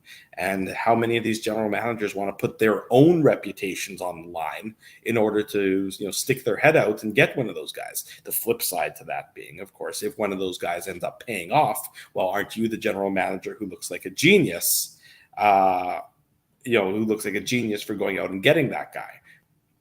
I don't know if the Jets are necessarily that team that's usually been the risk takers in that sense of it. When was the last time they sort of had an off the board pick in terms of a guy in terms of a guy who just sort of comes out of nowhere? Sorry, I had to get rid of some of the spam people there for a second. They were trying to take over. That becomes, Kevin Cheveldayoff generally isn't a guy who's risky with his selections. No, and Rutger McGroarty is not, just before anybody thinks that Rutger McGroarty is not a risky pick. He might have been drafted maybe higher than some people thought, but he's not risky. Right. The thing with Brad Lambert, I think, to your point, Drew, people thought there would be more production because I believe that was his second pro year, right, Dave? In Finland. Yeah. For people who don't know, his dad, it's Canadian, but he's lived a little bit in Canada, but spent most of his life in Finland. I think because his dad played there or coached there. That's why obviously he's got the non-Finnish sounding name. But I think what it is like you kind of said there, Drew, is he's got all the tools, the skills there. Like the guy's got great hands, great shot, great skater.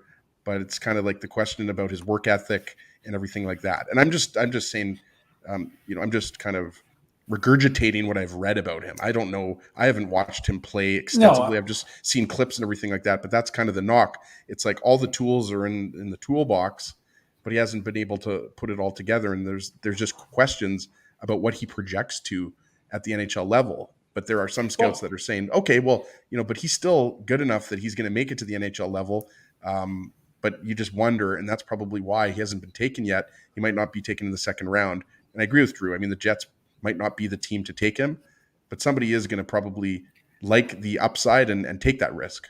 Let me just read. This is what Scott Wheeler had to say. Still, Lambert is undeniably one of the most gifted players in this class. When he's feeling good, he's fearless with the puck, makes a ton of plays in control, and looks to dictate in possession.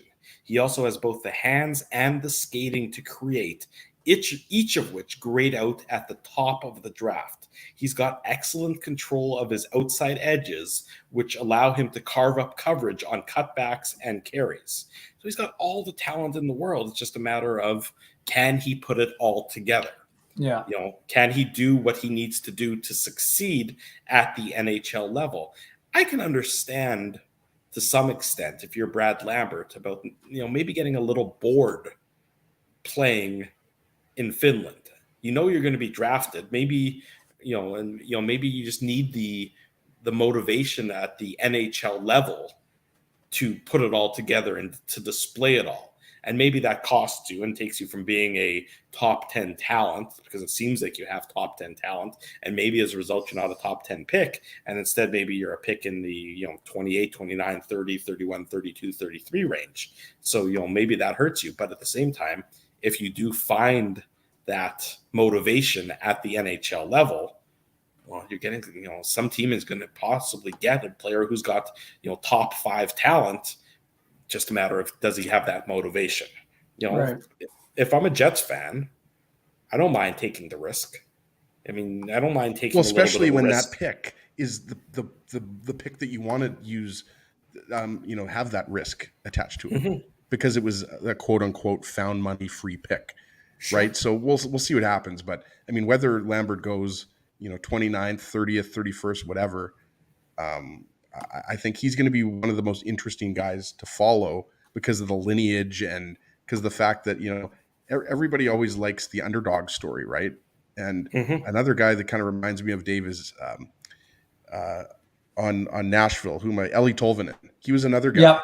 Tolvanen was another guy that, we thought was going to be for sure a top 10 pick. If I'm not mistaken, he went 30th, 32nd, something like that. And he hasn't panned out. He's had flashes at the NHL level. Kind of reminds you of a guy like that, right? Mm-hmm. Like, and so it seems like each year there's one or two of those guys. But we'll see where the Jets go here, because your guess is as good as mine. I would probably, if I had to put money on it, I'd probably say they don't go with Lambert here.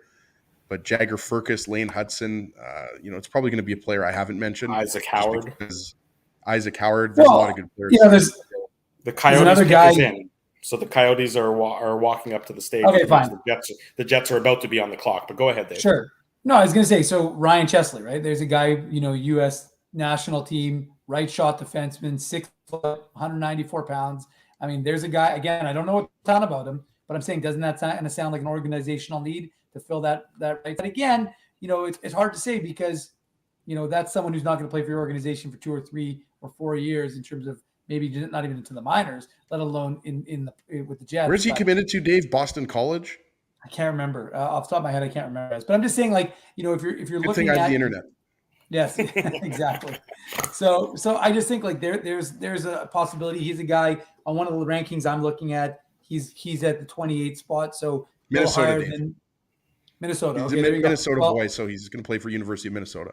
Okay, well, which means he'll play for the Jets. I was going to say, if there's one thing that the Jets have shown a propensity of doing is selecting players from Minnesota to not necessarily that they went to the University of Minnesota, but that they are Minnesota-born players. The Coyotes have selected Maverick Lamoureux from Drummondville of the QM. 6'7". He's like 6'7" guy, right? 6'7". He's a big boy. Mm-hmm.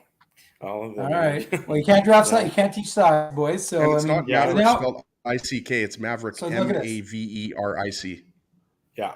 So if you got, so look on the list right now, and the consolidated list I'm looking at: Brad Lambert, 14th; Isaac Howard, 22nd; Jagger Furcus, 25th; Ryan Chesley, 28th; Matthias Havlet, I don't think he was drafted, 30th; and Lane Hudson, 32nd. So there are 5 players who the Jets could take on. I know folks are praying. So let's hear what you guys want. Let's see the chat fired up. Come on, you got a couple of minutes. Jets pick is coming in. Let's Doesn't go. matter who we think they're going to take. It matters who the fans want the Jets. That's what I'm saying. So I want to hear from the fans. And as it pertained to Maverick Lamoureux, he was 44th overall on Bob McKenzie's rankings, or on the consensus rankings that Bob McKenzie publishes. So, a bit of a reach if you want to use that word from the perspective of the Arizona Coyotes. Maybe they want to take a bit of a flyer, he being their third first round pick in this year's draft. So maybe they felt as though they were had an opportunity to go a little bit off the board and get a guy who's obviously got huge size, 6 foot, would you say 6'7"? You can't teach size, but then again, the Winnipeg Jets might be a bit of a cautionary tale there as it pertains to Logan Stanley, who they obviously went for his size, and he's an NHL player, but he's sort of a fringe 6th, 7th defenseman NHL player right now for the Jets. So obviously the Jets now on the clock with the Coyotes having made their selection. So it'll be fascinating to see where the Winnipeg Jets go here. A lot of options for a lot the of Jets folks want at this point in Hudson. time. A lot of folks want Howard, Hudson. I mean, Luka. Reed Schaefer is another guy, guys. 2 weeks ago, we had Craig Button on.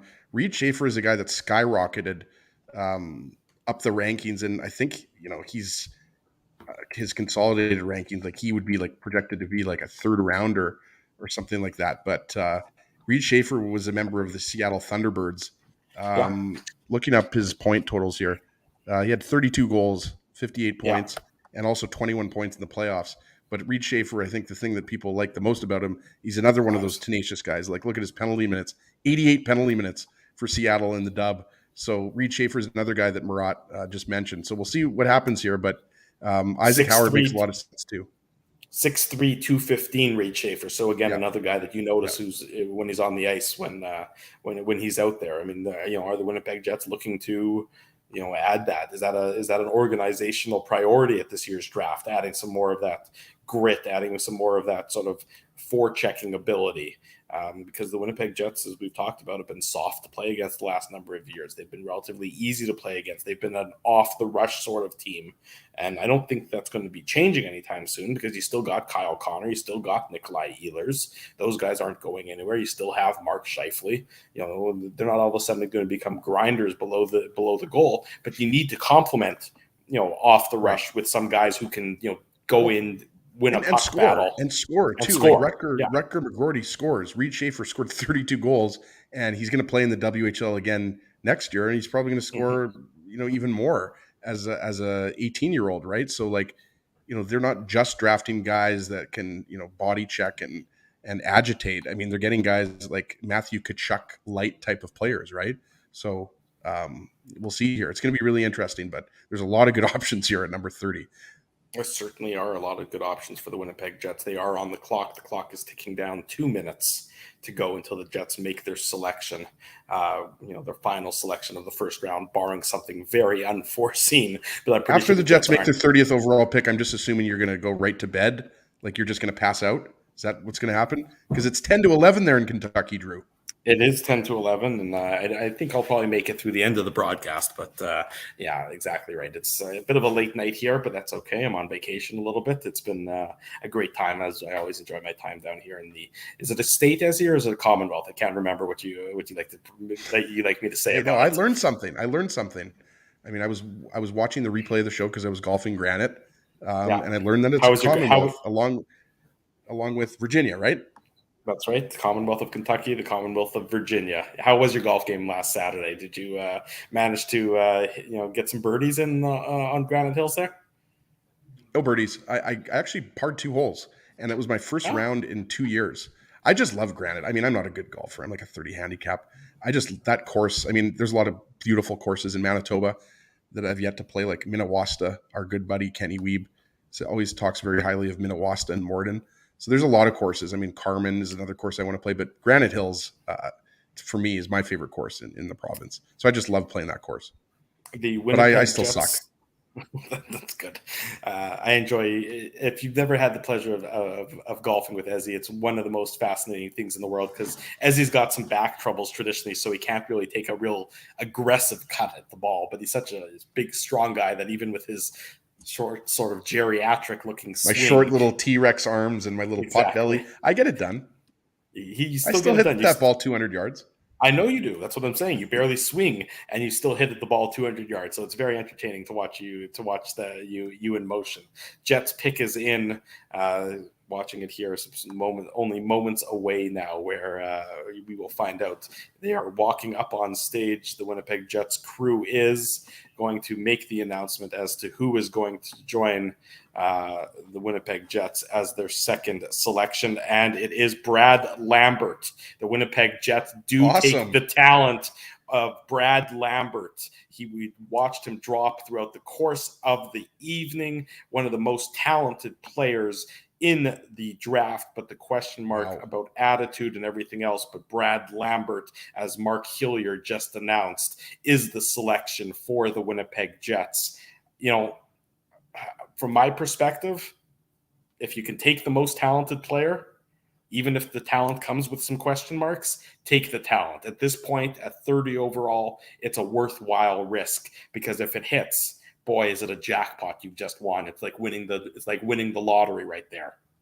Absolutely. And I'm going to be really curious to see, we talked about it earlier, his WHL rights were traded by Saskatoon to Seattle. And I'm going to be curious to find out if he's going to play for Seattle. Seattle's obviously a powerhouse, right? They almost went to the Memorial Cup, lost to the Edmonton Oil Kings, right? Kevin Kurchinski was drafted. He's going to be back with Seattle. So, but regardless, you're right, Drew. I mean, it does follow a trend for the Jets of getting players, that were scheduled to go higher a little bit later, right? Like we've talked about it going back to, I don't know, Dave, if it goes past 2015, but definitely Kyle Connor, Craig Button thought should have been a top 10 pick. and they got him at, what was it, 17? It was so many years ago, I forget, but I think it was 17th overall. So yeah, Brad Lambert at 30th overall, to me, just on paper, does look like a huge steal for the Jets. And it's going to be, like I said, he's going to be one of the most intriguing prospects to watch out of this draft class, not just because he was drafted by the Jets, but just because of all of the skill. And it's going to be interesting to see, if he stays in Finland or plays in the WHL. We'll probably find that out very quickly here when he talks to the media, and hopefully we'll be able to get him on, tonight or Saturday. But I like it because you didn't think you had a second first round pick. Why not, take a little bit of a risk here? Obviously, the amateur scouting staff of the Jets, they know what they're doing. So, you got to be excited if you're a Jets fan. Yeah, I would agree with your assessment there, Ezzy. I mean, he knows more than anybody the knocks on him. He knows the criticisms that have been attached to his game. He knows the criticisms that have been attached to his performance. Now it's on him to prove all those critics, to prove all the naysayers wrong. And they're not necessarily naysayers. They're saying, look, we've watched you. We know with the skill that you haven't demonstrated it consistently enough. Is he a bit of an enigma? Would you say that, the word that you be used attached to him is enigmatic? I think that's a good word to use, Drew. Yeah, enigma. He plays an enigmatic game, but if an enigma is also somebody who's got a lot of talent. It's just a matter of putting it all together.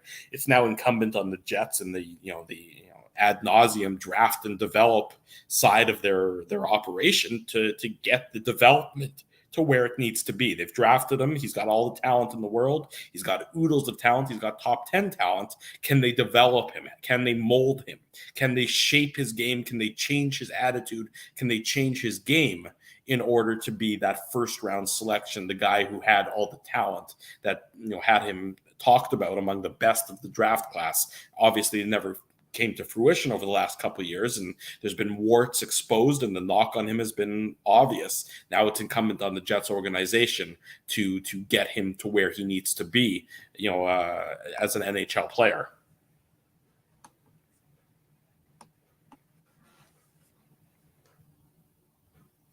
I think either of you can chime in anytime you want now at this point in time, but I think it's a really interesting pick for the Winnipeg Jets here at number 30 in the first round, to talk about, there were a lot of people who were talking about Brad Lambert for the Jets at that 14th overall selection.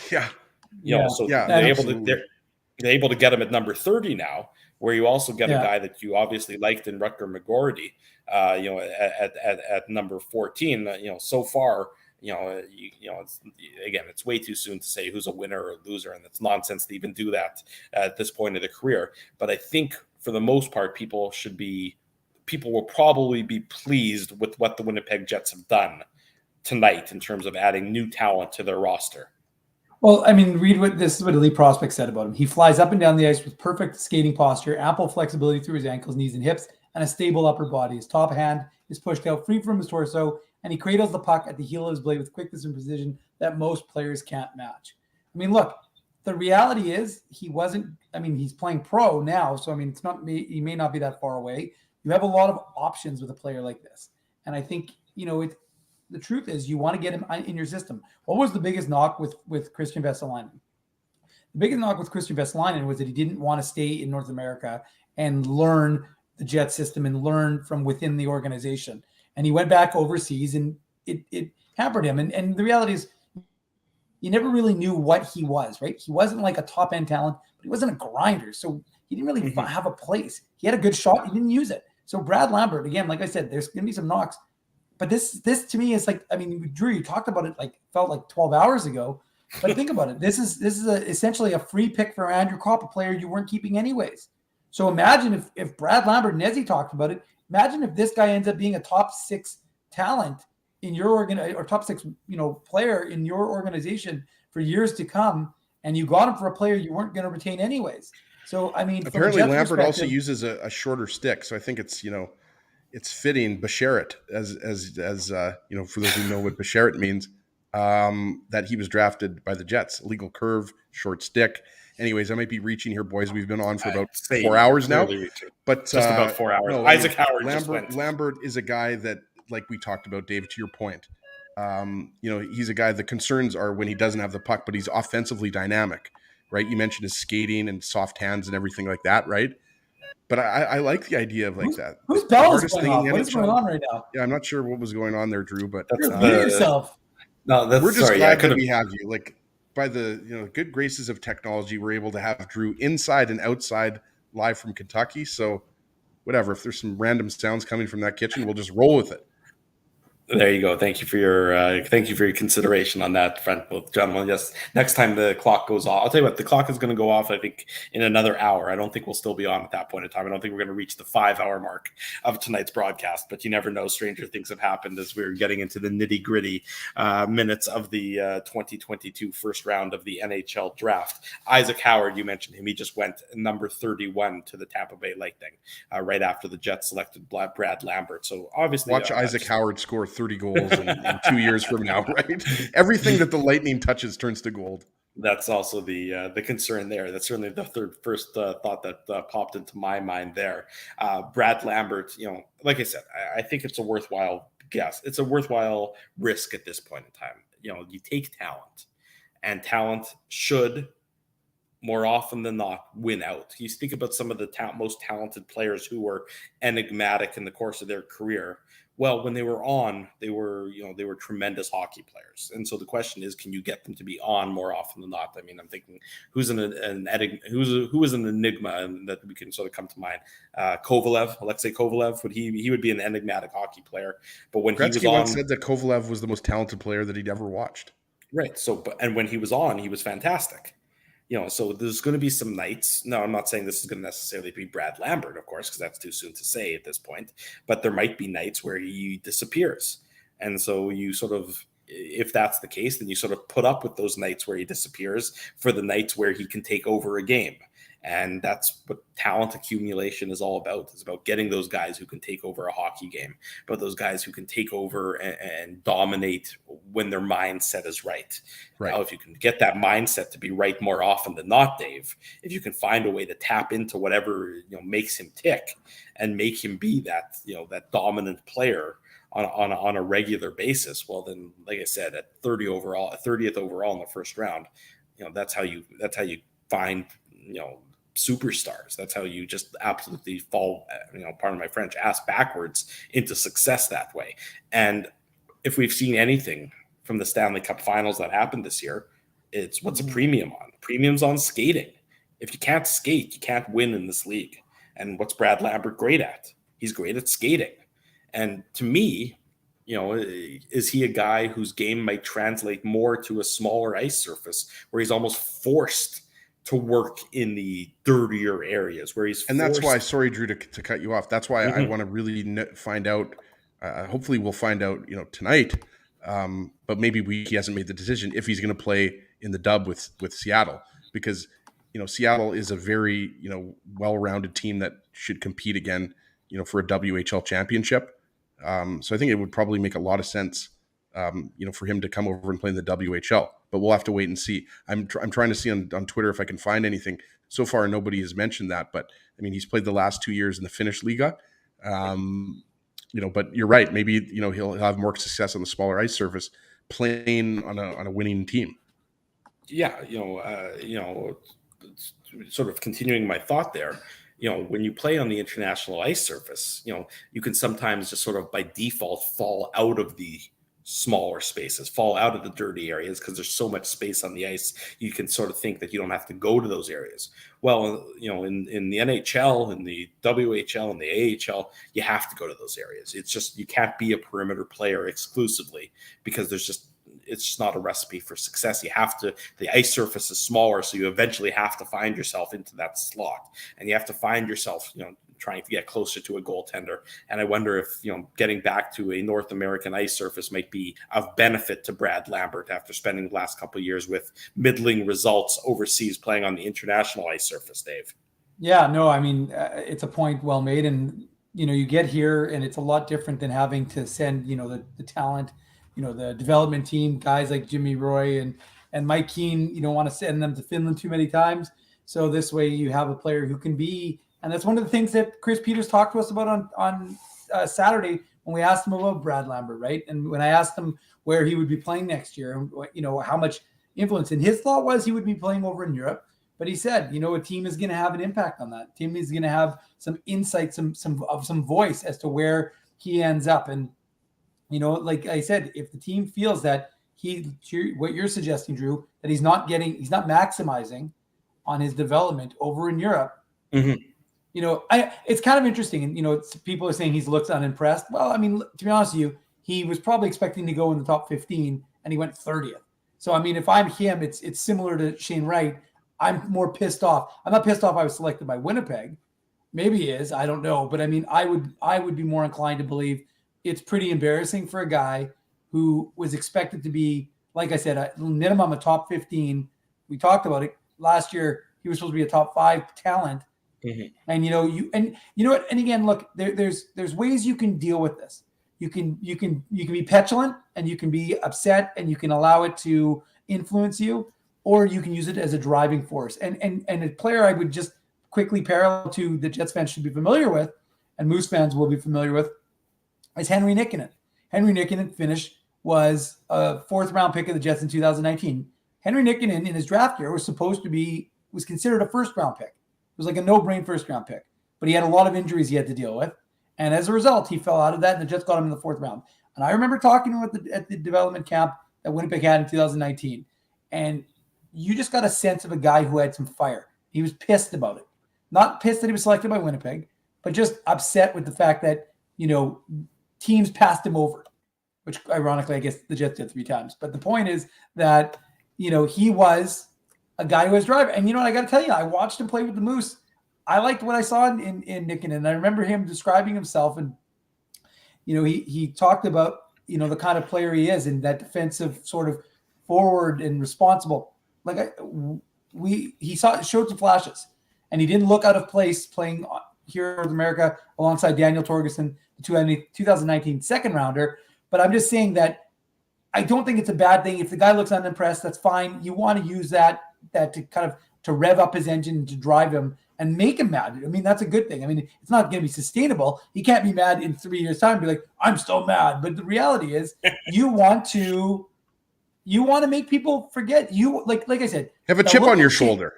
Exactly. The look that Shane Wright gave the Montreal Canadiens. Did you see it? When he was, I did. Did you guys see honestly, it? That was a death stare. One of our subscribers sent it to me, so I saw it. That's what you want. I mean, you know what, Ezzy? I think you said it or Drew said it, and you're right. That probably is the best thing that ever going to happen to him. I mean, over and above the idea of like falling out of Montreal, where they're a little bit hockey mad, and if he didn't live up to it, he'd be killed. But I think that is going to drive him, in addition to wanting to have success on his own. I mean, in addition to the millions of dollars he makes, I think Shane Wright's going to be okay. But I'm just saying that the point is that is going to drive him. That is going to, a guy who's already probably got a very high motor, that is going to rev it up even higher. And you hope, if you're a Jets fan, that someone like Brad Lambert, I'm going to be saying Lane Lambert a lot, I suspect, but Brad Lambert is going to use this as motivation. And look, he may not. I mean, there's guys plenty of talented guys. I mean, let's think about Josh Ho-Sang, right? Josh Ho-Sang was a really talented player. Islanders didn't really use him well in their system. He's in the Leaf system. It was kind of like, oh, well, is he ever going to get a chance?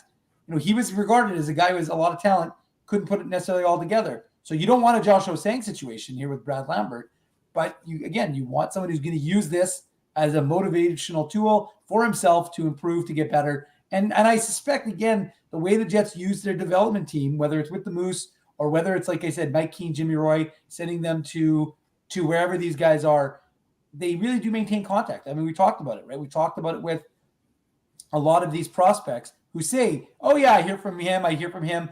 I felt like he really cared about me. Chaz Lucius, right? Talked about it when he signed that pro deal, talked about how often he was hearing from Mike Keane. So that's the benefit for these guys being over here, I think, is that they'll hear from them probably on a more regular basis. They'll get to go see. I mean, think about it. If Brad Lambert's playing in Seattle, I mean, how much easier is it to go watch him play on the West Coast for these guys to just hop over there? Well, maybe not with the current travel situation, but I just think from a development perspective, the Jets are going to try. And, one of the other suggestions, I mean, maybe the Jets will try and strong arm the ice to trading for his rights so they can watch him really closely.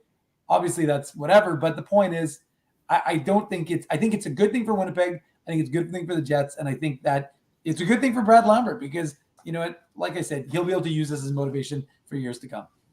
There you go. Well said, Dave M. The first round of the NHL draft concluded with the Edmonton Oilers selecting Reed Schaefer. So the last three guys that we sort of talked about in depth, Brad Lambert obviously going to the Jets at number 30, Isaac Howard from the U.S. National Team Development Program going to the Tampa Bay Lightning at number 31, and then the Edmonton Oilers at number 32 taking Reed Schaefer from the Seattle Thunderbirds of the Western Hockey League to wrap up the 2022 first round of the NHL draft. More to come, of course, rounds 2 through 7 tomorrow.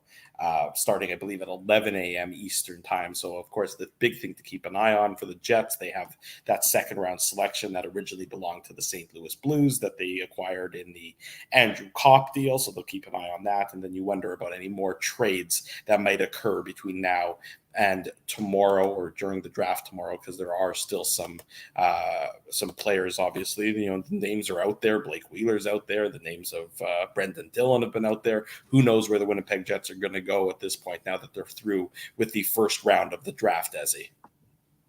Yeah, absolutely. And fun show, by the way. Over 4 hours here. Yeah.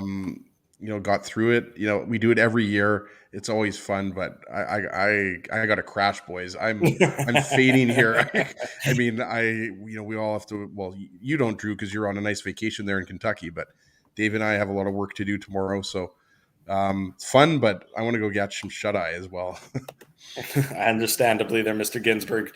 Brad Lambert, of course, we'll hope to hear from him possibly on the Saturday show that you guys are going to hold down the fort of.